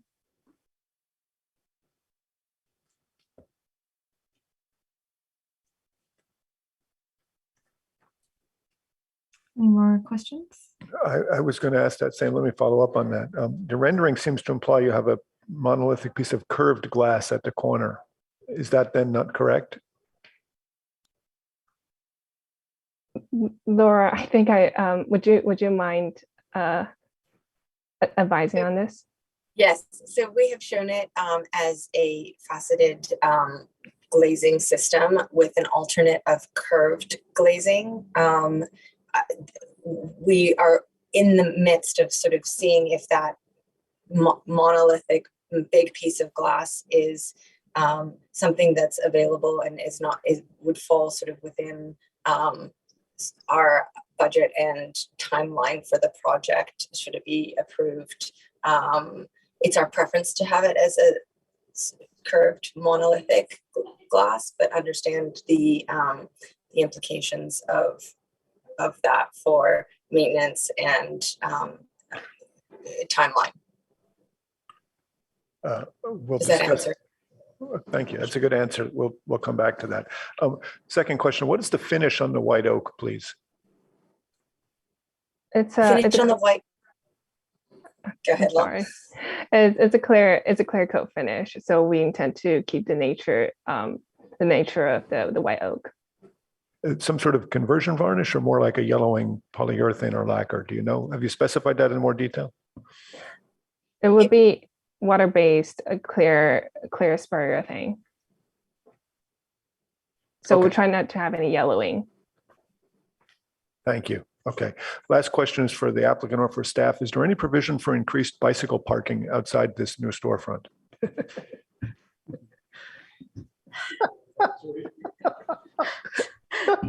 No, I'm impressed at everyone's stamina because I'm losing mine. But no, the shopping center, when we had some larger developments way back, and maybe Jason might even know better, we added a fair number of bicycles. So I want to say that we are up to code, but I can look a little bit more and make sure.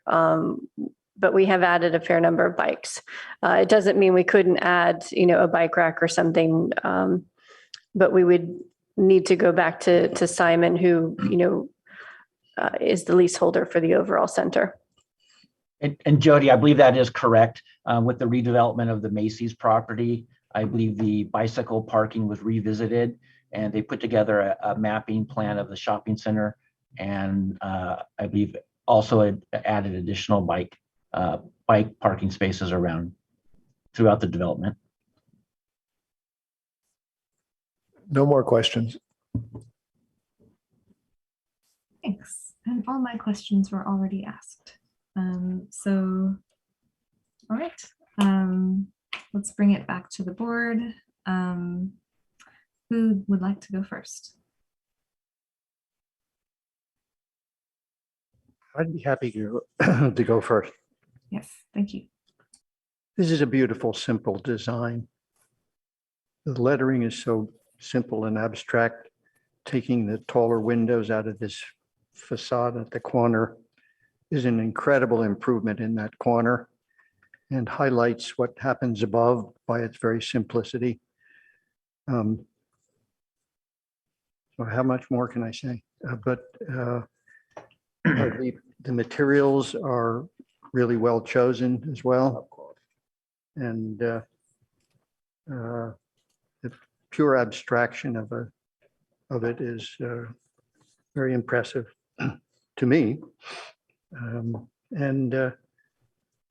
My really only concern, by the way, we sort of thought about this building as part of our awards program, but it didn't make it for good reasons, I think then, but maybe, I don't know, can't do it again because it would be a new season.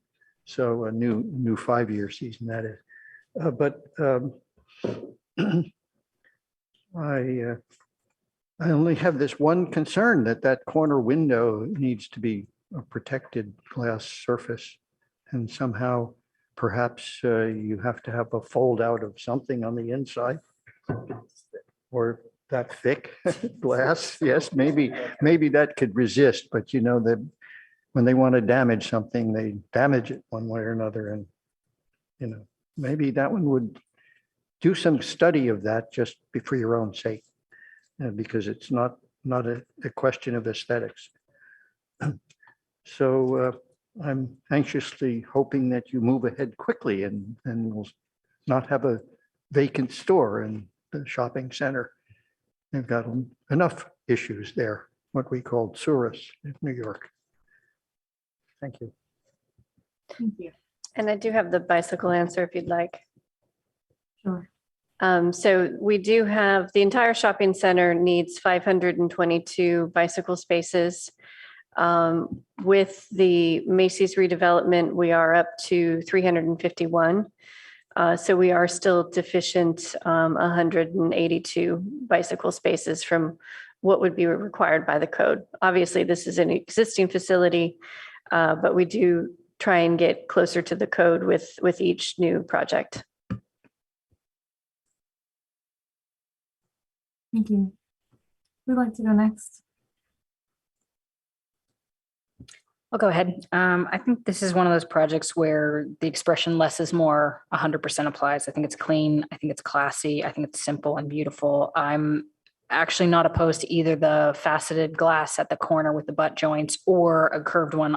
If I had a preference, curved is the way to go, but understandably with supply chain issues and cost implications, I'd be comfortable with either one of those solutions. I think either one of them works nicely. I appreciate the thoughtfulness of the recessed doors. I think your signage is elegant and understated. And I also appreciate your joint detail between the wood and the stucco. And I think that attention there it's a small, subtle detail that really makes this look very thoughtful, polished, and clean. Well done. Thank you. Who'd like to go next? I'll speak. I share Board Member Rosenberg's compliments, and it's a beautifully designed project. I'll just put out three things. I think that glass needs to be curved to sparkle the way that curved building sparkles when you walk up to the shopping center. It's the gem of the shopping center, and the faceted glass will not be the same.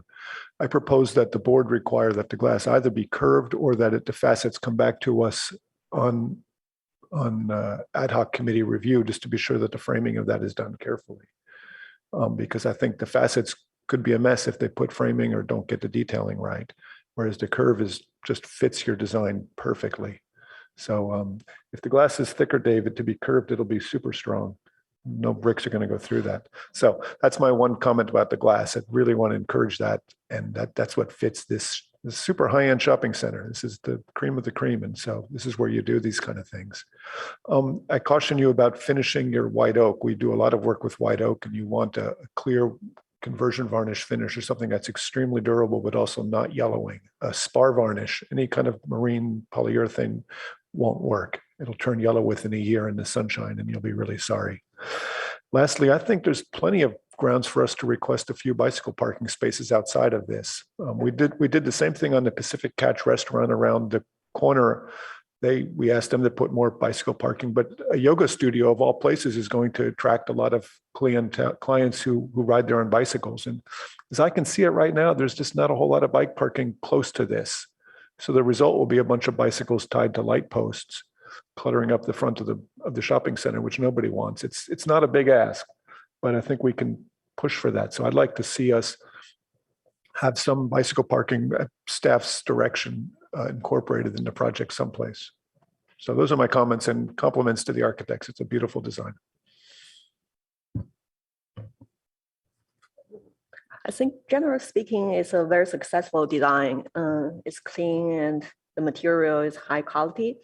So if there is one thing I want to change, to rethink about it, maybe I would suggest to rethink about the logo location or maybe the size of it, because right now it seems a little bit small to me from the rendering. And also it seems like it's a little bit blank on the white, on top of the window and doors. It's just a white stucco all the way around. So I'm not sure if it would be better to put a larger size of the logo above the door, the entrance door on each side. anyway, that is just minor things. So I'm also okay with the current design. It looks good. Thank you. Thanks.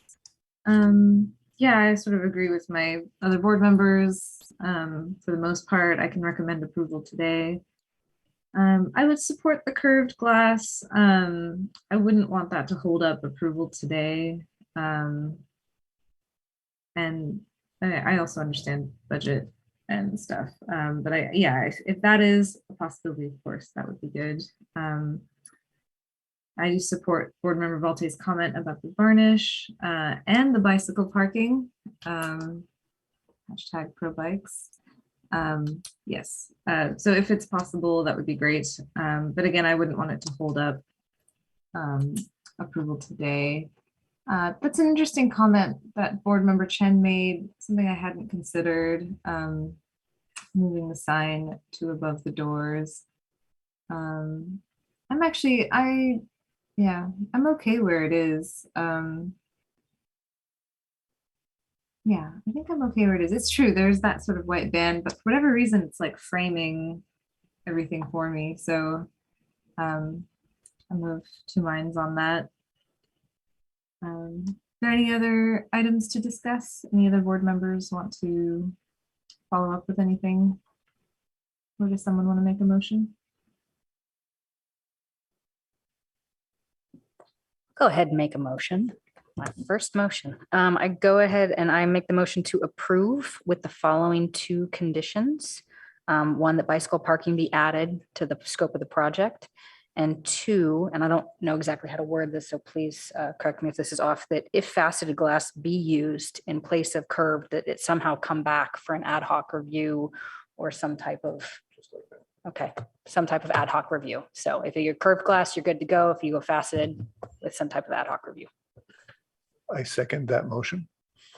Great. Would anybody like to speak to the motion before we vote? Can I just ask how much bike parking? Or consistent with the size of the unit? I'm quite comfortable. Well, the maker of the motion should. I would say what is an appropriate scale, and I would sort of hesitate to say a specific number. I would just ask that this be reviewed and you try and put a good solid effort into putting several bike parking spaces is how I will phrase this. Is it possible to hold the motion while the one other comment is discussed? Please. To the chair. Chair. Sure, if you'd like to make a comment. Yeah.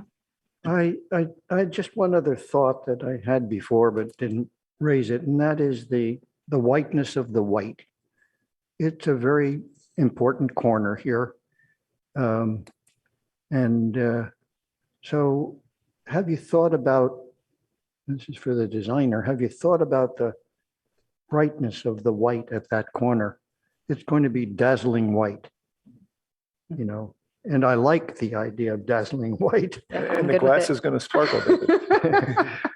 But I'm also concerned that maybe it ought to have some slight texture to it because it's such a corner element that it may need some minimal perhaps, but some kind of texture to it that might reduce the kind of flat impact of that corner. So I'm bring that open to the board to talk about. I can speak obliquely to what you're talking about because I remember when the building across the way, the yellow French, whatever, I don't quite know what they sell there still, and I've been inside even, but when they came before us with that yellow, I was pretty taken aback. I think it's tremendously successful now. This is the location to do something strong, bold, dramatic, if any place exists that way.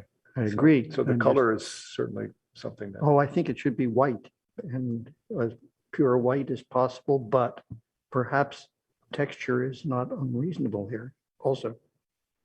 I would gently argue that I think the modernity of the aesthetic really lends itself to the clean stucco. So that would be my counter argument, is I think the smoothness of it is part of the charm and part of the cleanliness of the design. So I'm in support of it as it's presented, the color, the texture, all of it. I would agree with Board Member Rosenberg. And then also just to note that the facade is actually facing sort of northeast, so it'll not have a lot of sunlight on it, past the early morning. And once it's a small item, but I think the fact that the building is curved also enhances that. If it was a square building, I might ask for a bit more texture or something to break it up, but the curve itself really shines with a material like this. So do my 2 cents on it. Okay, any other further comments before we go ahead and vote? No more. Can we read back the motion? Yes, yeah, I think we can go ahead and vote.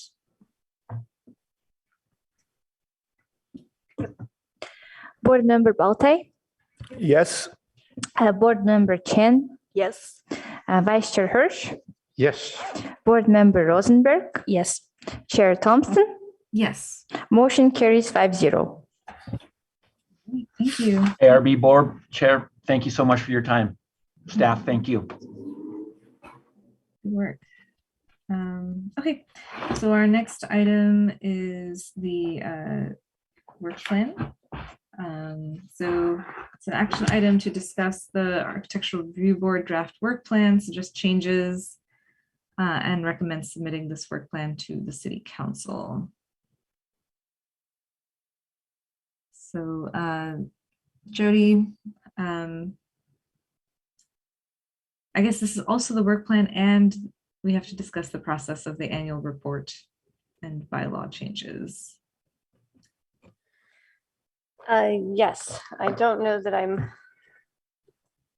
as prepared as I'd like to be. I can bring up the attachments if you would like. Yeah, I mean, it's in our packet as well, I believe, the work plan. So I'm hoping everybody's had a chance to review it. Are there any comments on the work plan? I believe I can sort of go over the main things on there. So our first item is to review planning applications for conformance with the ARB findings and objective standards. And the next item is sort of discuss goals, policies, and programs the ARB would like to explore. And I think CalAV would fall under that. And then number 3 is to finalize the objective standards, which I think we've already done. And then 4 is the ARB awards ceremony, and 5 is to the update the bylaws for the new handbook. So I think we need to send this work plan to council. There is going to be a special meeting with council in May that will specifically go over the work plans. So if there's any edits, now's the time. Any thoughts? I'd like to put forth an idea. I hope, I know it's 2 o'clock already, so you may be fading, but I've long felt that one role the Architecture Review Board could play in conjunction with the planning department in reviewing applications is to review applications earlier in the process when they first come into the planning department to get some sort of informal initial feedback, both as to the design itself or what's proposed, but also just to the content and the drawing sets that we see. In the past, I've been frustrated sometimes that drawing sets just get pushed through, and what's obvious to me is not always obvious to some of the planners, and it's something that you don't want to be airing that laundry in public, but you could, by having a subcommittee of the architecture board again, or maybe the chair and the vice chair when they meet with staff, could not just review upcoming applications that are formally in the pipeline, but rather set a process to do an early review of things as they start to come in, informally, but just to sort of, again, it's driving towards what I keep saying is acting like the city's architects, helping review, shape, look at things in advance without spending a lot of our time, but just to be there, putting our finger on a project earlier. And I've mentioned this to staff before, it's never gone anywhere, but this is the place to put it because staff justifiably doesn't want to go beyond what council has for us, but this is the place where we would tell the council we want to have this this review as well. We have a structure in place already with the chair and the vice chair, who would be the appropriate people to do this. But David, maybe you should speak to this too. You and I have Yeah, I'd discussed like this to idea. speak to it because it's number one on my list now, but actually there, one before it would be high priority projects, which we could discuss as well because, but I don't want to get off the subject because I think it's very important what Peter is saying here. And so I wrote in there, pre-review projects at a schematic stage in advance of formal hearings. And then actually in the same project, in the same part here, project/goal number 2 there. But if we could go back up, I wrote in above that the projects that you describe under high priority that are in there is fine.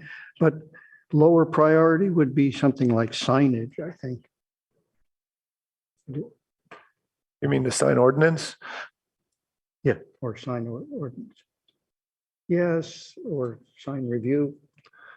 I think we all feel about that the way the city staff does too. It kind of needs some work, but nobody has the time to put into it. Okay. Okay, but I had a second one for project goals. Sorry, I just wanted to, I just realized we're so close to 2 o'clock and I just wanted to be respectful and find out if we have board members that need to leave or if they can stay. We have deferred this item before in the past. We do have one more meeting, I think, before council reviews it on the 5th. And so maybe I just want to make sure, I don't want to tie people's hands up. Can people stay or do people want to move past this? I'm sorry. I'm happy to continue at this point. Okay. I don't think it's a very long document, Ozma. Yeah, if it's something that we can get through with some relative speed or efficiency, then I would say yes, you can stay. I have childcare pickup at some point soon. I have an obligation at 2 o'clock in 3 minutes as well. Oh.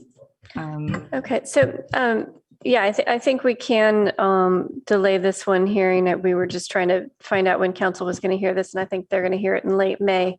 So our next hearing is in early May, so I think we'd still be okay. But maybe if we just want to throw out some ideas for now, and I can try and write those into the next plan and talk about them more that way.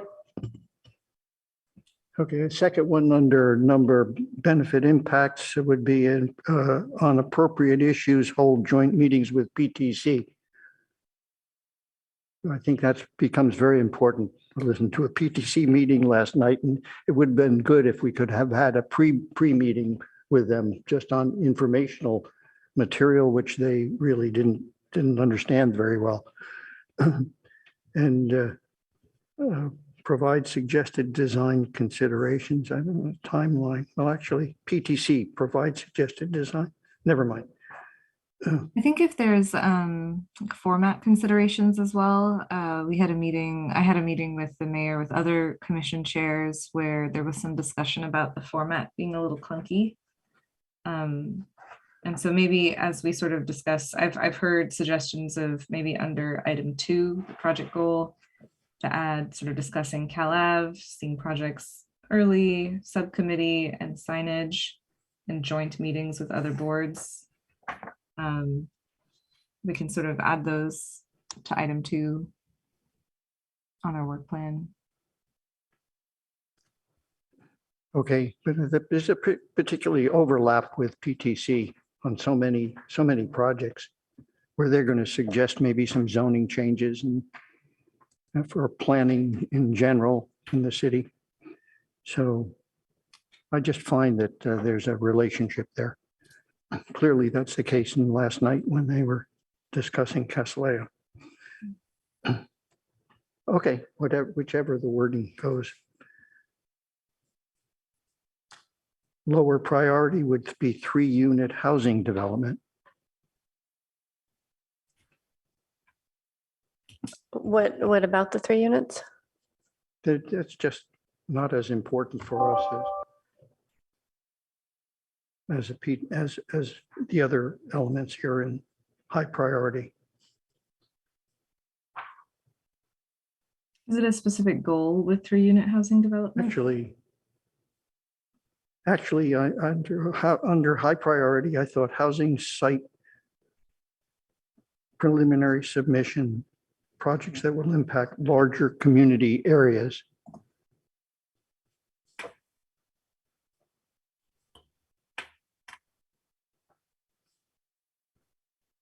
So David, is this a goal that you're adding or? That's in high priority under project goals, high priority. What goal are you on? Either one, housing site preliminary submissions, projects that will impact larger community areas, projects that will use state regulations to obtain expedited approvals. Sorry, I don't know what packet page you're on. I'm on packet page 123.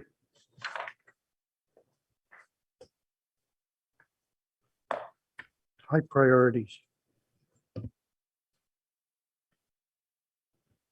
Okay, I see. So goal number 3, you're looking at high priority. Housing site preliminary submissions, projects that will impact larger community areas, projects that will use state regulations to obtain expedited approvals.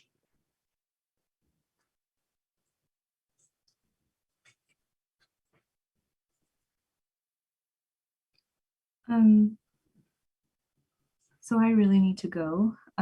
There's sort of 2 options. One, I could just leave and maybe deputize Vice Chair Hirsch to run the remainder of the meeting.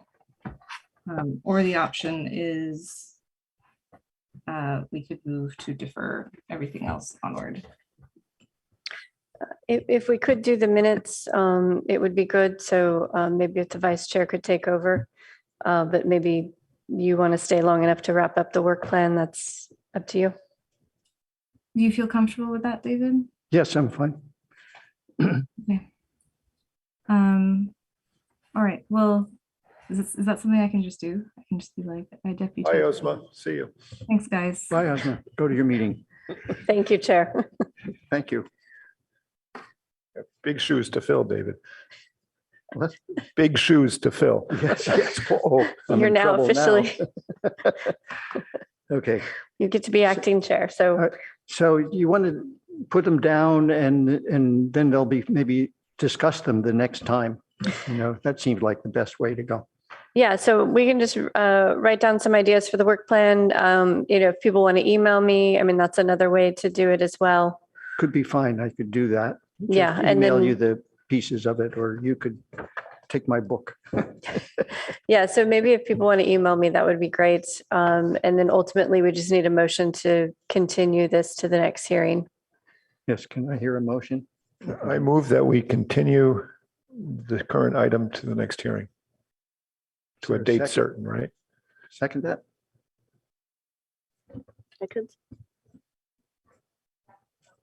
I'll conduct the vote. Board Member Balte, Yes. Board Member Chen, Yes. Vice Chair Hirsch, Yes. Board Member Rosenberg. Yes. Motion carries 4-0. All right, so now that's the work plan. We have minutes of the meeting, March 3rd. Yes, I should ask, has everybody had a chance to review that? Yes, I have one correction, please. On page 20 of the minutes, packet page 146, Villa Savoie is spelled Savoye. And I think it's important to keep that correct.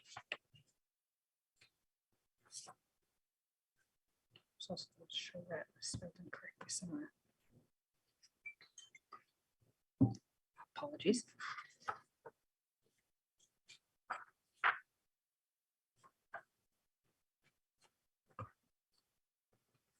we have a motion for the minutes? You want a motion then, David, or?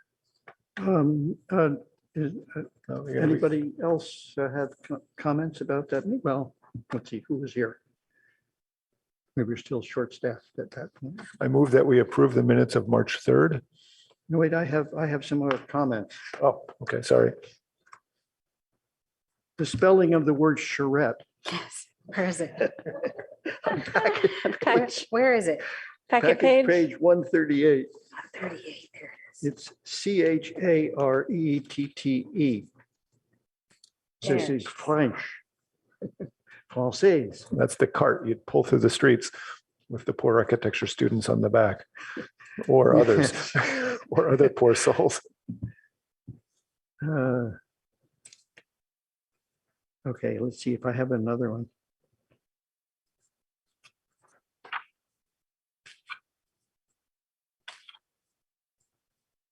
I think that's it. So we have a motion to, I think, David, it's you and me on this one. okay, you want to do it? You need to second the motion, I move that we accept the minutes. and then we need to call for a vote, right? You want a second? You second it, right? Oh, I second you- it. I seconded you David's already motion. Said it, okay, fine. March 3rd. I second. Okay, so the motion's been made and seconded. So if staff could please call the vote. Unfortunately, I think with just two of you at that meeting, I don't know that we're able to. You can't take a vote. Sure you are. Well, we could vote 2 out of 3. Okay, well, let's take the vote and I can verify afterwards, just in case. Why don't you have the vote and let the lawyers try to stop you, Jody, from doing your job. Okay, do I hear a motion? I think that We've been quite critical of this report anyway, so the motion's been made and seconded. Who was the motion in the second? Hirsch made the motion, seconded by Balte. Thank you. Board Member Baltai, Yes? Board Member Chen, Abstain. Can't vote. Broke your microphone already. Yeah. Okay, here. Abstain. abstain, yeah. Vice Chair Hirsch, Yes. Board Member Rosenberg. Abstain. Does the motion carry to 2? We will confirm with the attorneys. Thank you.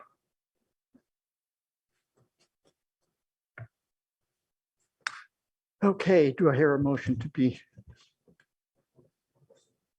One more set. Oh.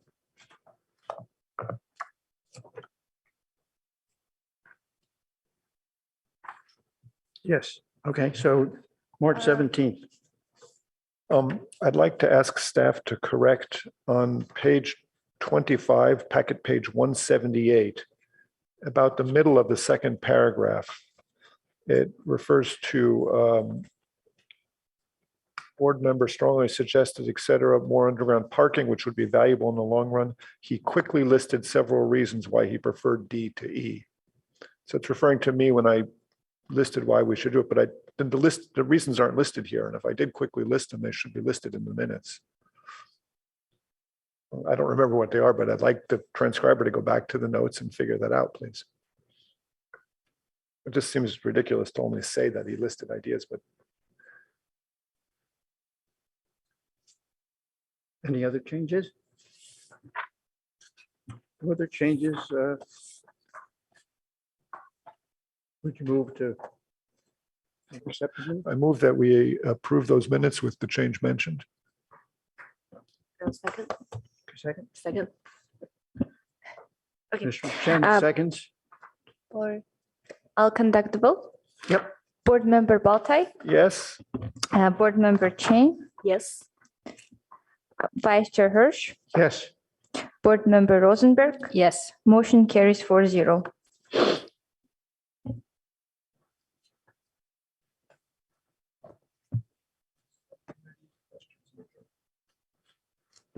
Are there any subcommittee reports? I had no subcommittees today. Thank you. What's that? Question. Are there any questions about what? Any questions? No questions. The agenda? Yeah, the next agenda item is questions, comments, or announcements. There's Oh, announcements. Okay. Well, you none did that I believe unless the board has any. Okay. Yes. You- would somebody like to adjourn or I do it? Adjourn.